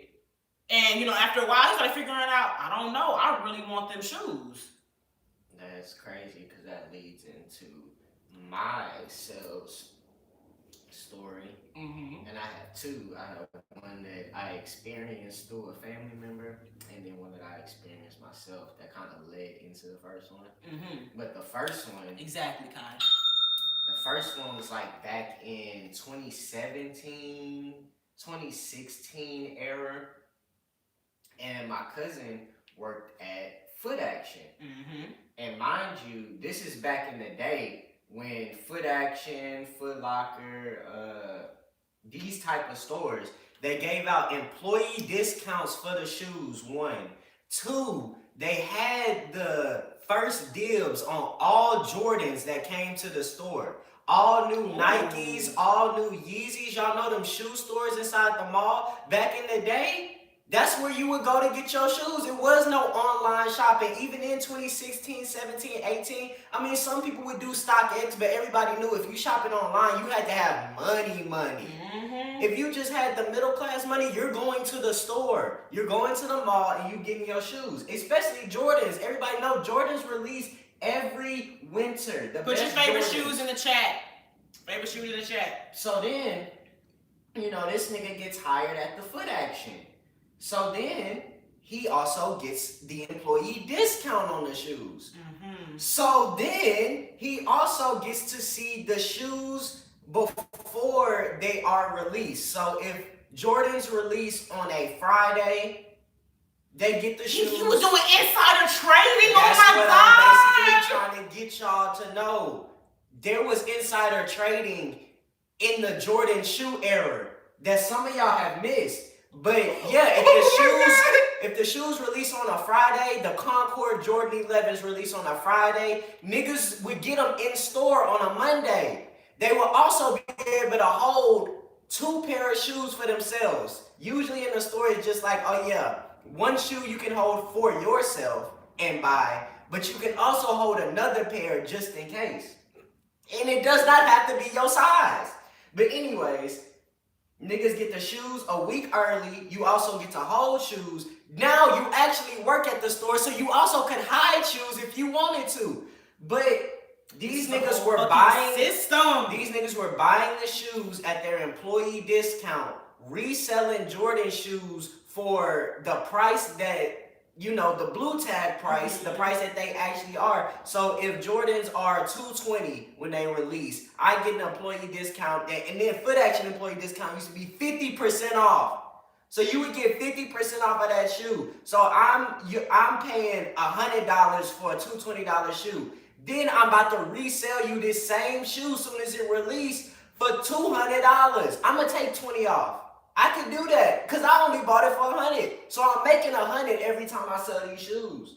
On top of that, I could charge you an extra $30, $40 because if they exclusive Jordans, you know ain't no other store gonna have them. You used to have to pay for raffle tickets for Jordans so they could just hold your Jordans because so many people would come to get Jordans that them bitches would sell out. So if you did not have a raffle ticket, you were not gonna get the Jordans that released that year. What the fuck? That's how crazy Jordans used to be. We had our own stock market in the black community and it was Jordans. Niggas don't understand the cultural relevance of Jordans. Niggas made money off Jordans.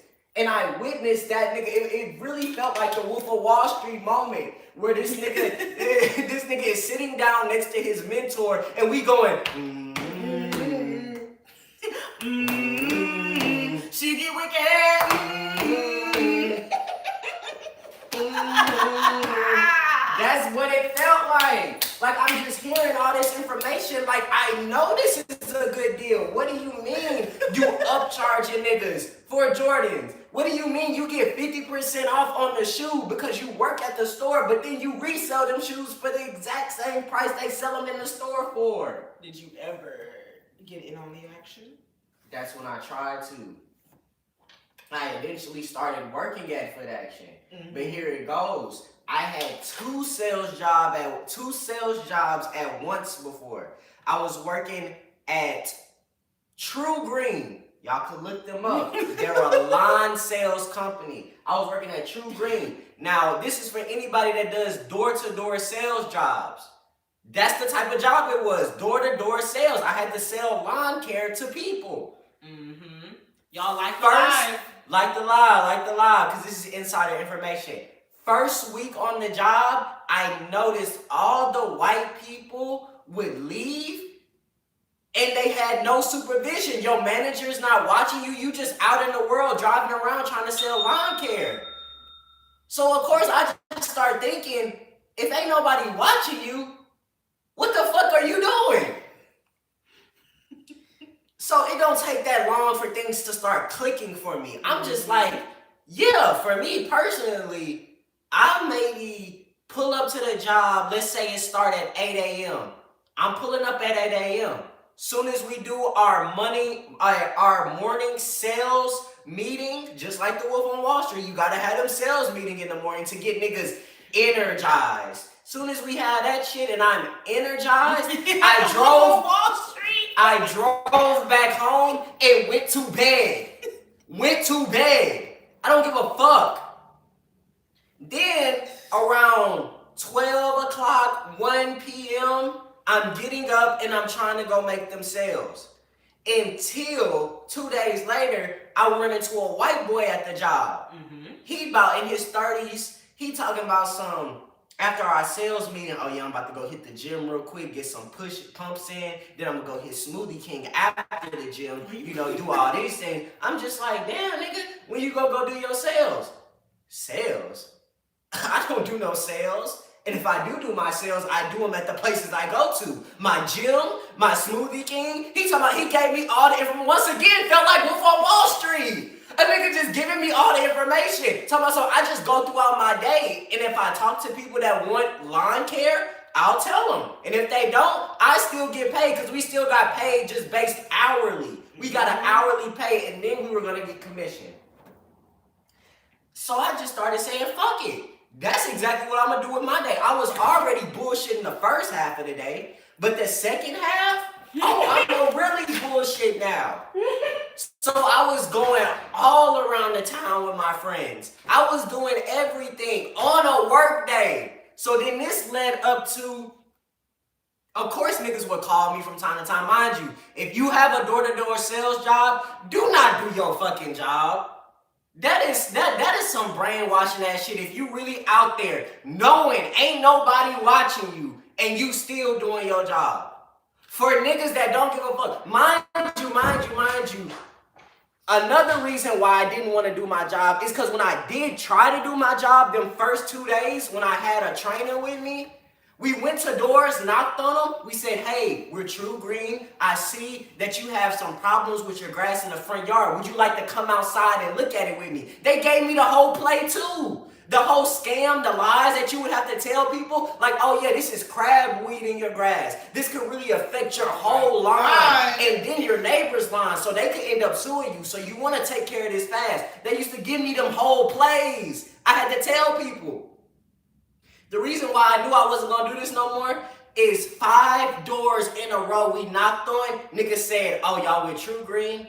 Y'all a scam. I already know that. And you know how people be when they in the comfort of their own home. They'll tell you how they actually feel. Oh, that company?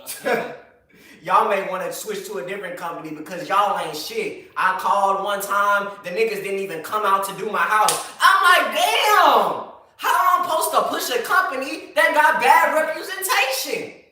So I'm not gonna push the company. So then that leads to me bullshitting the company for 8 hours of the day. Sometimes, of course, they would call me. They would hit me with that, hey, let's go over one of your sales pitch. I'm going to stay on the phone with you as you go through a sales pitch. Mind you, I'm downtown Houston shopping for Jordans. You talk about something. Let me hear your sales pitch. Cool. So I knock on random doors. Hey, would you like to buy True Green? Appreciate the gifted. Sometimes I knock on random doors and I just sit there. I just sit there. I just knock on random doors. I know nobody lives here. I just knock. Oh yeah, they didn't answer. Okay, I'm gonna go knock on another door. I have to stay on the phone with the person. But I notice after 3 doors, they'll just be like, all right, I'm gonna call you back another day then and see how it's going. So then this leads to me like on a real hustler mindset. I'm like, my nigga, I could get 2 jobs. So that's when I applied to the foot action. Y'all forgot this list. This leads to the foot action story of me trying to be the black guy on Wall Street. So I applied to foot action. I have this black woman interview me. She is the manager at Foot Action. I'm giving her the spiel. I say, yes, I currently have a job. Me too, Edward. Me too. What Edward say? Said that vector knife shit, them niggas that hit me up. Oh, yeah, the scammers. Hey, if you have a door-to-door sales job, don't do that shit. Don't. Apply for the job. When they send you out to do your work, go do whatever you want to do. It's okay. The companies have already made millions of dollars. It's not fucked up for you to do what you want with your life. If you are being purchased as a worker, basically, trust they've done enough work. They've done enough work.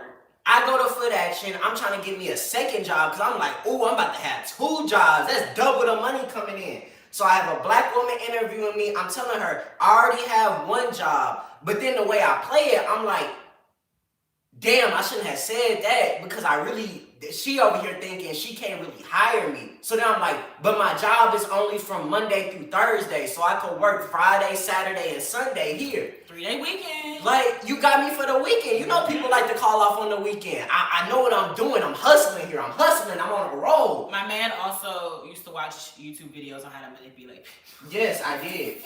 I used to binge watch YouTube videos on how to manipulate people. Don't tell anybody else that sauce. So then she's like, all right, cool. I like your vibe. I like, your mindset about things.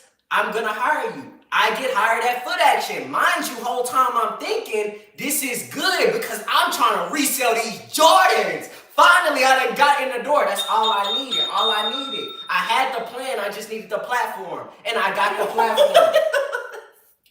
I start working at Foot Action. These niggas tell me, oh yeah, we dropped the employee discount from 50 to 10%.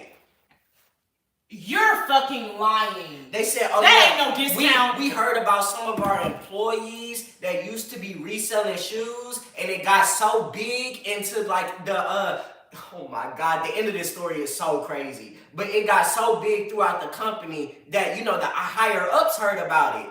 That, niggas was getting 50% off on Jordans and reselling it. So they had to fire them niggas. Mind you, my cousin did get fired. But I thought shit was still on and popping. So 10% discount, you know, it's still a discount. If you really think about it, you can still make profit off of reselling something that you're getting a discount on, especially Jordans. That's taxes. So then I get to work in there. I'm also working my door-to-door sales job.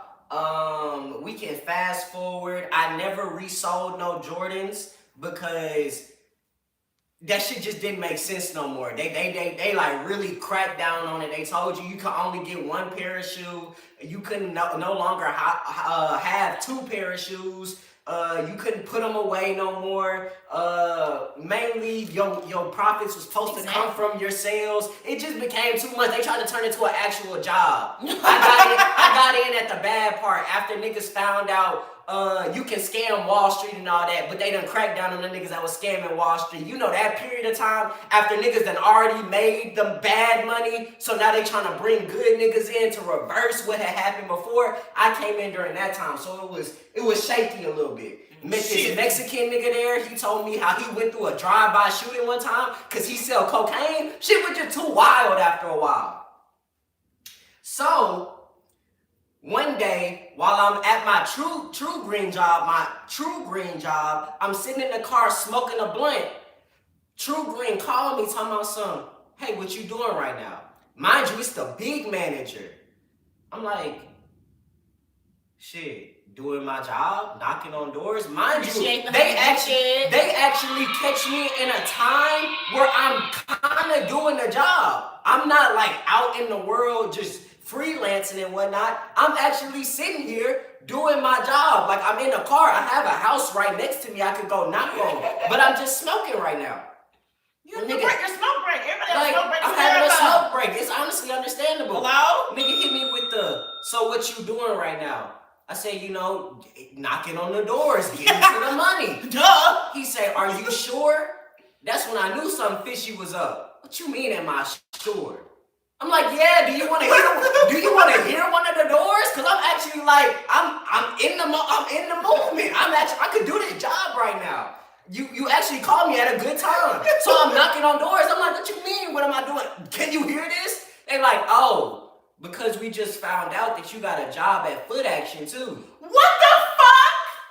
I'm like, niggas wasn't watching you. That's not it. I'm like, okay.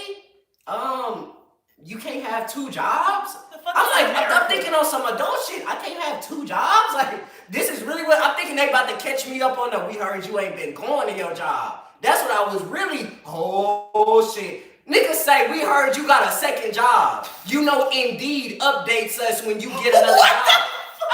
What the fuck? Nigga, I don't give a fuck. Indeed is a federale. Oh my God, yo, Indeed is a federale. What the fuck?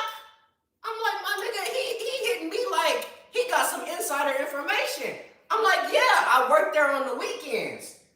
Oh, because we just called the manager and she says you work there during the week and you're there right now. Now this is where it really fucked me up because I wasn't working at Foot Action that day. I only worked the weekend, so I'm just like, why would my manager say that I work during the week and I'm there right now? She Indeed is a federale. So then I try to call her up real quick. I'm like, oh, we can just get this solved real quick. We can get on a three-way call because I know damn well she ain't lying on me saying I'm there right now. We can clear this up. She gonna say I work on the weekends and then I work for the week for y'all. I try to call her up, does not answer. So they still on the phone. I'm like, okay, cool. I don't know why she wouldn't answer or why she's telling y'all these lies, but I promise I only work there on the weekends. I only work there on the weekends. So they just like, all right, well, thank you. I check my Foot Action, you know, your little group chats where you get the schedule at. I'm no longer on the schedule anymore. I done feel like I done got caught cheating. Like, what the fuck? My nigga, I can't have two jobs. This is when I knew I would never work for anybody else in my life ever again. Nigga tried to catch me up for having two jobs. Nigga tried to catch me up for having two jobs, for trying to get to the money. I can't believe it. And these niggas so un-American. They was really talking to me like they was hurt about my decisions. Like, oh, I just can't believe you would do this to us. My nigga, we not in a relationship.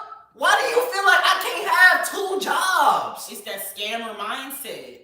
It's scammers. We work together. We're supposed to be getting money together. When you get money, I get money. What that nigga Diddy said? Well, I need to be hot. You niggas can't be lukewarm. Cause then I'm gonna be lukewarm and niggas gonna be looking at me like, why am I lukewarm? Scammers have a very weird mindset. It's like an all for one for all, 3 musketeers shit. Like, it's very fucking weird. That is ridiculous. That is the most un-American shit I have ever heard of in my life. Y'all see? Scamming and selling is just not the way. Mind y'all, I actually, I guess technically I was a scammer at one point, but I was giving away, that's why I got fired at Smoothie King, because I was giving away free smoothies. Oh yeah, and to end off the whole story, the foot action that I was working at in Willowbrook Mall, y'all can look this up. That bitch had to be sold. Yeah. It went bankrupt. And it went bankrupt because all the niggas that was reselling Jordans in that motherfucker, they ran the business down to the ground. I witnessed a business get ran down to the ground by the employees taking hats into the business. That shit is crazy. That shit is crazy. It's no longer in the mall anymore. It's a whole business that got ran into the ground. And I'm so glad they did it too. Honestly, it's what they deserve. It's what they fucking get. I'm talking about in that era, niggas were living large. Because honestly, maybe if people were able to scam off y'all a little bit, maybe the company would have kept going. Y'all know good and damn well Walmart has, I think, an up to $1 billion insurance policy for lost items. Because they know niggas be stealing. But I guarantee y'all, if they sat over here and arrested every single person they know they be stealing out of, ain't nobody shopping at Walmart ever fucking again. You mean to tell me I can't steal one little apple? Y'all niggas gonna lock me up? So when it comes to foot action, so not only do you do the employees wrong and so I'm working and I can't, what about the niggas that wasn't doing wrong? That actually wanted to get 50% off on their motherfucking shoes?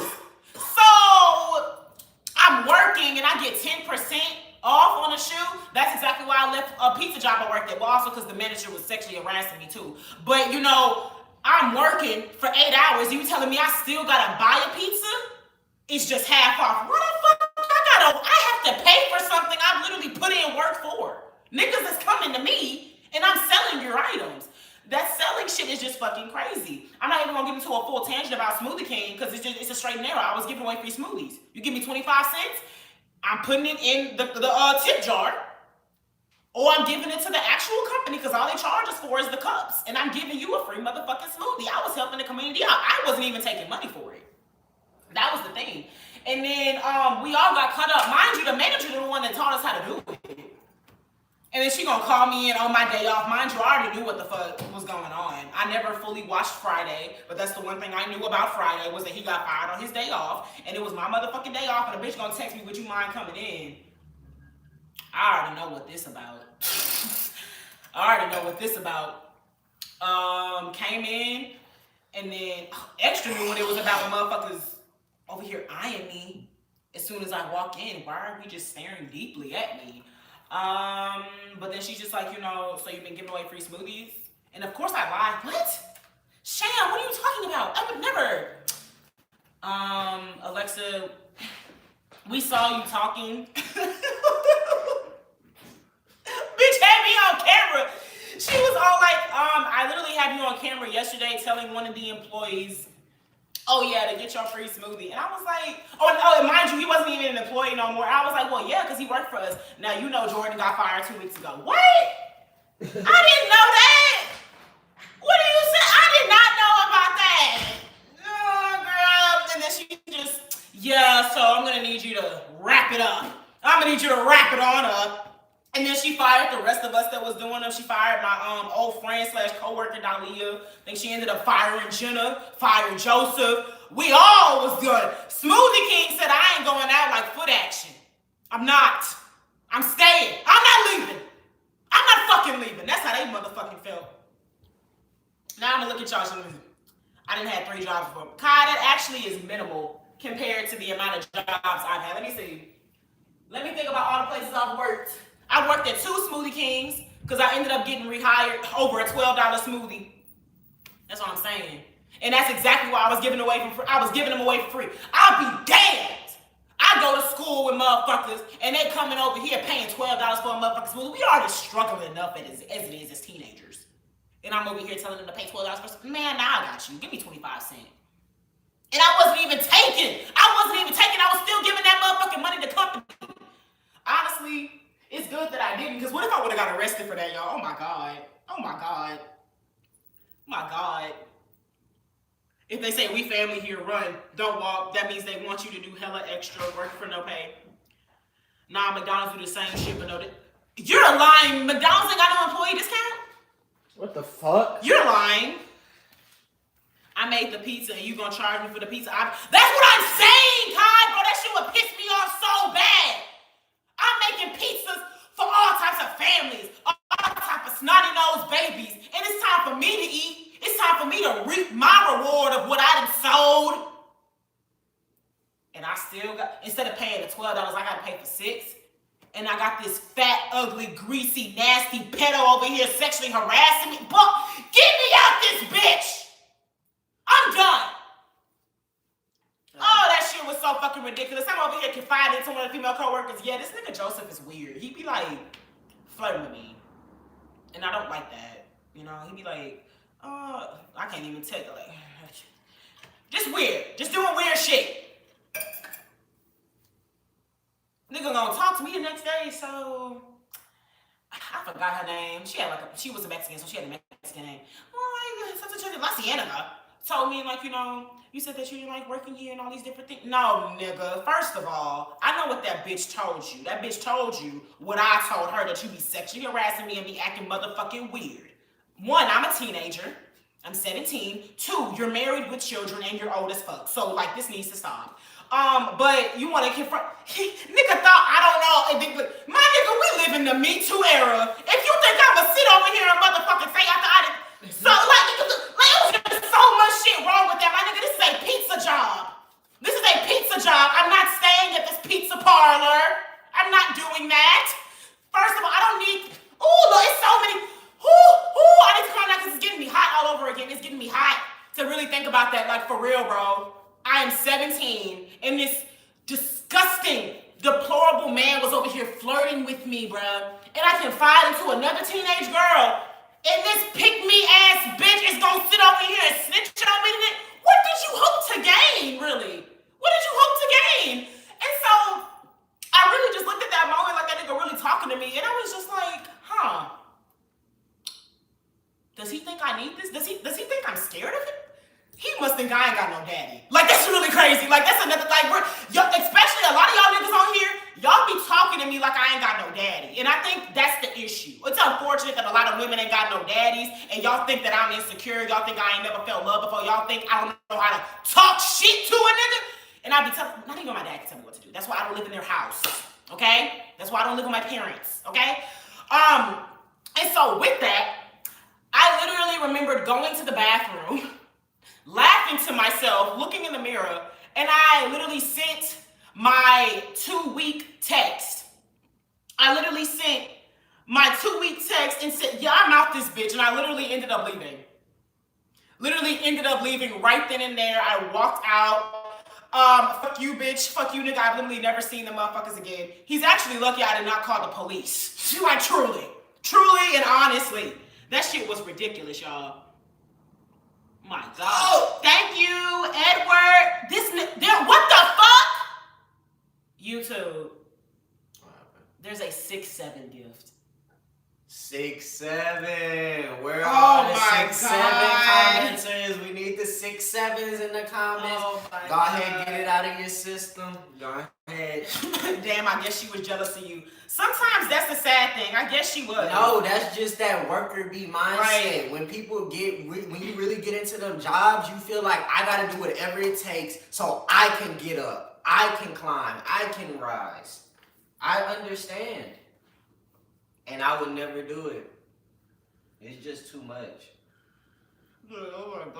I remember when I was working at Amazon, it was this white boy, and I already knew what was going on. At Amazon, we had, and if y'all know, if any of y'all work for Amazon, it's little like conglomerates. It's not even that you work for Amazon anymore. You work for a person that owns vans, a fleet of vans, and they work for Amazon, and they're hiring you. It's like you not even, everybody that work for Amazon now do not work for Amazon. They work for somebody else that is working for Amazon. She climbed all the way up to register. But Edward, please. mind you, we all out here delivering packages, right? So then the person that is over our fleet of vans, he like, oh yeah, we should have a contest. Who could deliver the most packages? Oh my in a day? God, bro. That's the shit they do. Make you feel like, oh yeah, I could beat people that's It's in just my... like an academy competition. Oh yeah, who can sell the most shoes? I'm sorry, They continue. use competitions to get you to do more work for them. If you didn't know that yet, and if you're a teenager just now getting into jobs, pay attention that they will use competitions so they can make more money and you can do more work without feeling like you're doing more work. It's a whole manipulation to it. Anyways, it's me, this other black dude, Donovan, and then this white boy. We the top 3 people delivering packages. Honestly, it's really just me and Donovan. We're black. We out there running. We getting out. We park in the van. Boom, boom, boom. Run to the door. Pow. Drop it out. Run back to the van. Boom, boom. Gone down the street. I'm talking dropping 100 packages off a day. Plus surplus. Wintertime, you don't gotta worry. I'm getting your package there, my nigga. You can give me 1,000 packages. Oh God, they get delivered. I was one of them type of workers. I will give it my all until I don't feel like it no more. This white boy, he goes to a house where the dog is clearly at the door barking at him. He says it's a big glass door. One of them doors where it's the first door that's glass and the second door is the real door, but they got the real door wide open and it's just the glass door. And he see the dog just barking at the door. He told my son, yeah, I still walked up there and delivered the package, and then the dog bust through the glass and bit his arm. Mind you, he telling me this story 2 days after it happened, and he's back at work. It's raining hard as fuck. We all huddled up inside of one of the vans, and he got a cast on his arm where the dog bite was, back at work trying to deliver packages. I said, these niggas don't give a fuck about us. Like, that is modern day slavery, y'all. Like, it's crazy. It's literally fucking crazy. Like, what the fuck? My man was out there hustling. Rain, sleet, snow. Early as fuck in the morning. And then they would hit him with that, oh yeah, if you deliver all your packages, you can come out and help other drivers deliver the rest. Are there any Amazon workers in here? Please, somebody send this to an Amazon worker that's in your family. Just this part of the live right here. Just send it to him and ask him if this is true. If you deliver at a obscene amount of time, if you trying to, and mind you, they had it set up to where, oh yeah, you start at 9 a.m., you can get off when you're done delivering packages. That's the lie. The lie. Because most people, oh yeah, I'm going to try to get my packages done by 12, 1 o'clock. I got the rest of the day to myself. Nope. Soon as you done delivering them packages, niggas will call you up. Hey, so-and-so's kind of running behind on their route. Do you think you could go help them out? You know, just take one bag. Just take one bag and you could deliver for them. And it'll really help them out so they can get back on time. Because, yeah, you could get back on time and go home, but the rest of us as a team, we have to wait till everyone gets back. So then that makes it harder for all of us. Nigga, I don't give a fuck about you. No, I'm not picking up nobody else's package. And they used to get so mad at me for that. Tristan, why didn't you call us and tell us that you were on the way back and you had already dropped off all your packages? Because I know y'all finna call me. See, if I call y'all and tell y'all I dropped off all my packages, y'all gonna call me back and talk about, oh, so-and-so is like around the corner from you. Could you pick up like 2 packages from them? Mind you, I'm talking about packages, not like just oh, this door packages. I'm talking about the bitch be filled with 100 packages. It's the big carry-on thing, and it got 100 packages inside that you gotta deliver to other houses. No, I'm not doing that. I'm coming back home. My van's already parked. I already brought my badge back in. Here you go. I'm out. Jobs. You really have to pick the ones that suit you the best. And niggas were really getting comments talking about some get a job. Do you not understand how many jobs people have worked?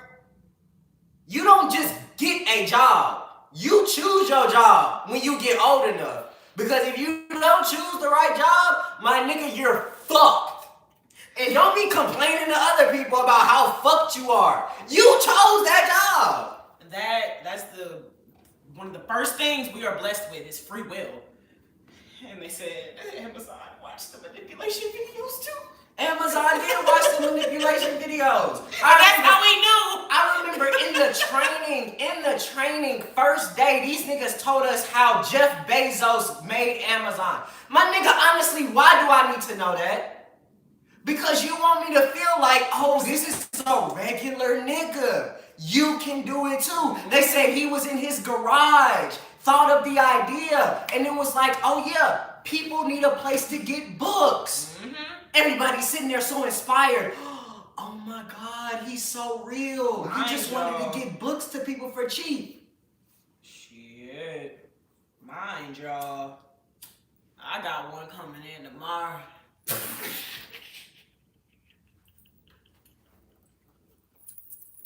The process has worked.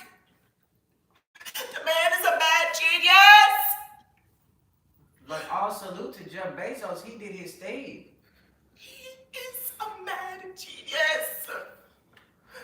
I don't know, but it's literally manipulation. Oh yeah, you're working for someone who started off just like you. Or even just like that American thing, Cause just real quick, hold on, real quick. Everybody that got a job out there, in your training, do they tell you about the person who started your job or where you work at? Do they break down what they have done and how they started this company? I actually have only experienced that twice. Okay. And that was Smoothie King and Academy. I do feel it's a manipulation tactic because it's like, I don't think you need to know everything about where you're working for you to do your job well. But just like I said, I've worked at plenty of places. Y'all, I've worked at Aldo. I've worked at Smoothie King. I've worked at Academy. I've worked at a smoke shop. I've worked at I've worked at Ross. I can't even think of all the fucking places right now. But as y'all can tell, I like retail. I like talking to people. I've done customer service a lot. That's why I'm here. But anyways, the only ones I've experienced that at was Academy and Smoothie King. Smoothie King started in Louisiana, and it was a man who wanted to really do some good, healthy smoothies. And Academy started off in America somewhere, I forgot, but it was always like a sports store. And I do feel like it is a manipulation tactic to get you to respect the company and do the most. And I will say those are the two companies where one I was fired from, obviously because I was giving away the free stuff. And then with Academy, that was the one where they was pushing the sales, really taking shit serious. I do feel like it's a manipulation tactic for you to have this American pride and you're working and you're pushing forth the American economy. I do agree. I don't think we need to know the beginnings of what I'm working for. My nigga, I'm getting paid $13 an hour. Why is that necessary? I think you should just give me the training. And that be the thing, it's training. It's training for you to know the history of the company. Why?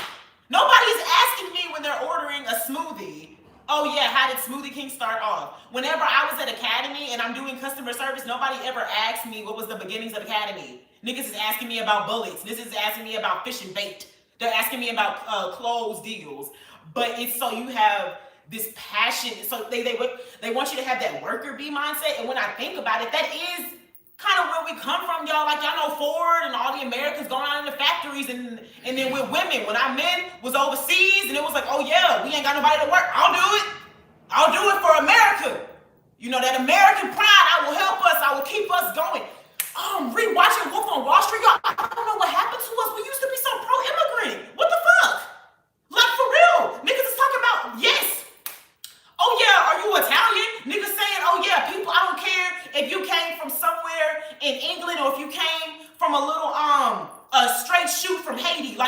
no, you're coming to America for a dream. And so I think that's another reason why they push, oh yeah, these Americans made these companies and they did this and that, because like my man said, you can do this too. You can start off as being a worker and you can then contribute to the economy. Or you can contribute to the economy by helping us contribute to our economy personally.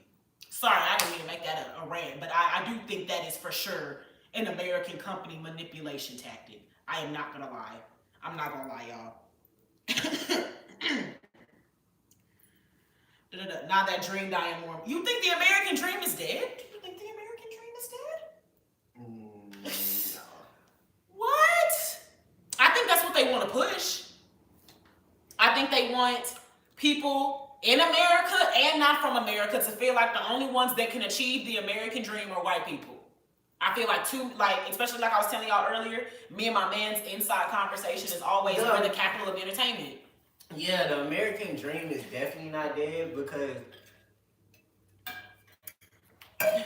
why the fuck is there a black dude on TikTok that goes by Miles Morales and he got famous by doing NPC movements on TikTok? Now this is not a dig, this is really like an up. A nigga was doing NPC movements on TikTok dressed up as Miles Morales and is now, I would say, upper middle class, providing for himself and maybe others simply by doing AI movements on TikTok. You can't tell me that's not the dream for somebody. You gotta be sleep to think the American dream is damn near anywhere as easy as it was for our grandparents. Shit may not be dead, but it's on life support. I agree, the NPC thing is cool. I actually think it's easier for us to chase the American dream And than then our you grandparents. also gotta think about the niggas that stream, the people that have started their own private businesses and public businesses. The era of small business loans and supporting black businesses, niggas have shit available. And I would say more available than back then. Back then, you had to basically know somebody. Mm-hmm. Nowadays, you could Really, do you this. gotta be lucky to make it online? No. All it takes is consistency and the willpower. And then even with music, like, if you wanted to be an artist, you can drop music every single day and people can go listen to your shit. Back then, niggas had to really get signed to somebody to drop music every single day. That's not something you could just record a song and release that bitch on YouTube every single day. Or every single week you want to release a song on Friday. A mixtape every single month. Right. Niggas couldn't do that shit back then. You had to really connect with some people. I agree. No, we have way more accessibility. Like my man just said, for musicians, like I could literally use so many examples. Jodeci had to walk up. Oh no, even before that, Devontae Swing, who was the producer of Jodeci, came to Prince's house. He literally found Prince's house and said, "I want to be a producer like you. I want to be an artist like you." Prince said, "No, I'm not gonna help you. That like you basically gotta get it out the mud like I did, kind of. You got some good stuff, but that ain't got shit to do with me." Devontae go back, he ended up forming Jodeci with KC JoJo and his brother Dalvin. Jodeci ends up having to walk to Bad Boy Records with Diddy in them, and that is when they got put on. There's this one group, I can't think of their name right now, but it's a black family group, and they do kind of like a rock, neo-soul type thing, but I see them on TikTok all the time. Thousands of views. I believe they're at 1 million followers now. They got that because they were able to put themselves out there. And I don't think y'all understand how valuable exposure is, because that's another thing that the internet allows. And that is really all people were asking for back then, was the opportunity to be exposed. Like, I'm sorry I gotta keep using the Diddy reference, but it's a perfect reference. He had the show Making the Band. Niggas literally had to do things like that so they could make it. Just so they could be on TV.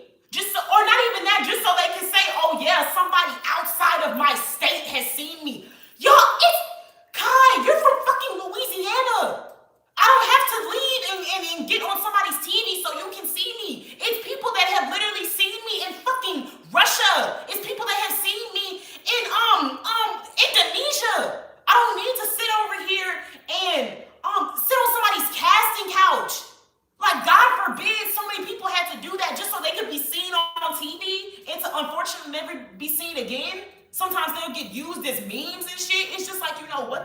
we have way more.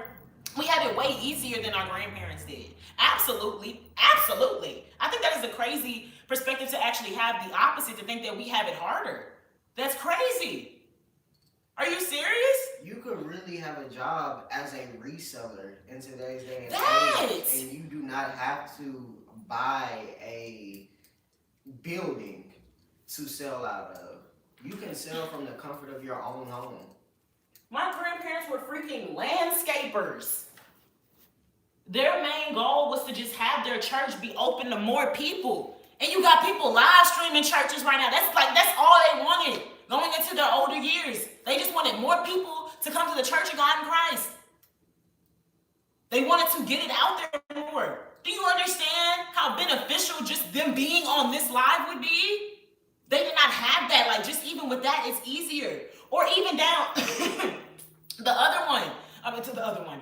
The biggest thing, obviously, is prejudice and systemic racism is something that we are breaking down more and more. So yes, we have it easier. I can have locks. Me and my man can sit over here and have locks.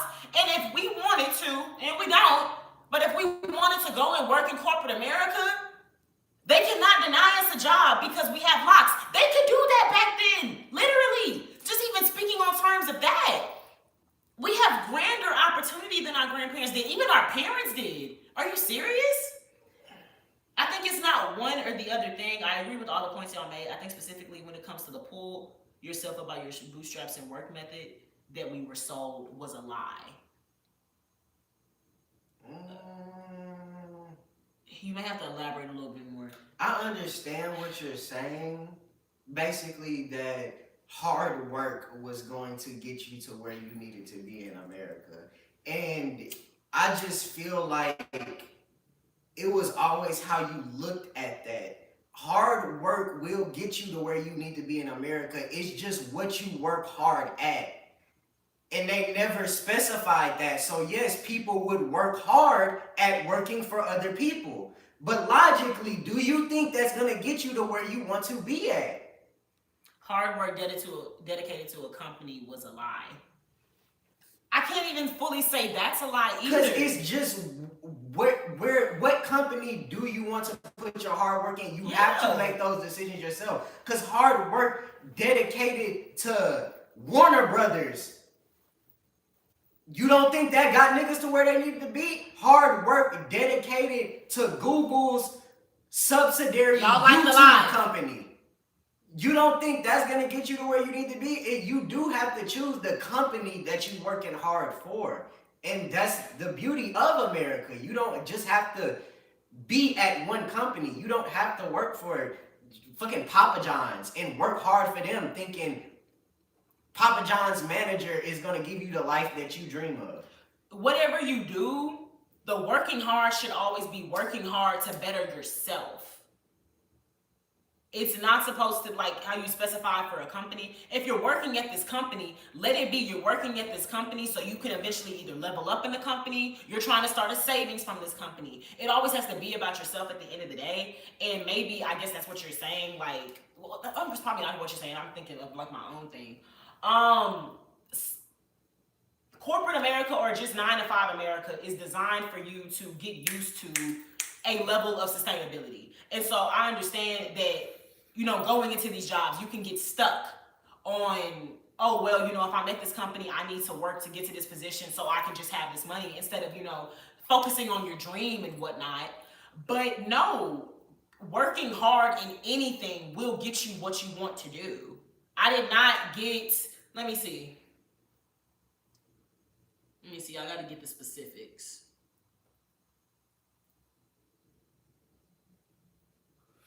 Let me get the specifics. Sorry, y'all. I did not get 2,390. Hey, we almost said 2,400. Hold the fuck up. Hello.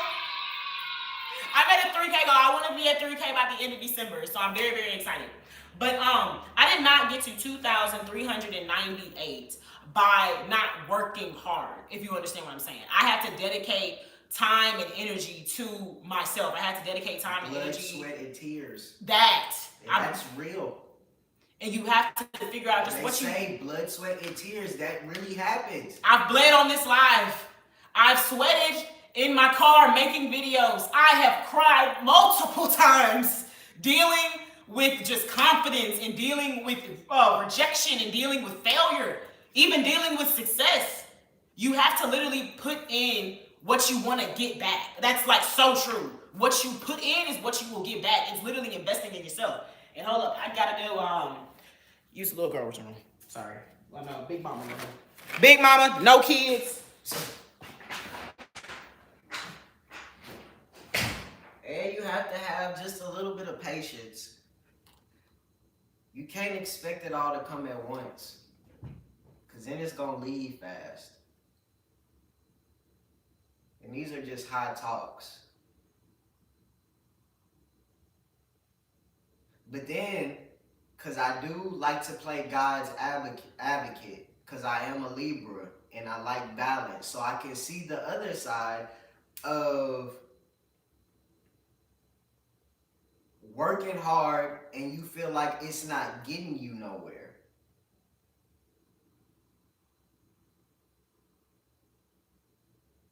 Nah, I can't see that side, because if you working hard, you're gonna get to. It may not be what you thought it was gonna be, and that's the fucked up part about some things. Some things you want and you look at and then you get it and it's not what you actually wanted. And you know that is a fucked up but good thing about life. Cause then you just gotta pivot yourself. You know, I don't fuck with no basketball for real, but you gotta get on that pivot foot and you gotta change some shit if you don't like it. You can't stay in something that you don't like. And that's real.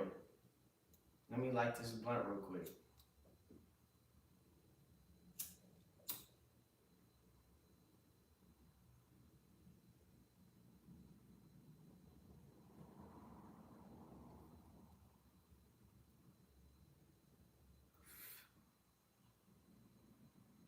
Because what does everybody want to do with their lives? What do y'all want to do? The 7 people that are in here, it's probably more than that. You know that this shit don't really show what's really going on. The people that are in here, what do you want to do with your life? Because I always wondered that. Because everybody want to do different things. I don't think everybody wants to get rich. I don't think everybody wants to do content. I don't think everybody want to work, because, okay, I can understand that. Niggas not even wanting to work at all. Like, you just want to live life. I can't see the comments, so hopefully when she get back, y'all have already commented all the things that you want to do in your life or what you want to do with your life. But I feel like everyone's answer should be different because we're different people. And if you're not doing what you want to do with your life, why? And what are you doing instead?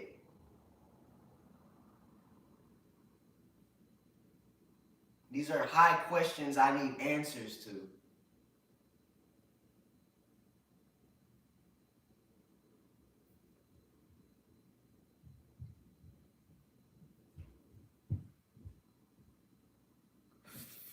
Hopefully it ain't no bots in the comments and it's real people. Y'all ever notice when niggas talk sexual, it just be like bot behavior? Like every nigga that talks sexual online, it just feel like, bro, it's a bot behind this account. Well, why bots gotta be sexual?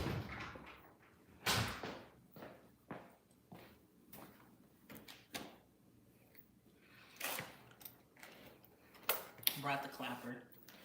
Not so. I know I don't see 71 likes, and I know we can get up to 80. When I left, I believe this motherfucker was at 71. Don't make me get that fucking flag. Like the live. Do not play with me today. I don't know if y'all think because I'm with my man, I'm gonna be sweet. That's not what we're doing. Like this motherfucker, or you will see the side that y'all love to. Apparently, the way y'all fucking act. Oh, I brought my clapper. Ooh, sorry. Won't worry. Lord, y'all disgusting. Hold on. Let me be nosy. Let me be nosy.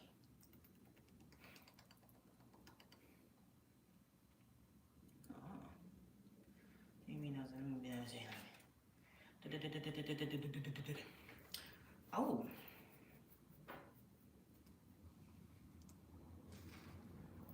I want to be the person in people's lives that lets them know it's okay to be themselves and that every storm has an eye. If you find yourself in that storm, if you don't fight the storm, then it will pass. That is good advice.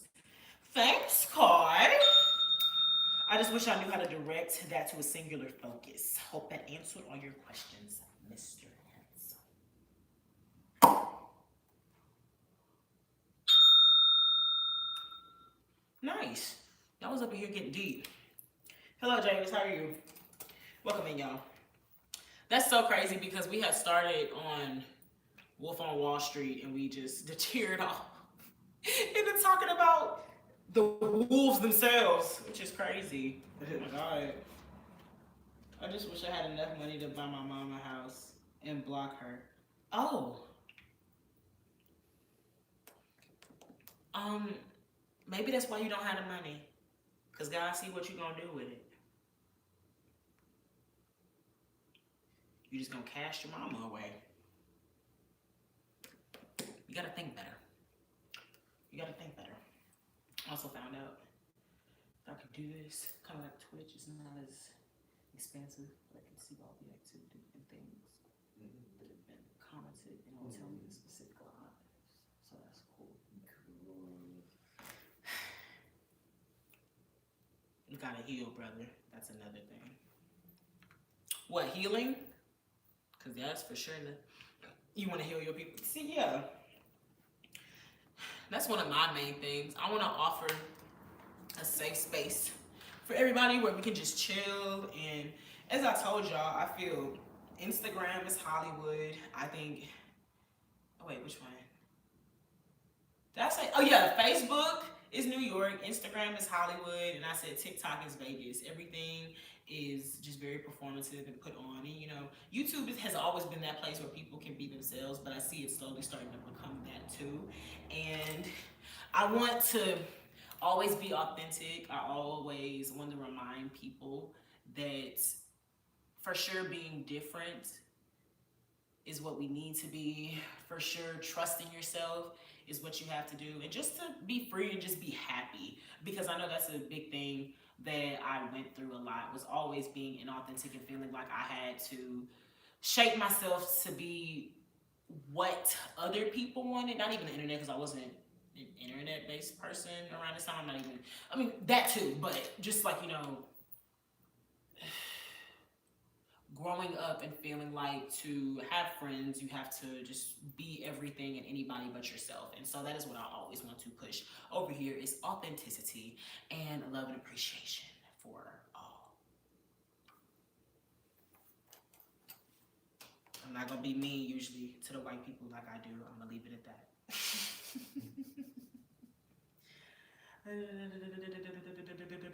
I feel y'all, but I'm a pessimist. I think the world so what it is. I think the world so what it is doesn't need saving.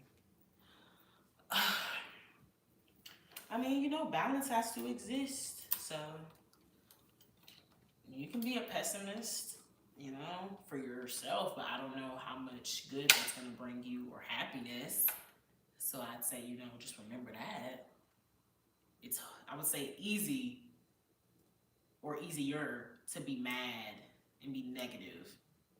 It is way harder to look at the bright side of things all the time and to always think positive. So, you know, I guess think about that. Are you comfortable with being a lazy bum all your life? Always doing the easy things? You never like to be challenged? You like to be babied? Is that why you have like issues with your mom? Did you not get properly nurtured or something? I mean, I don't mean to get on ass, but you said you like negativity. That's what the world brings you. I don't even complain about not having everything. I spend money in stupid ways for good reason. It's good that you don't have an attachment to money. It's good to spend that. At least you know you're not, I guess, on that mindset, a Wolf on Wall Street mindset that money is that drug, money is your motivator. So that's good for that. But it's like, oh my. My. Don't be a pessimist. I'm trying to think of a good Disney Channel song that would be used in this moment, but I can't. Oh, I can't. I don't know how to. Other than just like stay positive. Think. I love my mom. I just don't want to tell her everything. I don't think any of us ever want to tell our parents everything. Gotta have our own lives and sense of self. I don't tell my parents everything. Like, they're very, I'm not gonna say in the dark about my YouTube life. They tell us something you don't tell your mom. Say it right now. Tell us something that you do not tell your mom. Reveal it. Who did we find out was Federale earlier? Oh, True Green. I think. Somebody was Federale. I don't know. He's on Percocets right now. That's something you don't tell your mom? Why are you on Percocets? Did you have an injury? Maybe you don't want to be on Percocet? What one? So you feel, y'all make sure y'all liking this live. Like the I'm not playing. I'm too lazy to set another gift goal. Whatever. I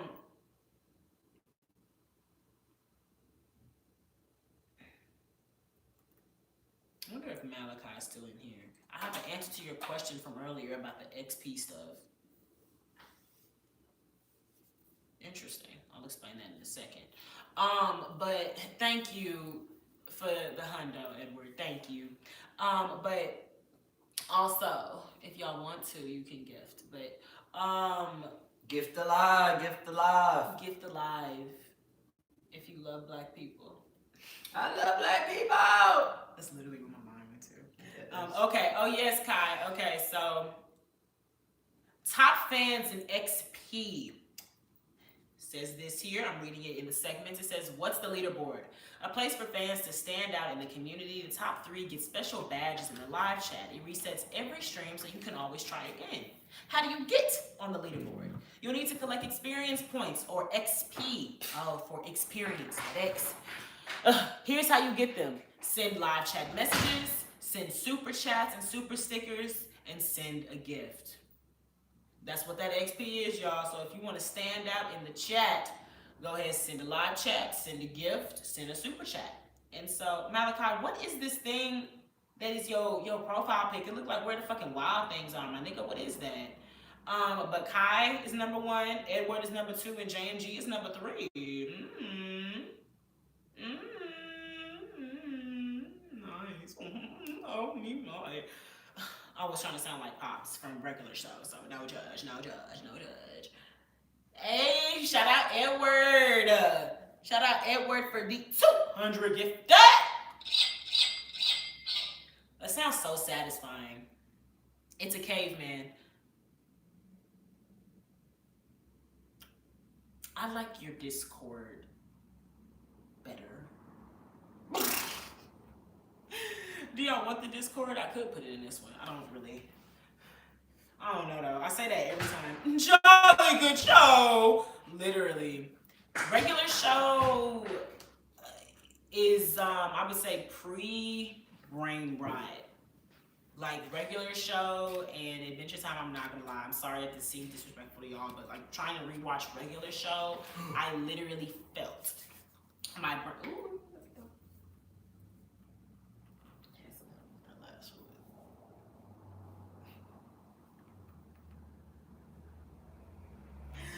Said, don't nobody bring me no bad news.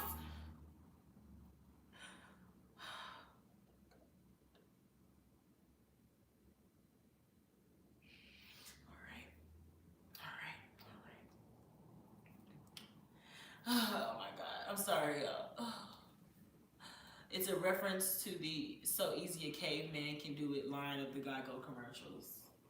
I do remember that. I miss old commercials. Like the lie. Can I get a hot tub? That was one of mine. Oh, that was my shit right there. That one was it. And yes, I'm glad somebody understands. Regular show and Adventure Time, prime brain rot. But I remember like we just tried to rewatch it on some background noise things, and it never was cohesive. It was just always one thing led to just this crazy ass like unnecessary adventure. And I don't want to like sound like I'm hating on adventures. It's just it didn't seem like every time. I don't get the moral of a lot of the things with regular show. It just seems very off sometimes. I remember when Mordecai sacrificed Rigby for Bird Coup. It was just like, why are we showing this to children? I don't get this. And then we get to like a weird ass dome season. I don't know what that was about. I can't get with it. And I didn't watch Adventure Time growing up. I know my little sister was into Uncle Grandpa, which was just outrageous, but she now acknowledges today that that shit was crazy. So at least I'm happy with that. But Lord have mercy. Lord have mercy. Did anybody watch Flapjack? I did watch Flapjack. Did y'all watch Flapjack? I feel like that was brain rot too. I can't name anything significant from Flapjack. I remember that he lived inside of a whale's mouth. Yeah. Which was just always wild to me. And they lived on Candy Island, and it was always some just weird shit. I'd say Cartoon Network, it for sure is good for kids that need an introduction to creativity, just like weird art and things. Here we have another inside joke of watching things without the audio. Yeah, I wouldn't let my children watch Cartoon Network things with audio on. It's not it. I don't even think I'd let them watch it at all. I'm taking my mama's route. I wasn't even supposed to be watching Cartoon Network, so she honestly should have caught me more. Because Lord have mercy. I get why she didn't want me watching it. It just was not beneficial. I will say, no coup eating. Disney did have more educational shows. Y'all always know I reference that That's So Raven. We don't hire black people. I remember being shook. Like, oh my God. What does she mean they don't hire black people? But Raven's black. And that really perplexed me because y'all know sitcoms, everything good happens. And Raven is supposed to get the job. So what does she mean? We don't hire black people. Oh my God. And then she went undercover and got that bitch fired. Lord have mercy, yes. She should. Our regular show is life. They are two hardworking slack-offs that want to do something normal. Again, what is beneficial about that for children? They're hardworking slack-offs. We just had a whole 10-minute conversation about why hardworking is good and how the American dream isn't dying. And you then tell me that regular show is life. Maybe that's life for you, because you a pessimistic ass motherfucker. That is sad. No, my nigga, they like really made Benson's life hell. I really felt bad for him that episode where he just really broke down and was just like, this is my life. This is my job. I understand that y'all don't care, but I do. I have a life that I want to live. Man, no. I would be damned. My kids watch that. The whale was Flapjack Small. How? You see, I'm not showing my children that. No. The benefit is not be them. Well, not everything has to have educational value. Sometimes. I guess it would be his. What? I guess it would be his adoptive mom, because wasn't he like a baby? And then they took care of like. Not everything has to have educational value. I don't. A shipwreck? Yeah, because his dad was like some type of fish or some shit. Kai, what type of point is that everything is not supposed to have educational value? You should be able to watch everything and you're learning something from it. There is nothing that we should be consuming that we're not learning from, and that's why we're in a brain rot era of things. We're not actually trying to learn information. We just want to relax. We just want to do these things. Even when we're relaxing, we should be able to retain something that we can use. And I get what you're saying. We should be able to have fun. But no, something for children for sure should be educating them. What type of fucking backwards ass mindset is that? That's why we got fucking iPad kids now. Do you understand the damage in that? It should just be fun. I'm not gonna be that person, but majority of a child's life, it needs to be 60% education, 40% fun. I'm not gonna lie. If anything, 70%. They're sponges. They need to be able to retain all the information they can. There are 2-year-olds that are able to speak 3 different fucking languages, and you don't think having cartoons on something that they can really comprehend, it could, because giving colors to children that young allows them to see the world in a more vast way. You don't think it should be educational? Oh my Lord. Oh my God. They said his dad was a drunk pirate, his mom was a whale. Flapjack is a metaphor.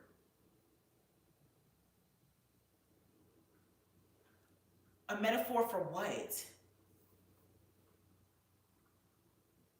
What is that a metaphor for?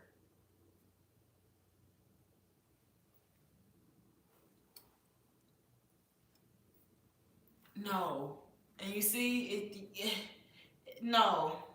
Makes no sense. His dad in real life would be a junkie. His mom was a trauma-filled enabler. He was a neglected child that saw the best in everything due to his optimistic and hope-filled imagination. Okay, Flapjack teaching optimism. Flapjack teaching optimism. I can get with that. Flapjack teaching optimism. Thank you. Thank you from the pessimist at work. I'm proud that you could identify that. I understand your point. I can agree to disagree. I was just saying not all content has to be educational. That doesn't mean I think it shouldn't be. Kids definitely need educational content. It's about balance. Yeah.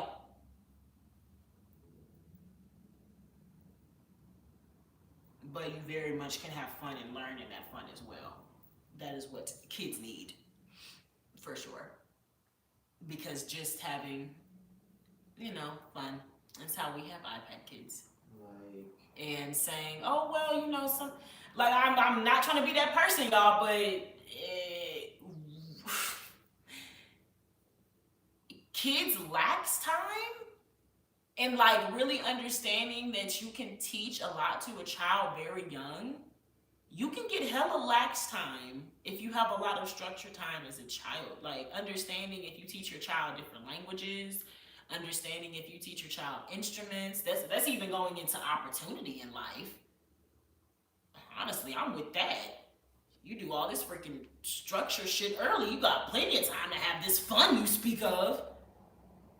The way niggas go now, you gotta wait till you 60 to have fun?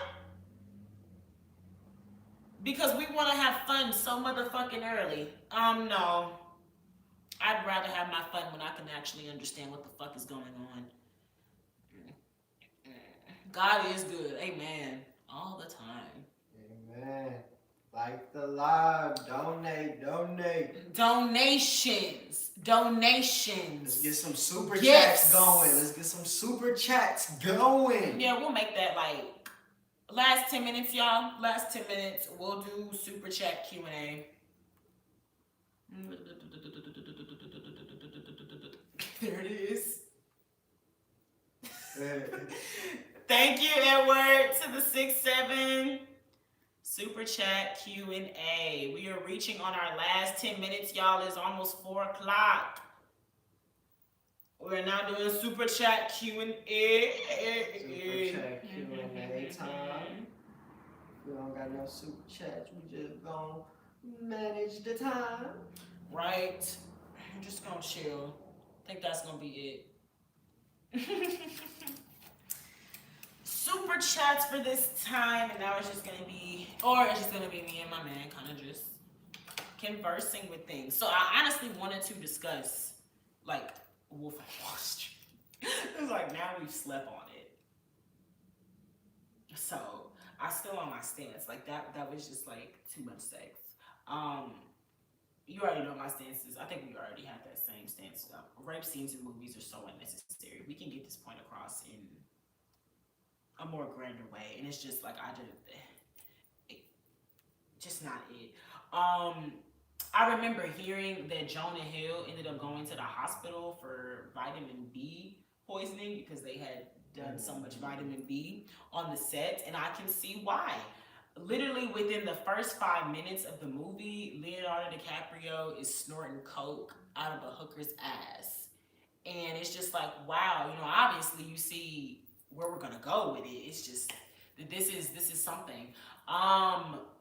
Also finding out that this was a true story was interesting. Not that I kind of didn't expect that. I think it was just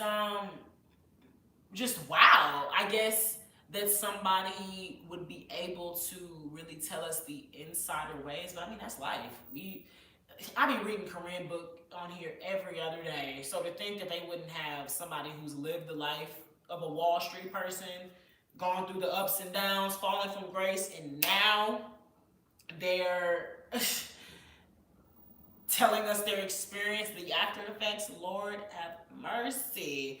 I thought it was kind of funny considering now white people kind of categorize themselves in a version of white. But I don't know if y'all saw that TikTok, but somebody said they were filling out FAFSA and it was this white girl. And she was all like, why is FAFSA asking me the type of white I am? And it literally was like, Italian, Dutch, da da da da da.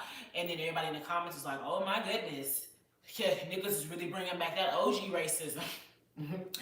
And it reminded me of this episode of Atlanta when they started asking for reparations back and all the white people started hitting that. Well, no, I'm actually Guatemalan by way of my grandmother. No, I'm actually Italian. Like, I'm not Caucasian. I'm not European. I didn't own slaves, okay? I didn't enslave people. And so seeing in the movie and then kind of adding the mindset that we know about in the black community, or what not even the mindset, the saying when he get on, he'll leave your ass for a white girl thing, and then seeing in this movie that's kind of what he did, considering his first wife was very much, I'm gonna say like Italian, like it's typically like what the mobsters are, right? Yeah. I say like she was Italian, and then his next wife was straight blonde, she was straight Dutch and shit. I thought that was just very interesting to see the dynamics of that, and it also was cool to see I would say the melting pot that New York has always been. It reminded me of Houston in that way, that people have kind of, gone to these areas to start the American dream, and now it's just, so vast. It's just really freaking crazy. All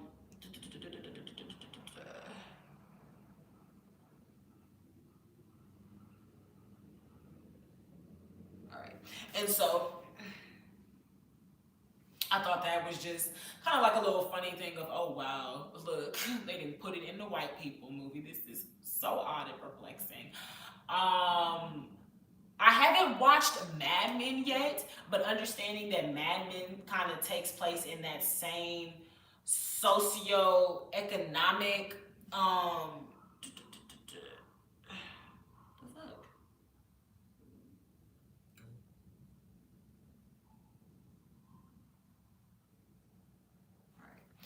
that was fucking weird. Seeing it takes place in that same socio-economic landscape where we're focusing on men in powerful positions and their access to money, and how gender and society, gender, class, and it's not even race in there because Mad Men is all white people, just like with Wolf on Wall Street. You do see like one black woman, but she works for the white people, and that also shows the dynamics around things at this time. I forgot what I was saying. Shit.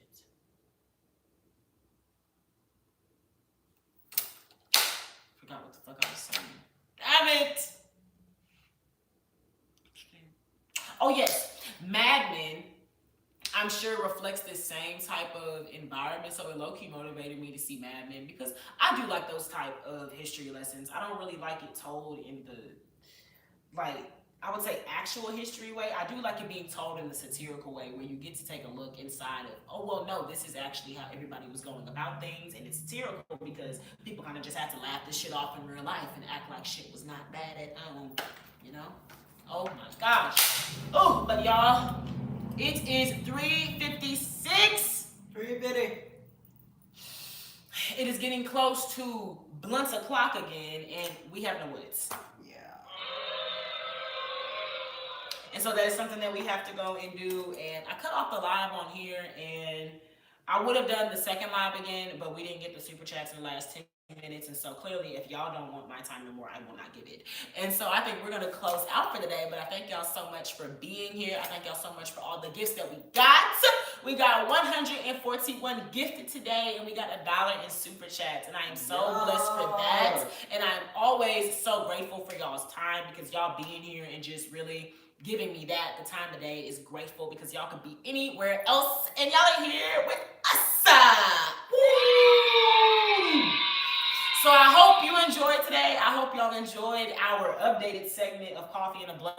We haven't done Coffee in a Blunt in months. And not only do we have a literal setup this time. An area. Daniel, this is your space. This is your area. We actually have it. I also have a stand too. So everything is real professional. I do not play when I say this is a multi-million-dollar corporation. We are building towards that. Do y'all understand? And you can get in at the ground level by investing today. Y'all hear that? That's all you're going to hear when you're over here at Alexa Luthor Corporations. So get into it. Prepare yourselves, because we're not stopping. And now we're going to end it out on our song. I'm going to put my headband back on because Mrs. Claus is here to stay. Ho, ho, howdy. I know y'all say Houston is better, but I don't get how that makes sense. Why would I just be Mrs. Claus for Houston? Ho, ho, howdy. I'm Mrs. Claus for the whole South Pole, bitch. Do you understand? Oh, that was actually not as impactful as I wanted it to be. But it does not matter. Let's go ahead and wrap this shit up. That's like y'all should be doing. I hope that you are participating in safe things and all things that you do. Yeah. Okay.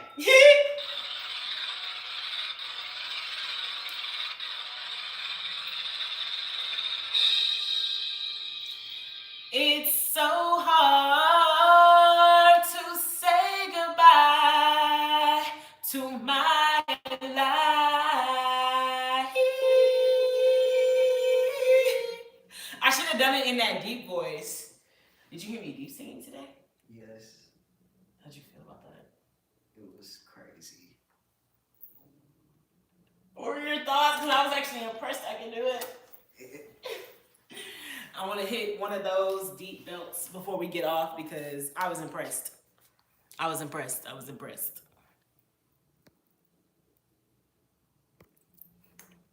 Absolutely not. Amen. Amen. Amen.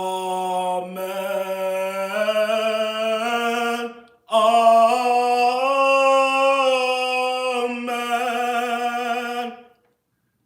And I sound like a man. So.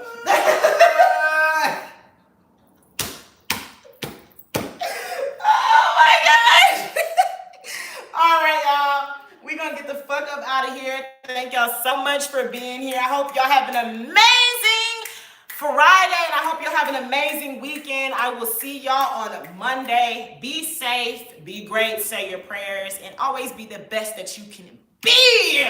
I'ma see y'all next time, and we Andre 3000 in this bitch. Mwah. Deuces. God bless. What does that mean? No one knows what it means. It's provocative. It gets the people going.